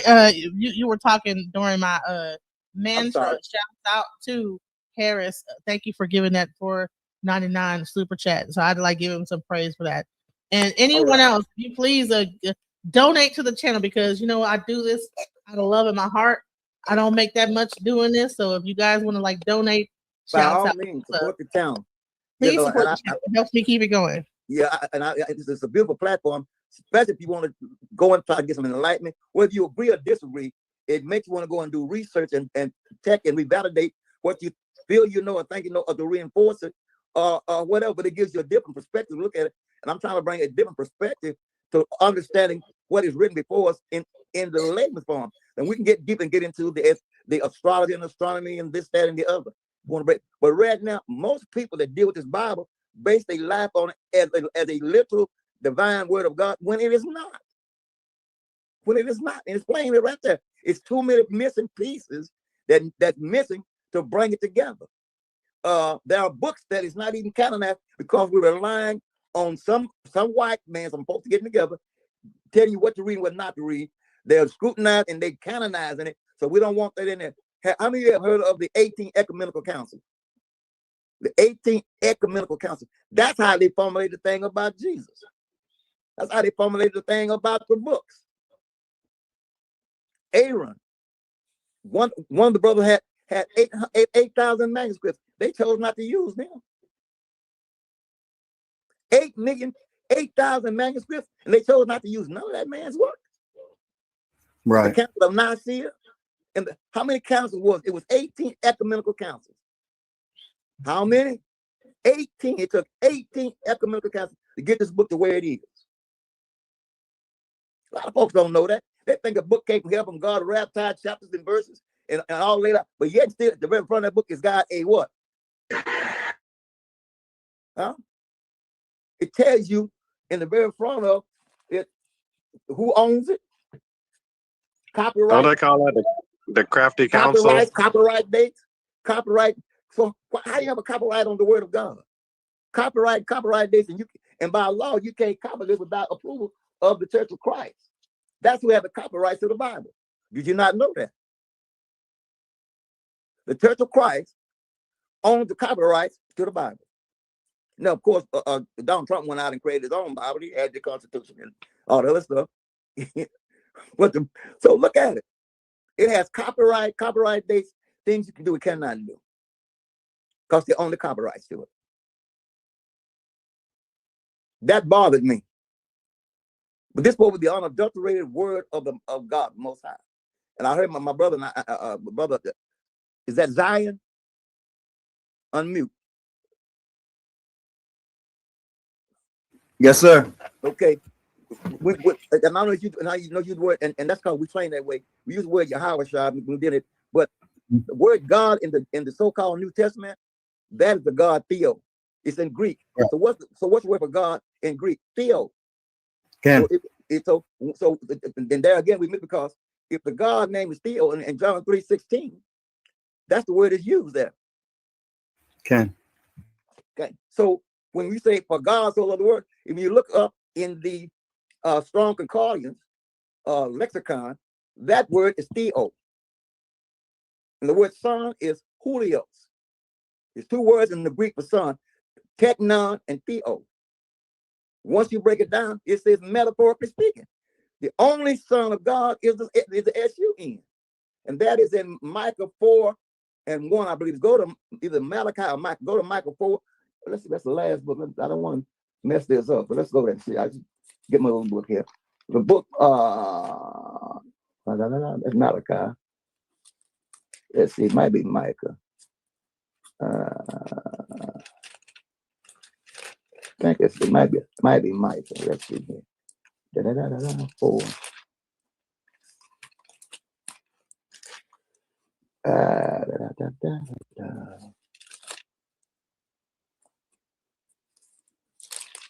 If you can find it, look at it. I think it's Micah, the book of Micah or Malachi. I got Micah 4 up here, and it says, this says the mountain of the Lord.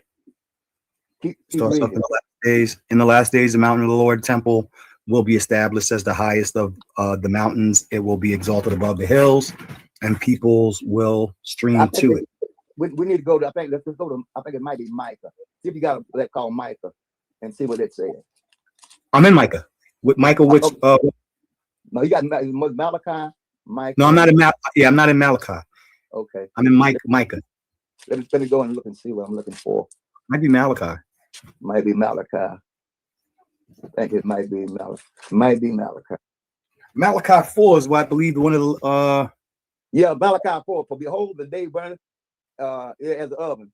Yeah, go to Malachi 4:1.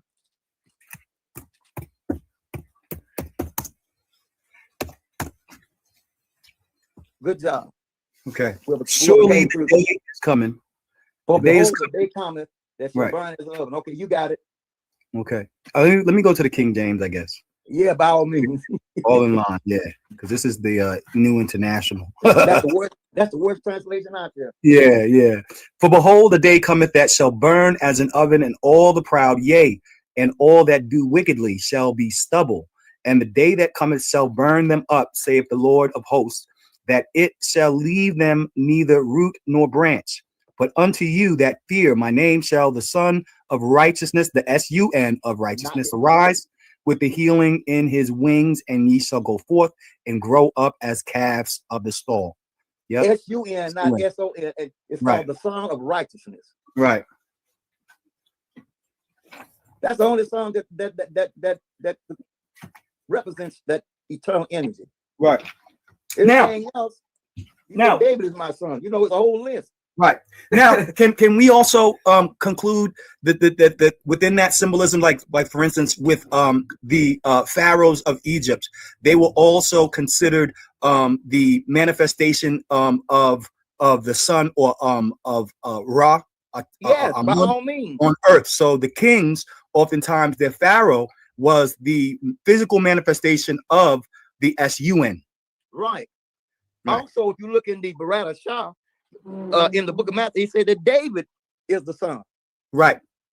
So and that's also being the king, right? Yeah. Of Israel, right?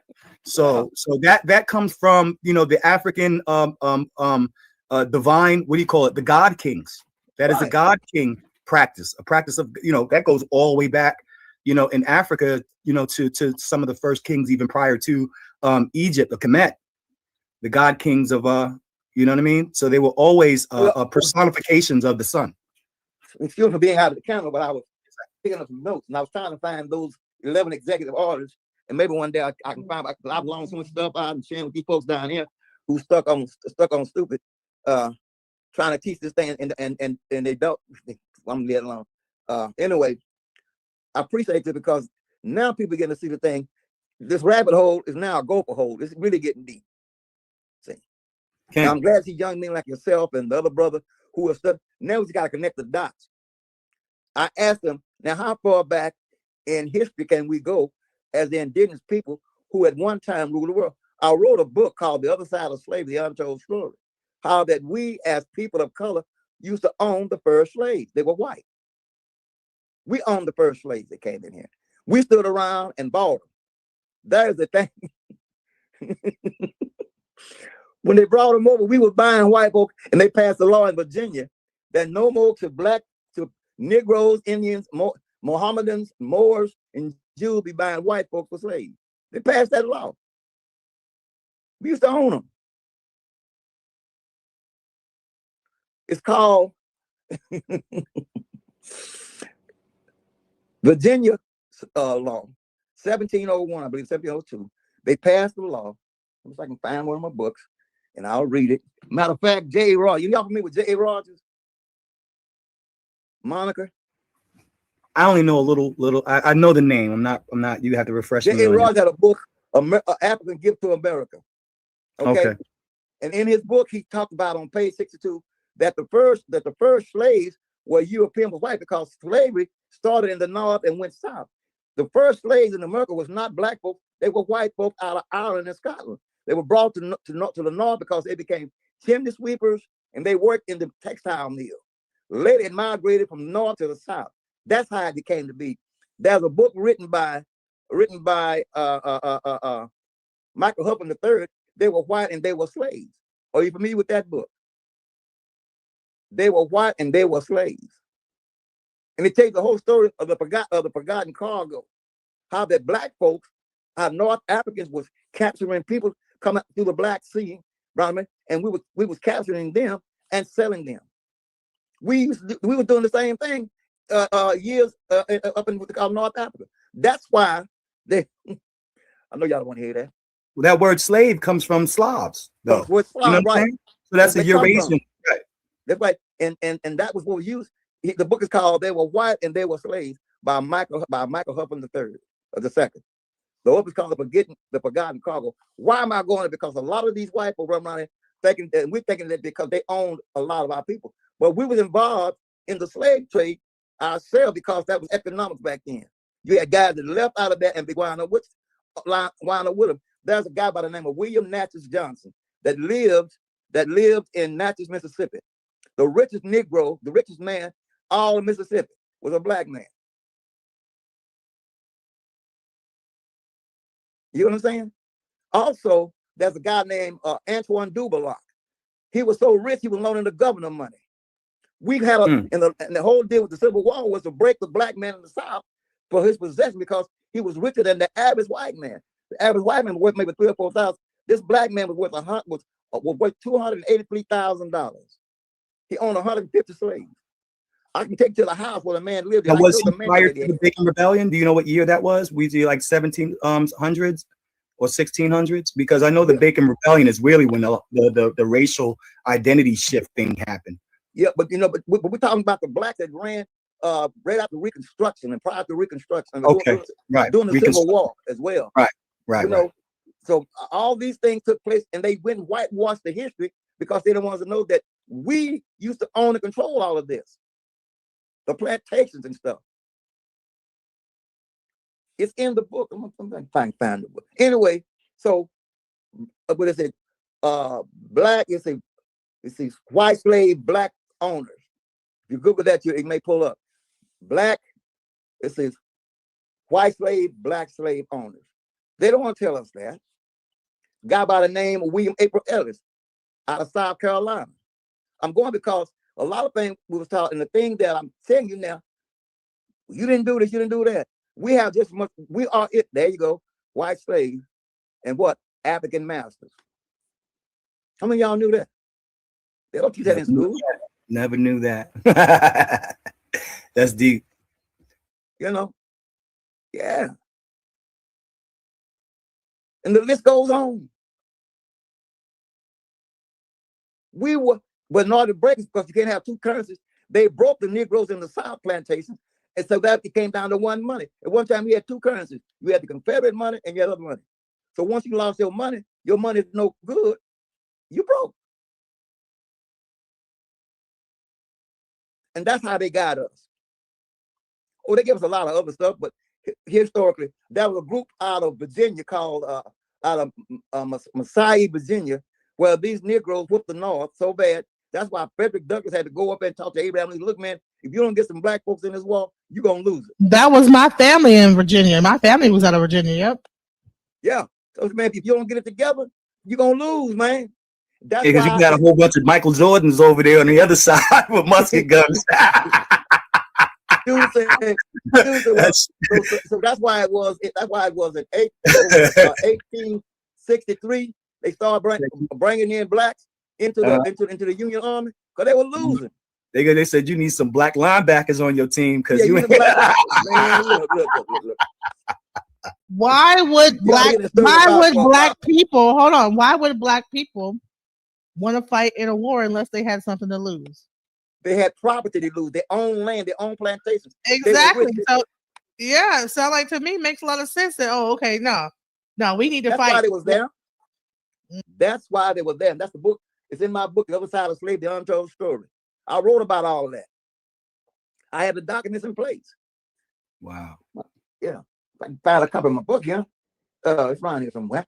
And I break all these guys down. Who owned this, that, and the other. And what they took from us, they didn't just take that. They were taking land, breaking banks. And see, we had the first letter, it was called the 1868 Reconstruction. The ruling class for Louisiana were all black men in the legislative body. You can pull them up. Right. Reconstruct. I did a thesis paper on Reconstruction. So yeah, there was a lot of the during Reconstruction. They were a lot of black politicians and stuff that were and we were Republicans, and right. also O.C. Don and all these folks. These people had we had power. Right.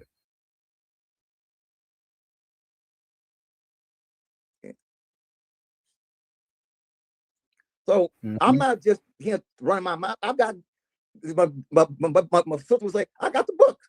I've got books that I've written. Right. I've got my backup material. I had to do the research. I couldn't run around here looking. I had to look on both sides, whether I liked it or not, the good, the bad, and the ugly. Because I went looking for reparation. I went looking for an identity. And I got slapped upside the head when I went to Natchez, Mississippi. I went to this guy. His name was William Natchez Johnson. He became one of the richest men in Mississippi. So much that he was loaning money to the government. One day, one of his own kind, over a land dispute, ambushed him coming from court because he had won the case, ambushed the brother going home. William Natchez. We was banging on each other way back then. Yeah, man. William Natchez Johnson. I got the man's diary and all that. They turned his house into a museum. right there in Okay. Natchez, Mississippi.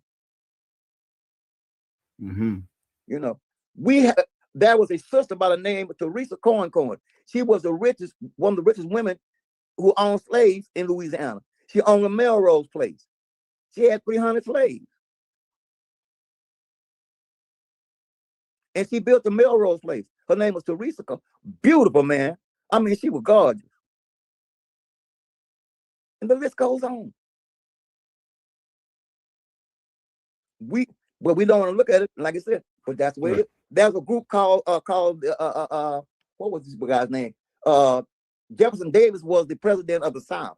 Well, the black brother called it Montgomery. I realized break down your ideology just to bring you the truth about what's going over here in America with the slave trade and with. Wow, that's interesting. I just saw him just break down the whole Christian Bible, but then now he's saying, you know what? Now let's get to the truth. We already had slaves. Certain people already had slaves. This is what really happened. Because in order for you to have people to buy that, they'd have to get away from everything they know. That's interesting how he did that. That was pretty good. He went broke, and the Montgomerys, who was slave, bought his plantation and had to loan him some money. Isaiah Montgomery is the guy that built the only surviving black-owned town today. It's called Mound Bayou? Baby, she sleep. Mound Bayou still exists today. Black-owned town. We had a bunch of black-owned towns around here. They burned a bunch of them down because they got jealous. But we would, y'all. So it's just more, and a lot of religion played into it. Right. You know. You know much about the Ethiopianism that was going on around the late 1800s all the way through 1920s? The people who were looking at Ethiopia, Marcus Garvey, and a lot of the Pan-Africans during that time. Pan-African movement got started, and he was trying to get this back to Africa and everything. Right. But you know, but just realize that it's called the Susi period. That we was in this place called 100,000 years before the first white man showed up. We was already in this land doing business 100,000 years before the first white man showed up. And I asked most so-called Europeans, because matter of fact, there was no such thing of a white man until 1868. You're aware of that, right? There's nobody called white people until right. After the Bacon Rebellion and stuff, they weren't even calling folks black and white. No, but the thing was that there's a book called the Black's Law Dictionary, Volume 4, page 1, that called the Naturalization Act, that a Caucasian cannot be a citizen of the United States. Black's Law Dictionary, Naturalization Act. What is a free white person? If it's a free white, got to be a bondman somewhere. You got a free white, it's got to be one in bondage somewhere. Right. And they passed a law that certain so-called, but in the white thing, now check this out, Africans are considered white in Black's Law Dictionary. We're not considered black.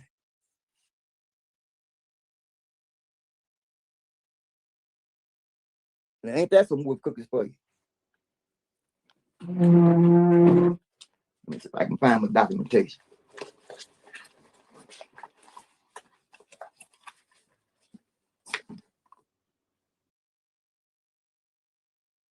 We have been here for 7 hours straight. I think I've given you all I can get. Yeah, you did your job. 7 hours, bro. That's after doing the whole 7 hour Uber. Whoa. Not Uber, but DoorDash. So I think I have given you guys all I can give. Please go on the channel. I'm gonna show you where you can find all of Baba Yashabaya's content. May he rest in peace. We started off talking about Nicki Minaj, about her being deported. So this stuff is still relevant to Nicki Minaj because, she's talking about Christianity. She's talking about people are talking about deporting her. And the biggest thing is that you have people that are like, hey, you're not American. You're gonna get deported. People are doing like a whole GoFundMe on it. Not a GoFundMe, a change.org thing. The more that people begin to, I don't even know where we're at in the numbers, but I think it was like at 60,000 when I first looked at it today. But the more that people begin to sign this petition, what do you think is going to happen?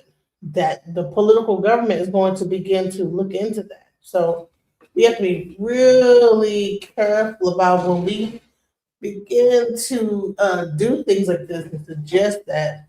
I mean, in the future, okay, if you can do that to Nicki Minaj, even though she's a green card holder, she's not a citizen. She's admitted to not being a citizen, but she's in front of TP USA. That's what they were pretty much saying in the conversation. Well, she's a part of TP USA. She has nothing to worry about. I think that's a very naive statement to think that if just because you're a part of this organization that supports Trump, that she's cloaked by them. So I think there's going to be some interesting things coming up. I think that she did denounce the whole change.org thing. We've seen Baba Yashabai, shouts out to him. Let me see if I can find the video where she speaks against it, and I'm gonna leave it at that. Let me hold on. Let me try to see if I can locate that. I think it's on TikTok. Let me see. Hold on.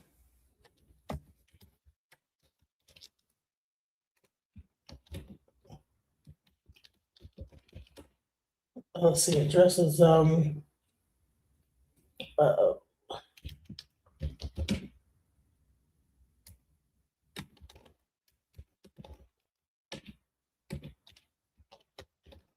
Let's see if I can find the one where she actually speaks about it. Hold on.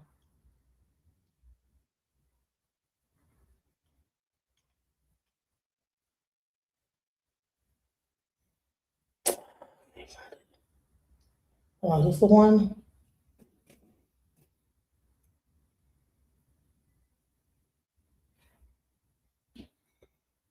I don't know where to find the response. Let me see if I can find it on TikTok. Hold on, real quick. Give me some time, you guys. It's late. Let's go.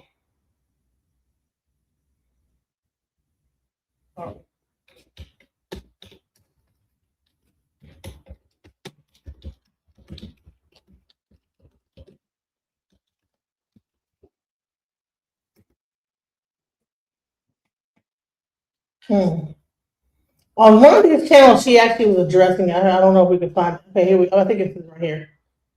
All right. So I'll end it with this video with her response to the deportation, even though we've kind of gotten way off track, but it's okay. That's what we do here. We are ADHD. What's it called? We're not anonymous. We are ADHD. And we got just completely off track, but it's okay. We're gonna bring it full circle and give her response to the entire situation. We're gonna cover this again, as more things develop.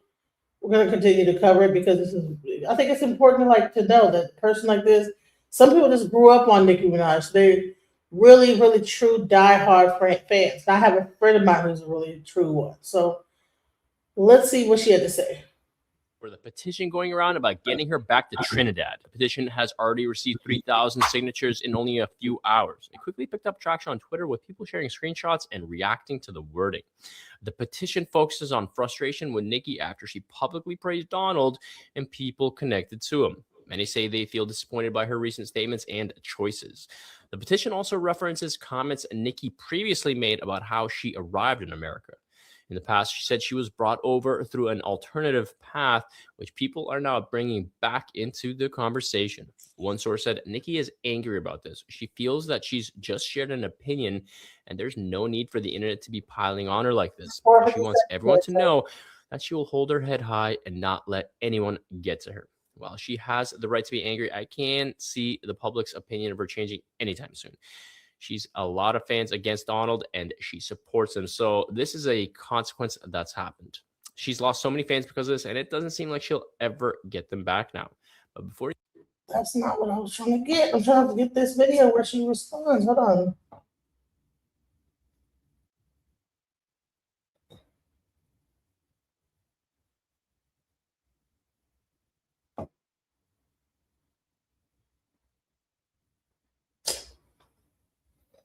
Oh, you know, it's so weird. You know, people just like be, you know, hold on, let me try one more.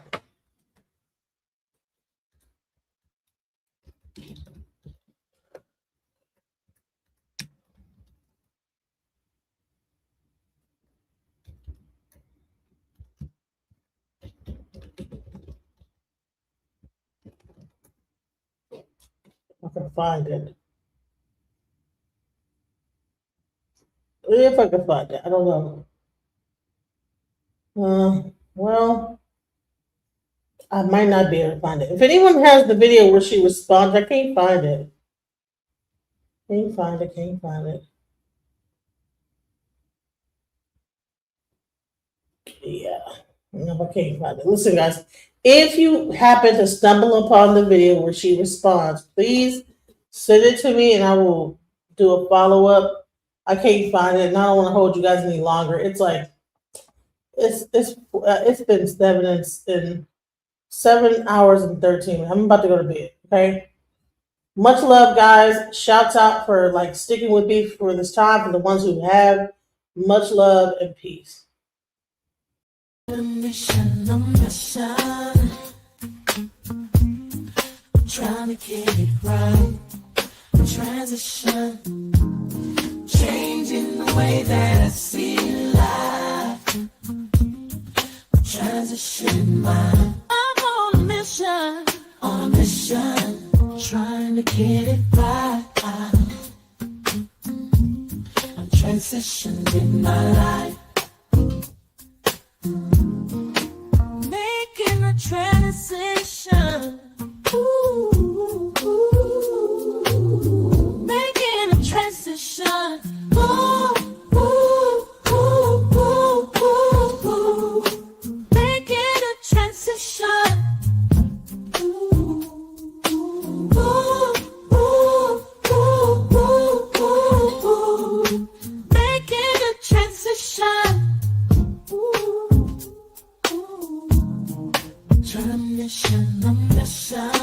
I'm on a mission, on a mission.